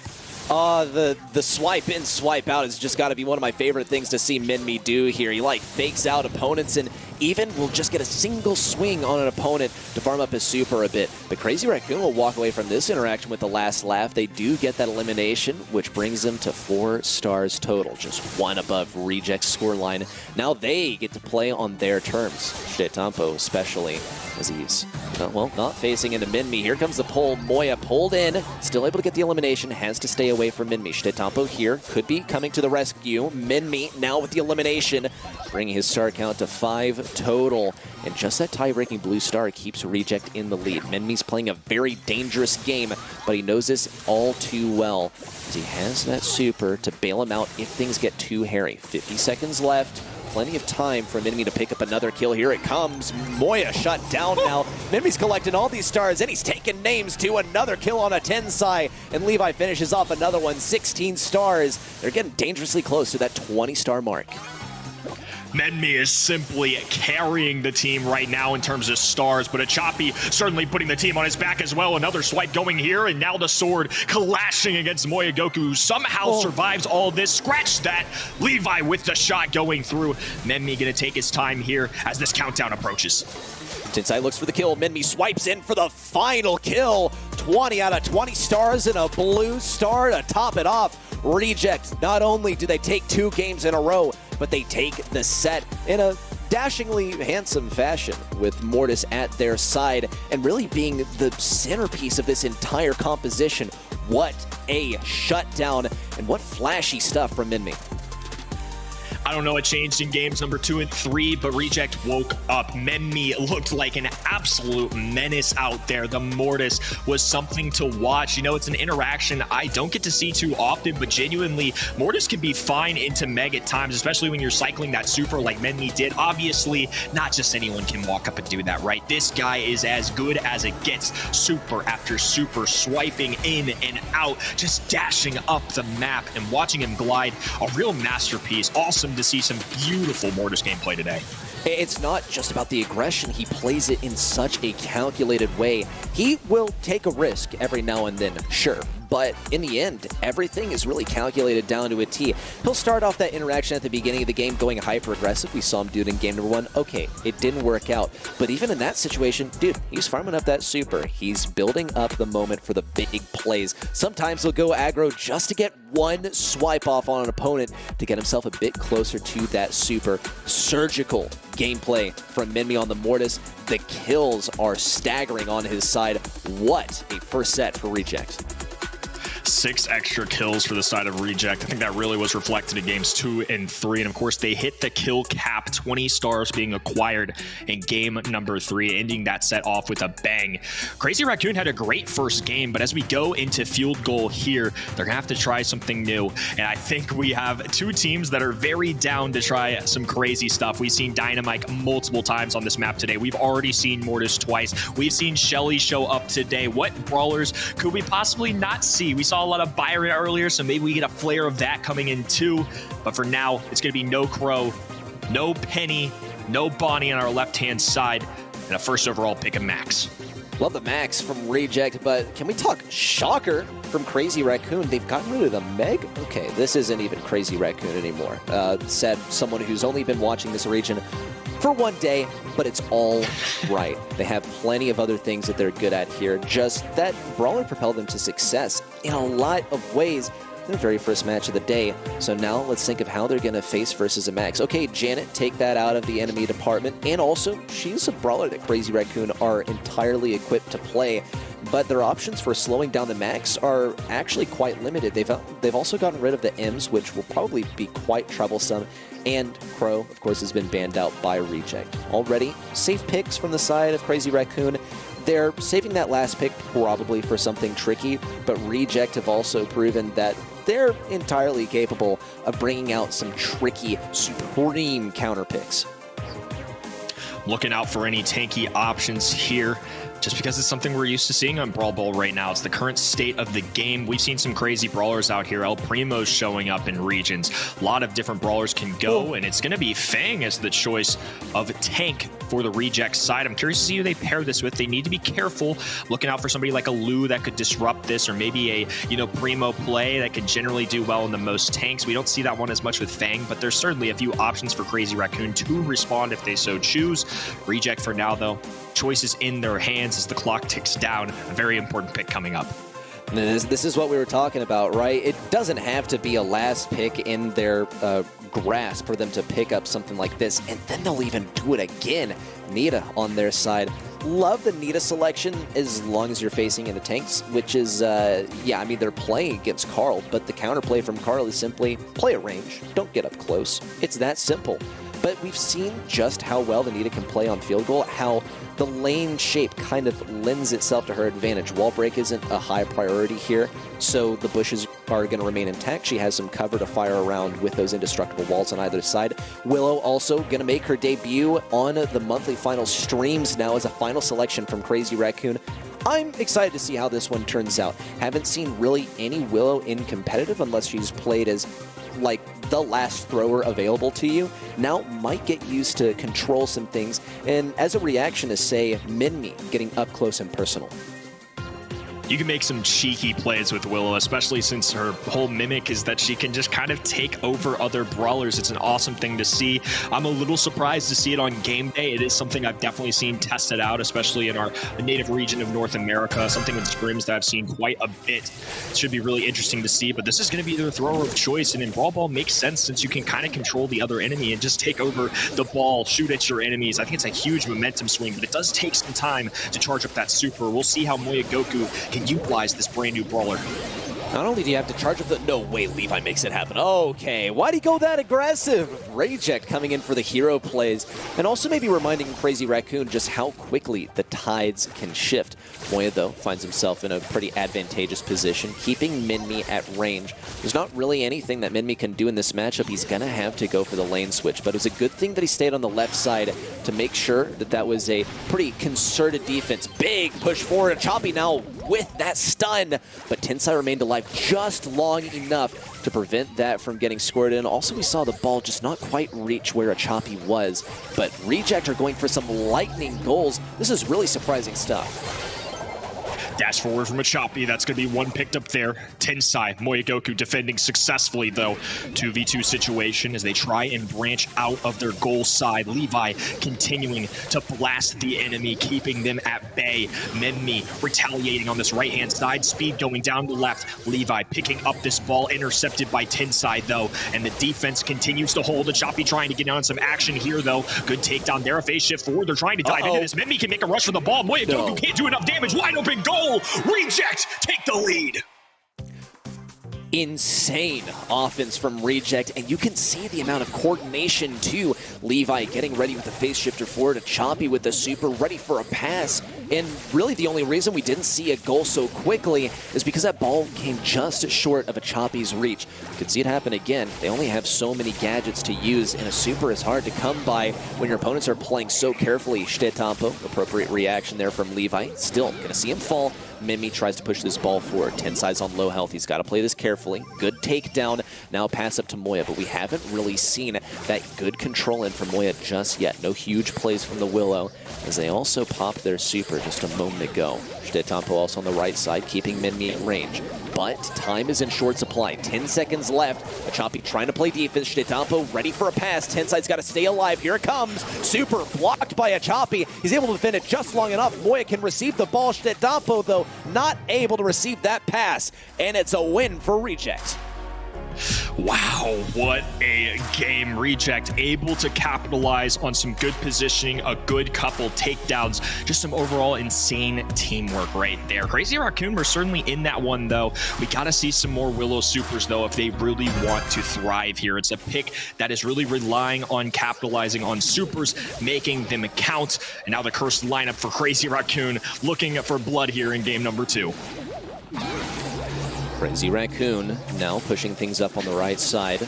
Reject on the left, providing some good resistance. Levi also looking for the perfect opportunity to get that super and fire things up. A Choppy on the right side, also trying to keep Moya at bay. Levi now might have an opportunity to start pushing things up. Tensai on very low health. Super forward. That's the kill shot for Moya. Just a slow roll in as Crazy Raccoon claimed the first goal of this game. Nicely done. Looks like they're wiping away and going back to their normal skins now. Moegoku with super in hand now too. Definitely going to be a factor here in our second game. Big pickup on the right-hand side. 3v2 situation, but a dive forward. A Choppy with a few kicks here and there. Doing some serious damage, but not enough for any kills. Levi trying to do his best to play goalkeeper with that phase shift. Medmi picking up this ball. They're going to try and dish it out now. Satapo going to the back lines and kick forward. A Choppy has a super. Can't quite get it in time, though. Reflexes can't kick in faster than the tailspin. And CR are going to reclaim this ball. Wow, just how quickly that ball can go from one side to the other, and both teams have to expend gadgets to reposition themselves, given how well their teammates have set themselves up in a striking position. But now Levi could enable Minmi to score one. Down goes Shtedampo. Minmi, oh yeah, a little wiggle walk. Yeah, a little celebration there at the goal line too, as Reject ties up the scoreline 1-1. But Crazy Raccoon are well equipped to start shifting the tides themselves. Moya especially has a super that he can use to control an opponent. That ball gets close to the scoreline and Reject are not equipped to deal with it. Could see Crazy Raccoon make them walk in their own ball. Here it comes. Once again, the alley-oop up the left side. A Choppy and Levi try to shove it in, but Tensai and Shtedampo are ready with the abilities to defend. Yeah, this Willow pick's going to have to be played very carefully. That goal coming in from Reject was based on positioning. They had too much HP. Willow doesn't deal enough damage, not anywhere close. Can't use that super. With 15 seconds to go, RC and the teammates are going to be looking to try and grab this ball. For now, CR defending. Plenty of supers and utility on their hands to defend. This one is looking like it's going to approach overtime. 5 seconds left till we see all these walls break down, but really who has the advantage here? I'm tempted to say Reject. Even though they do have Minmi on their side, he'll still be able to peek around these walls effectively. Moya is going to be forced to turtle up a lot. So if a Choppy decides to move inwards, Moya could defend. They're setting themselves up for some big passes up the right side. But they need Tensai to get over there. A Choppy now with the super in, but he's controlled Shtedampo with destruction. Moya now almost able to take down that bear. Levi has to pop the speed solo. Another gadget in, a roll up the right side. Levi's not able to make it in time. And Crazy Raccoon tie up the set.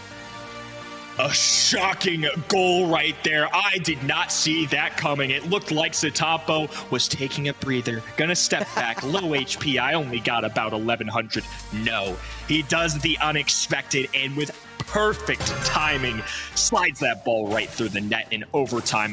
1-1 in our second set, and CR are not going anywhere.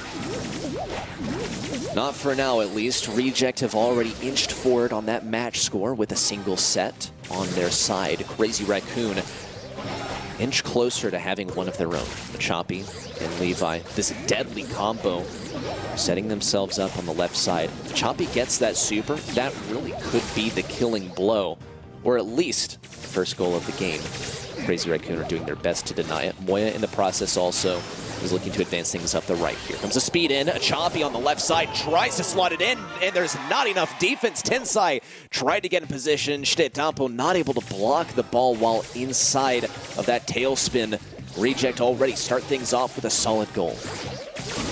Tensai does have the ability to use the super, and Moegoku's going to have to take advantage, possibly earlier, of a super of his own. He held on that super last time for a very long time, obviously being a crucial factor for how they ended up surviving it. Choppy, low HP as well. Gonna have to deal with the healthy Satapo. There's the speed as well. Levi trying to energize the teammates. Tailspin going down. Satapo getting a pickup here as Levi just tries to buy his teammates as much time as possible, but the CR push is imminent. Menmi, a Choppy, back from the goal side, but Crazy Raccoon are certainly within striking distance. It's not an easy position to fight your way out of, especially when it's a 2v3. Moya could get the control. Here comes the Choppy. He's gonna walk it into his own goal. The huge plays with the Willow, and Crazy Raccoon equalize the scoreline.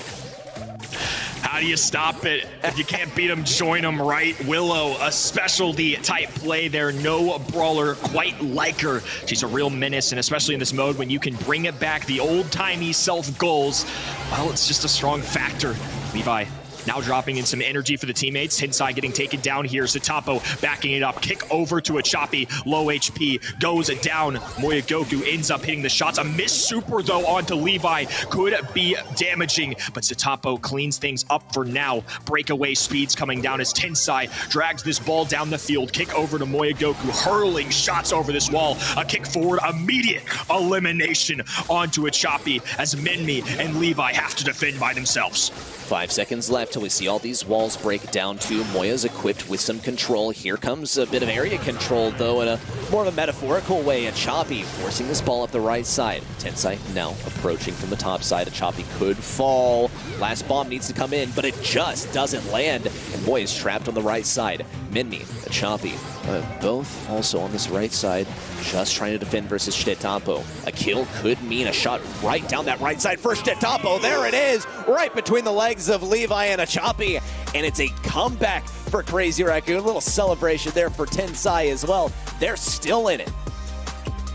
Wow, another crazy goal. I mean, that play could have gone either way.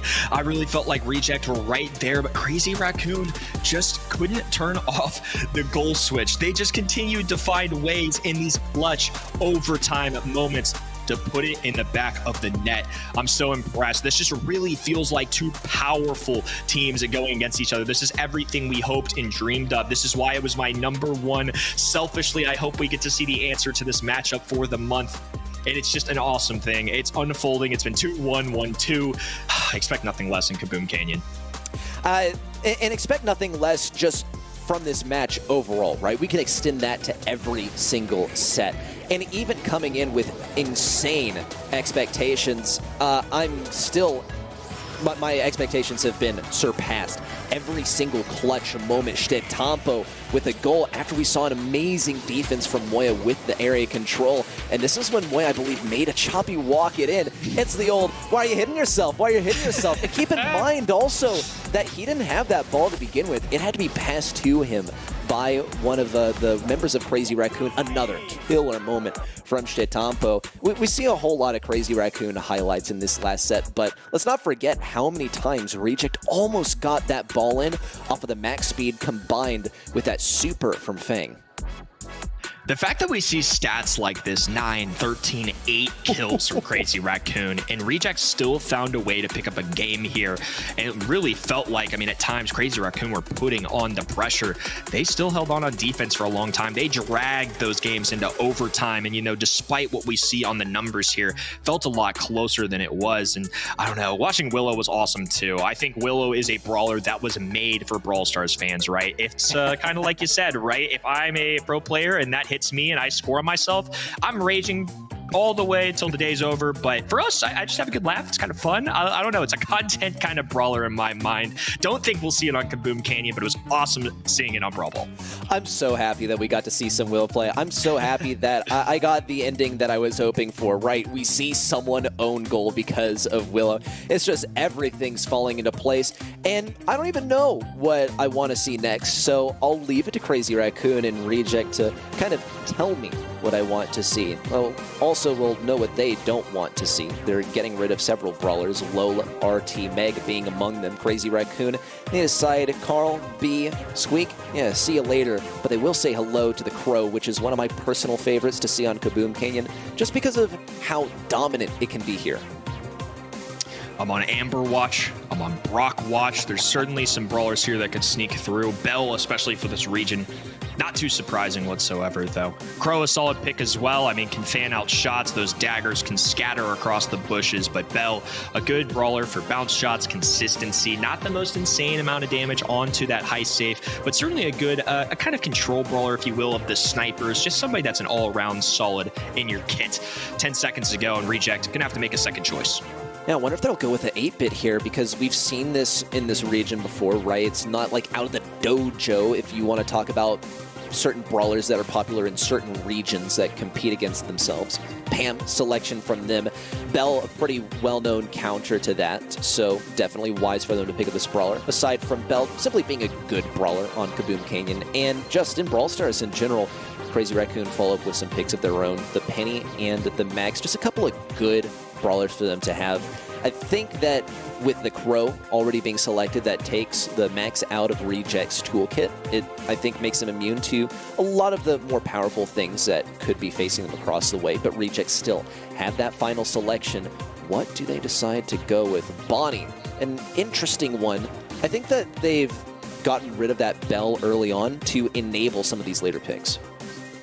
Yeah, I think the Bell paired with Pam makes a lot of sense too, for similar reasons like we said for 8-bit, right? When you have that turret and healing station on the ground, the Bell bounce shot, it's just another way that Bell can utilize her shot. So they kind of take that away by adding it, addition by subtraction, if you will, when you pick up the Pam here. Of course, Bonnie, just a very solid, consistent brawler as well. But I like this composition from Crazy Raccoon as well. Penny can seriously dish out some damage if you drop the Salty Barrel, especially if Bonnie gets out of that cannon form, launches down onto Penny, and drop that Salty Barrel, defend yourself a lot easier. I think some good choices on both these sides, and with a tie ball game, getting this set number 3 is going to be very, very crucial. Who gets the early game advantage is a big question too. We'll see Crazy Raccoon back off a little bit on that right side. Maybe need to back off a little earlier on at mid too, as Moya's the first to fall in this match. First blood already taken. Second going on the way of Tensai, but Shdetampo manages to shove things off of his lane. Now he gets to work on this safe. Left completely alone to his own devices. Little reaction there on the side of Crazy Raccoon too, as the safe is defended, but Shdetampo's going to town on this safe, and Tensai's not planning on letting up either. Could be a good old-fashioned base race as Shdetampo gears up to fire away with this mortar, and Reject just not in position to defend. CR letting him have it right now. Tensai low HP. Moyagoku with the dive in as well. 3 brawlers standing and now taking shots at this high safe. Sub 20% now as Levi, Achapi, and Menmi need to defend. Tensai with nowhere to go finally falls, but Satampo still putting in work right now. Sub 15% at this point. It's going to take a perfect game number 1 for RC to have a chance at this one. Moya can really take this thing down single-handedly too, as long as he's able to leverage that super, but he is kind of getting beaten up with that mark over his head, and a lot of shots being reflected over to him too. Choppy could also get the takedown. Mama Squeeze coming in, and Moya actually getting pinched over that left side. Great interaction from Achapi on the right. Menmi and Levi now get to punish this safe. A jump in from Moya and a victory on that right lane, but he's marked yet again. It's so punishing that he's consistently marked, but he's got some fists to fire back, already slowing things down. Now he's got to defend versus Levi on the back lines. Menmi taken down. Reject still behind by a significant amount, but Crazy Raccoon start to shift things into the driver's seat. Now shifting into the 4th gear as they now set that safe in their sights. Moya's just got to get a good jump in here if he wants to finish things out. This is going to be a tough one to defend at this point. Moyagoku with that super in hand. A Penny turret on the ground. Now actually jumping away. They're taking their time here. 20 seconds to go. And they just have to hold off for 15%. Menmi low HP. Tensai with the pick up here. The Penny turret still continuing to do work. Moya going down, but Tatapo survives. 5% left on this high safe. A few shots will do the trick. 1 Penny turret, though, wins it all. Crazy Raccoon take their massive lead early on and hold on for dear life. Game number 1 of set 3 going their way. Momentum shift in full swing. Crazy Raccoon being the main benefactor, but can they keep this up? I think we saw great stuff from Reject there after they sort of made a blunder in the early game, right? They decided to ignore Shdetampo on their safe, thinking, yeah, we'll be able to win this mid-fight and then get the 3v2 on the safe consistently. That's not really how it worked out. Moya just continued to chip them down with that poison damage. Bit of a trade on the right side, though. Could favor Crazy Raccoon, as Moya simply has the superior movement now gets to move into some of these bushes on the right. Minmi and Levi try to flesh him out. Choppy also doing a great job of that. Shtitampo, unfortunately, friendly fire as that shot from Bell reflects back and takes down Crow with it. Still though, Crazy Raccoon have the mid positioning as it once again multiplies to a 3v3, now getting that speed in. Nest Egg putting in work. The damage amplifiers have really been connecting. The important shots going down for RC, and more importantly, they're finally getting some high safe damage to kick things off here. Levi in prime position to be a pest for this other side. That corner is a perfect place to be. He can just kind of play ring around the rosies with Tensai until another teammate joins up. But he better be careful here as Tensai is playing defense. His teammates generating a ton of offense going down here. Now they're expanding their lead. Moyagoku's still staying alive and now kind of playing an in-between role in this mid. 11% the difference right now with Crazy Raccoon back in the lead. More speed in. Shtitampo now looking to connect with the safe. Big stuff in with the Salty Barrel. Moya now with the elimination. He's all over the safe and all over his Choppy too. Takedown. And Shtitampo throws down this turret on the right side solo as it starts to target the safe. He's got to protect it for as long as he can. He'll get some good shots in the process. Minmi has to decide between defending versus Shtitampo or going for mid. And he does actually get a bit of both. He's able to slow the entrance of Tensai and Moya into spawn, but ultimately not able to shut it down, unfortunately. A Choppy taken down the right side. Crazy Raccoon continue to flex this lead. 39% now slowly dwindling. Huge pickup on this left-hand side, though. Moyagoku could be the next to fall, too. Double takedown now as Minmi walks up this left-hand side. And Choppy still battling for the right. Tensai joining in the action as Levi makes a couple connecting shots here. Energy drink being juiced up for the CR teammates, and with 15 seconds to go, RC have to get a lot of damage here. Only a few more shots could do it. Just that jump in from Levi alone could seal the deal. Tensai actually falls. Shtitampo has to defend versus Minmi, but he's also got to get some damage in on the enemy safe. Will he be able to do it? 16% on Crazy Raccoon's safe, and it's just not a scoreline that Reject will be matching on theirs. Crazy Raccoon, they fall. No more win streak for you. 3 in a row is enough, right? Now it's time to bring things back to normalcy between these two and bring things back to the 2-1 sets. The question is, who takes the lead from this point onwards? As we're at the most tied up it gets until double match point. One set apiece, one game apiece here in set 3. This is a big one for momentum and a little safety cushion. It's a best 3 of 5, of course, so going up 2-3 here would be huge, but right now it is CR laying it into RC. Levi successfully defends, though they only give up 3% on that little run there, but Minmi is going to fall. Chape, low HP. Moyagoku doing a little chip damage here and there, but it's definitely not enough to secure a huge lead. It's going to be left to RC now to defend and then make a counter push of their own, as CR are currently living in these bushes. Levi's also trying to set up a camp of his own in the back right. Takes a moment to sit back, relax, heal up a little bit. Tensai just can't even be asked. We'll see Levi connect with the safe as a result, but now he's abandoned that sort of secluded area. Easier to take down for Moya and Tensai as they now advance up to the mid area that they fought so hard for control of. With Shtitampo now setting up the mortar too, it is fire raining down repeatedly upon a Choppy on the right side. Soon enough, it'll probably head down on that safe too, which is a death sentence for Reject unless they're able to push back up to mid. Shots connecting once again onto Tensai. The damage amplifier going to help them tremendously. Shtitampo low HP. Levi picks up the kill. It is a trade though. 5% being the only difference between these two teams right now with a little over a minute to go. Tensai seemingly getting aggressive here. They're going to have to pinch him now. Levi looking for a kill on this right-hand side as well, as Levi's going to dive in. Another jump away of his own from Moyagoku, but does manage to survive. Shtitampo with a beautiful connecting shot though. An expanding lead for Crazy Raccoon. This penny turret has put in work on game number 3. Beautiful retake now for Reject as they might even get to take down that turret. There it is. Easy fire to the backside. Minmi and Choppy also slowed down though, and a lot of that healing negated. Tensai has to face in this 1v2. Solo speed popped. He's got to connect with the safe. Dedicated to setting himself up in the back right corner. Shtitampo also making use of the Salty Barrel, now throwing down the turret. It's a base race in full swing. Minmi tries to defend. It's just 14% left. Reject might catch up. No! The final flex of damage rain in, and Crazy Raccoon finish out this hectic set, taking the match lead. Wow, just chills. I mean, this is just two incredible teams going at it. A very close set once again, but Crazy Raccoon ultimately able to pull away from that one. They now find themselves back in the driver's seat once again. They're in the lead. It's 2-1. Reject once again being challenged by a titan of not just this region, but the world. This is somebody in the preseason that many had winning this entire 2023 year. Some people even claimed it to be chalked. But right now, Reject have a chance to make a comeback here and mark themselves as the leaders in this region. A legacy moment here for Reject.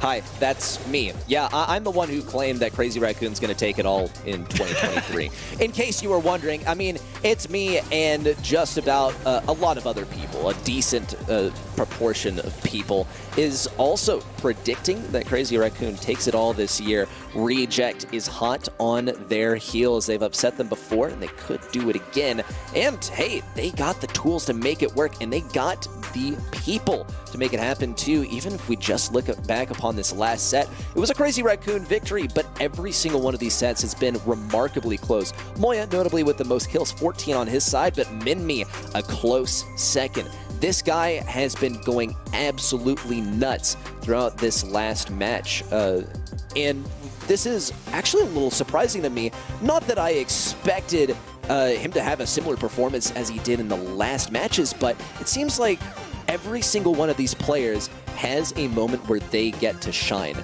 and absolutely wreck the opposing team. There's no ADC, there's no carry on any of these teams, right? It was Levi before. Minmi's got his chance in the spotlight. Who is up next? Well, whoever is piloting the Meg might have a pretty good shot of it being them. Oh, Meg just refuses to go away. If she's not in this band stage, it seems she's going to be played in just about all situations, not just a control-based brawler anymore. Somebody who's good enough to shine in her own right. We'll see if Satampo ends up playing this brawler. I know he is a menace with it, and I'll be looking out for that as well. B, the counter pick on the other side, and the first selection for Reject as we see the bans come through. Nothing too crazy, nothing standing out in my mind. All very normal brawlers, no shenanigans going down right now. I don't anticipate any Dynamites, any Mortis, any Shelly. All business right here in our grand finals as Reject selects Colonel Ruffs as their second pick. Love the combo. B, Ruffs. I mean, name a better duo. I'll wait.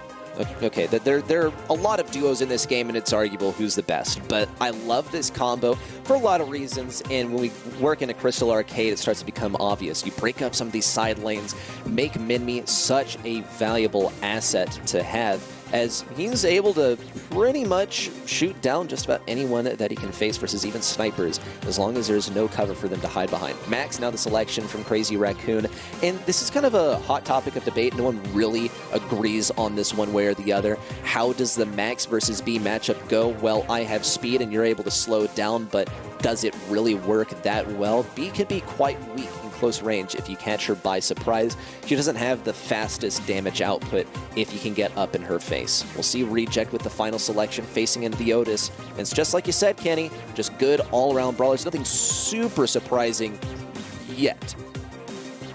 Yeah, we could see something crazy happen with 10 seconds to go, and it's a staple of East Asia history. We'd love to see it. When times are tough, when called upon for the big moments, this team is going with Stu, one of the most iconic brawlers for this region, and for good reason. These guys are mechanical gods, some of the best in the world in this region and on this side. Can't wait to see if they can utilize this brawler to pop off here and bring us to a set 5. I'll say one thing, he doesn't really have any clear counters on the opposing side. Moya might be able to keep him at range quite effectively. Shitetampo absolutely able to do the same. But this is when we start to understand things are falling into place. We see Minmi and Achapi go, okay, that's the duo, right? That was the objective. But now that some of those sandbags have been denied to the enemy team, Levi is really able to flourish on the steal. So far, though, Crazy Raccoon do have quite the commanding presence on the battlefield, despite some of the walls being broken open on the left side. Won't stop Moya from charging forward and getting a good swipe or two in. Levi now trying to take command of this mid lane once again. Those gems pretty much calling his name. Crazy Raccoon are still able to send Tensai in to pick up not one, not two, but maybe even a third if he's able to fend off the enemies on the right lane to begin with. Crazy Raccoon with a commanding lead right now. Tensai energizing up Sutampo, who's now going to take on this right-hand side, picks up a kill onto Menmi as well, and Moya Goku just standing here waiting to swipe against Levi. He's skating back and forth, trying to open up this map. A Choppy joining in on that fun as well. Tensai with the phase shift away, barely surviving this, but nonetheless, 9 gems for Crazy Raccoon. One more. We'll kick off our countdown here.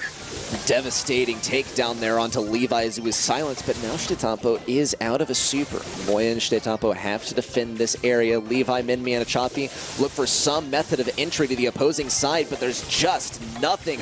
Levi can't even get a super. Moya, Goku, and Stetampo are playing so defensively. Tensai safe and sound on the opposing side, but he's locked in. Laser focus activated. They're one game away from winning the monthly final. One more, and they could be returning to former glory. The predictions and the folks at home, despite last month, have not doubted them. The entire casting panel, we have selected Crazy Raccoon in this one. It's going to be left to Reject to prove the world wrong and really bounce back after that game number 1. Not their best showing here today, and an early start here that goes much better for them should really help them out. Got to see this early game super from Achapi. He will have it in his hands, but he's not using it just yet. Trying to get the takedown now, looking for the stun onto Moya. He's able to power himself up, only barely able to win that matchup. Wow, I'm actually shocked that he came out on top there, but that's a huge victory for Reject, as now not only does Achapi have positioning, but Minmi is in a good spot too. Double effort on the left side though. Tensai and Moya double up on the lane. They bait the super out of the guy too, and get the takedown on the right lane. Levi completely left alone, super extended on defense. Crazy Raccoon now could climb closer to getting that countdown. Tensai's playing cautiously in the Minmi. 8 gems over his head, could be 9, could be 10, as he now looks to bring things back on defense and bring it home. The RC positioning is coming down, crumbling. The 2022 World Final champion pins are coming out. Menmi with an angry face, a lot of spins going down right now, and Tensai sitting more than comfortably. They fell short last month, but winning is in their DNA. The beasts from East Asia breathe success and have emerged victorious once again. Crazy Raccoon have assured the globe that they are to be feared, and the crown still rests on their heads. The Mapaches Locos are here to play, but they're also here for business, to make a name for themselves and bring themselves back to that former glory they achieved a couple of months ago. And with that, they also top the leaderboards in this region, establishing themselves here safely so for at least a couple more months. Reject put up a serious effort, and honestly, I think this one should have gone to set number 5, but I can't be upset with the outcome here, seeing as we had a lot more than I think we deserve, right? Crazy Raccoon Reject, this is the match that we don't deserve, but it's the match that we all love to see. It is such good Brawl Stars, man. Man, it's about as good as it gets. I mean, look, set number 4 was not as high-flying as our sets 1 through 3, but what did this prove to me? That Reject is the legit team. That Crazy Raccoon are still the best, though. They're right back where they were. The world didn't even doubt them. The predictions of people at home did not doubt them. Their legacy speaks for themselves. They've won time and time again. It's just what this group does. So losing 2 months in a row just didn't add up for me. 3 total kills, and Achapi and Levi grabbing a couple. Nothing for Mimi in that one.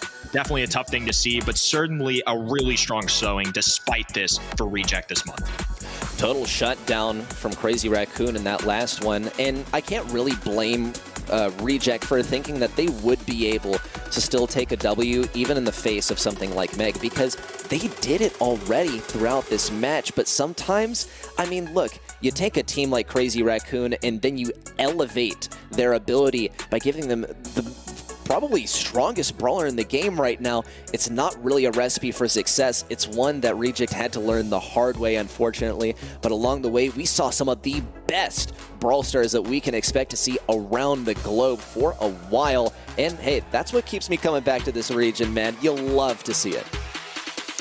And an MVP has been crowned once again as well. Sutampo Not too far away from where he used to be. We've seen him get MVPs time and time again. Same for Tensai. Look, Moya Goku, in personal opinion, a huge Hung-Sung hero of 2022's season for these guys. All phenomenal players. And sometimes there's just simply no wrong answer. Phenomenal showing from him today. Very deserving of this. It's like we've said, I mean, honestly, I would want to award an MVP to every single person here, but hey, the people have spoken. The people have chosen Shetampo as the MVP. One of the things that impresses me the most about this region, though, is that every single person on each one of these teams is the all-star, is the carry. You just don't really see that in a whole lot of other regions, but it's also simply a symptom of, being a super team, being a conglomeration of the biggest, best, and most decorated Brawl Stars players in the region. Tensai, Moya, and Shetampo absolutely fitting that description. Congratulations to them once again, in particular to Shetampo, the MVP. Yeah, phenomenal showing here today, and I'm curious to see what the prediction master himself thought about all this. Welcome back, Trav. How did you feel about the grand finals there? I said I didn't doubt my prediction for a second. Definitely did, but that's besides the point. There you go. I'll have a look at the bracket as well. Reject. We started things off in the semi-finals, 3-1 to Reject against Chasmac Gaming EA. I did touch on it a little bit earlier. They played very, very well on the side of Chasmac. Crazy Raccoon versus Aphelion Esports. Wasn't really the same story. It was a little bit of a walkover from Crazy Raccoon. Finals, though, we did have a bit of back and forward. There was some very, very close affairs, a bit of back and forward, but at the end of the day, Crazy Raccoon come out on top, and honestly, I couldn't be more pleased that they're back to their former glory. Well, now getting a deeper dive into this region as well. Let's see how we stack up across the region. 10 points right now, being the separator between Reject and Crazy Raccoon. Last month's semi-final defeat against Crazy Raccoon has really made this interesting, even though they picked up 2 grand finals wins, obviously one more than Reject and any other team region. Still only 10 points separates them. Aphelion Esports, another good month this month, making it to the semi-finals, only a few points ahead of CMGEA. We have got some competition on our hands ready. No doubt. It is so close in this region. And Aphelion Esports, they pulled out that upset last month. They're able to do it in the future. It could be versus Reject, could be versus Crazy Raccoon. I think that we're in for a wild ride here in East Asia. I want to take a moment here to say Brawl Unite 2.0 over in 6th place has the best logo. That's like the best thing that I've seen all day. But, of course, back to the usual suspects. Crazy Raccoon and Reject predictably topping the leaderboard here and probably extending that lead to the rest of the year. I think we've had some insane plays today, fellas. Crazy Raccoon contributing, Reject contributing, but a couple moments stand out in my mind, and it's going to come back to Brawl Ball here. Achape looking dangerously good there, but the takeover from Moya Goku and Carl insane with these goals. This first one here, he's gonna catch us off by surprise a little bit. Perfect timing there. Levi left chasing the ball, but he doesn't do it just once. He does it twice. Low HP once again. Achape hitting shots. The super shot, though, just slides on through. There's a reason he was the grand finals MVP, and it's plays like that, well, I certainly expect it, ready. I mean, look, just let the guy work. Just let him rip and let him work his magic. It's such a brilliant use of 2 gadgets. This is why they play so surgically, right? Make every single ability count. Those limited use ones can really come in clutch. And watch this once again, everyone out of position. There was a reason he was lingering in that unwinnable position for so long. It was just to get that snipe in. Wonderful play from Crazy Raccoon. Wonderful play across the way from Reject, too. I think each of these teams could get a highlight reel for, well, I mean, that's why we have the post-set replays, but a very deserving highlight reel of every single set for both teams because of how close this last one was, despite having a 3-1 scoreline.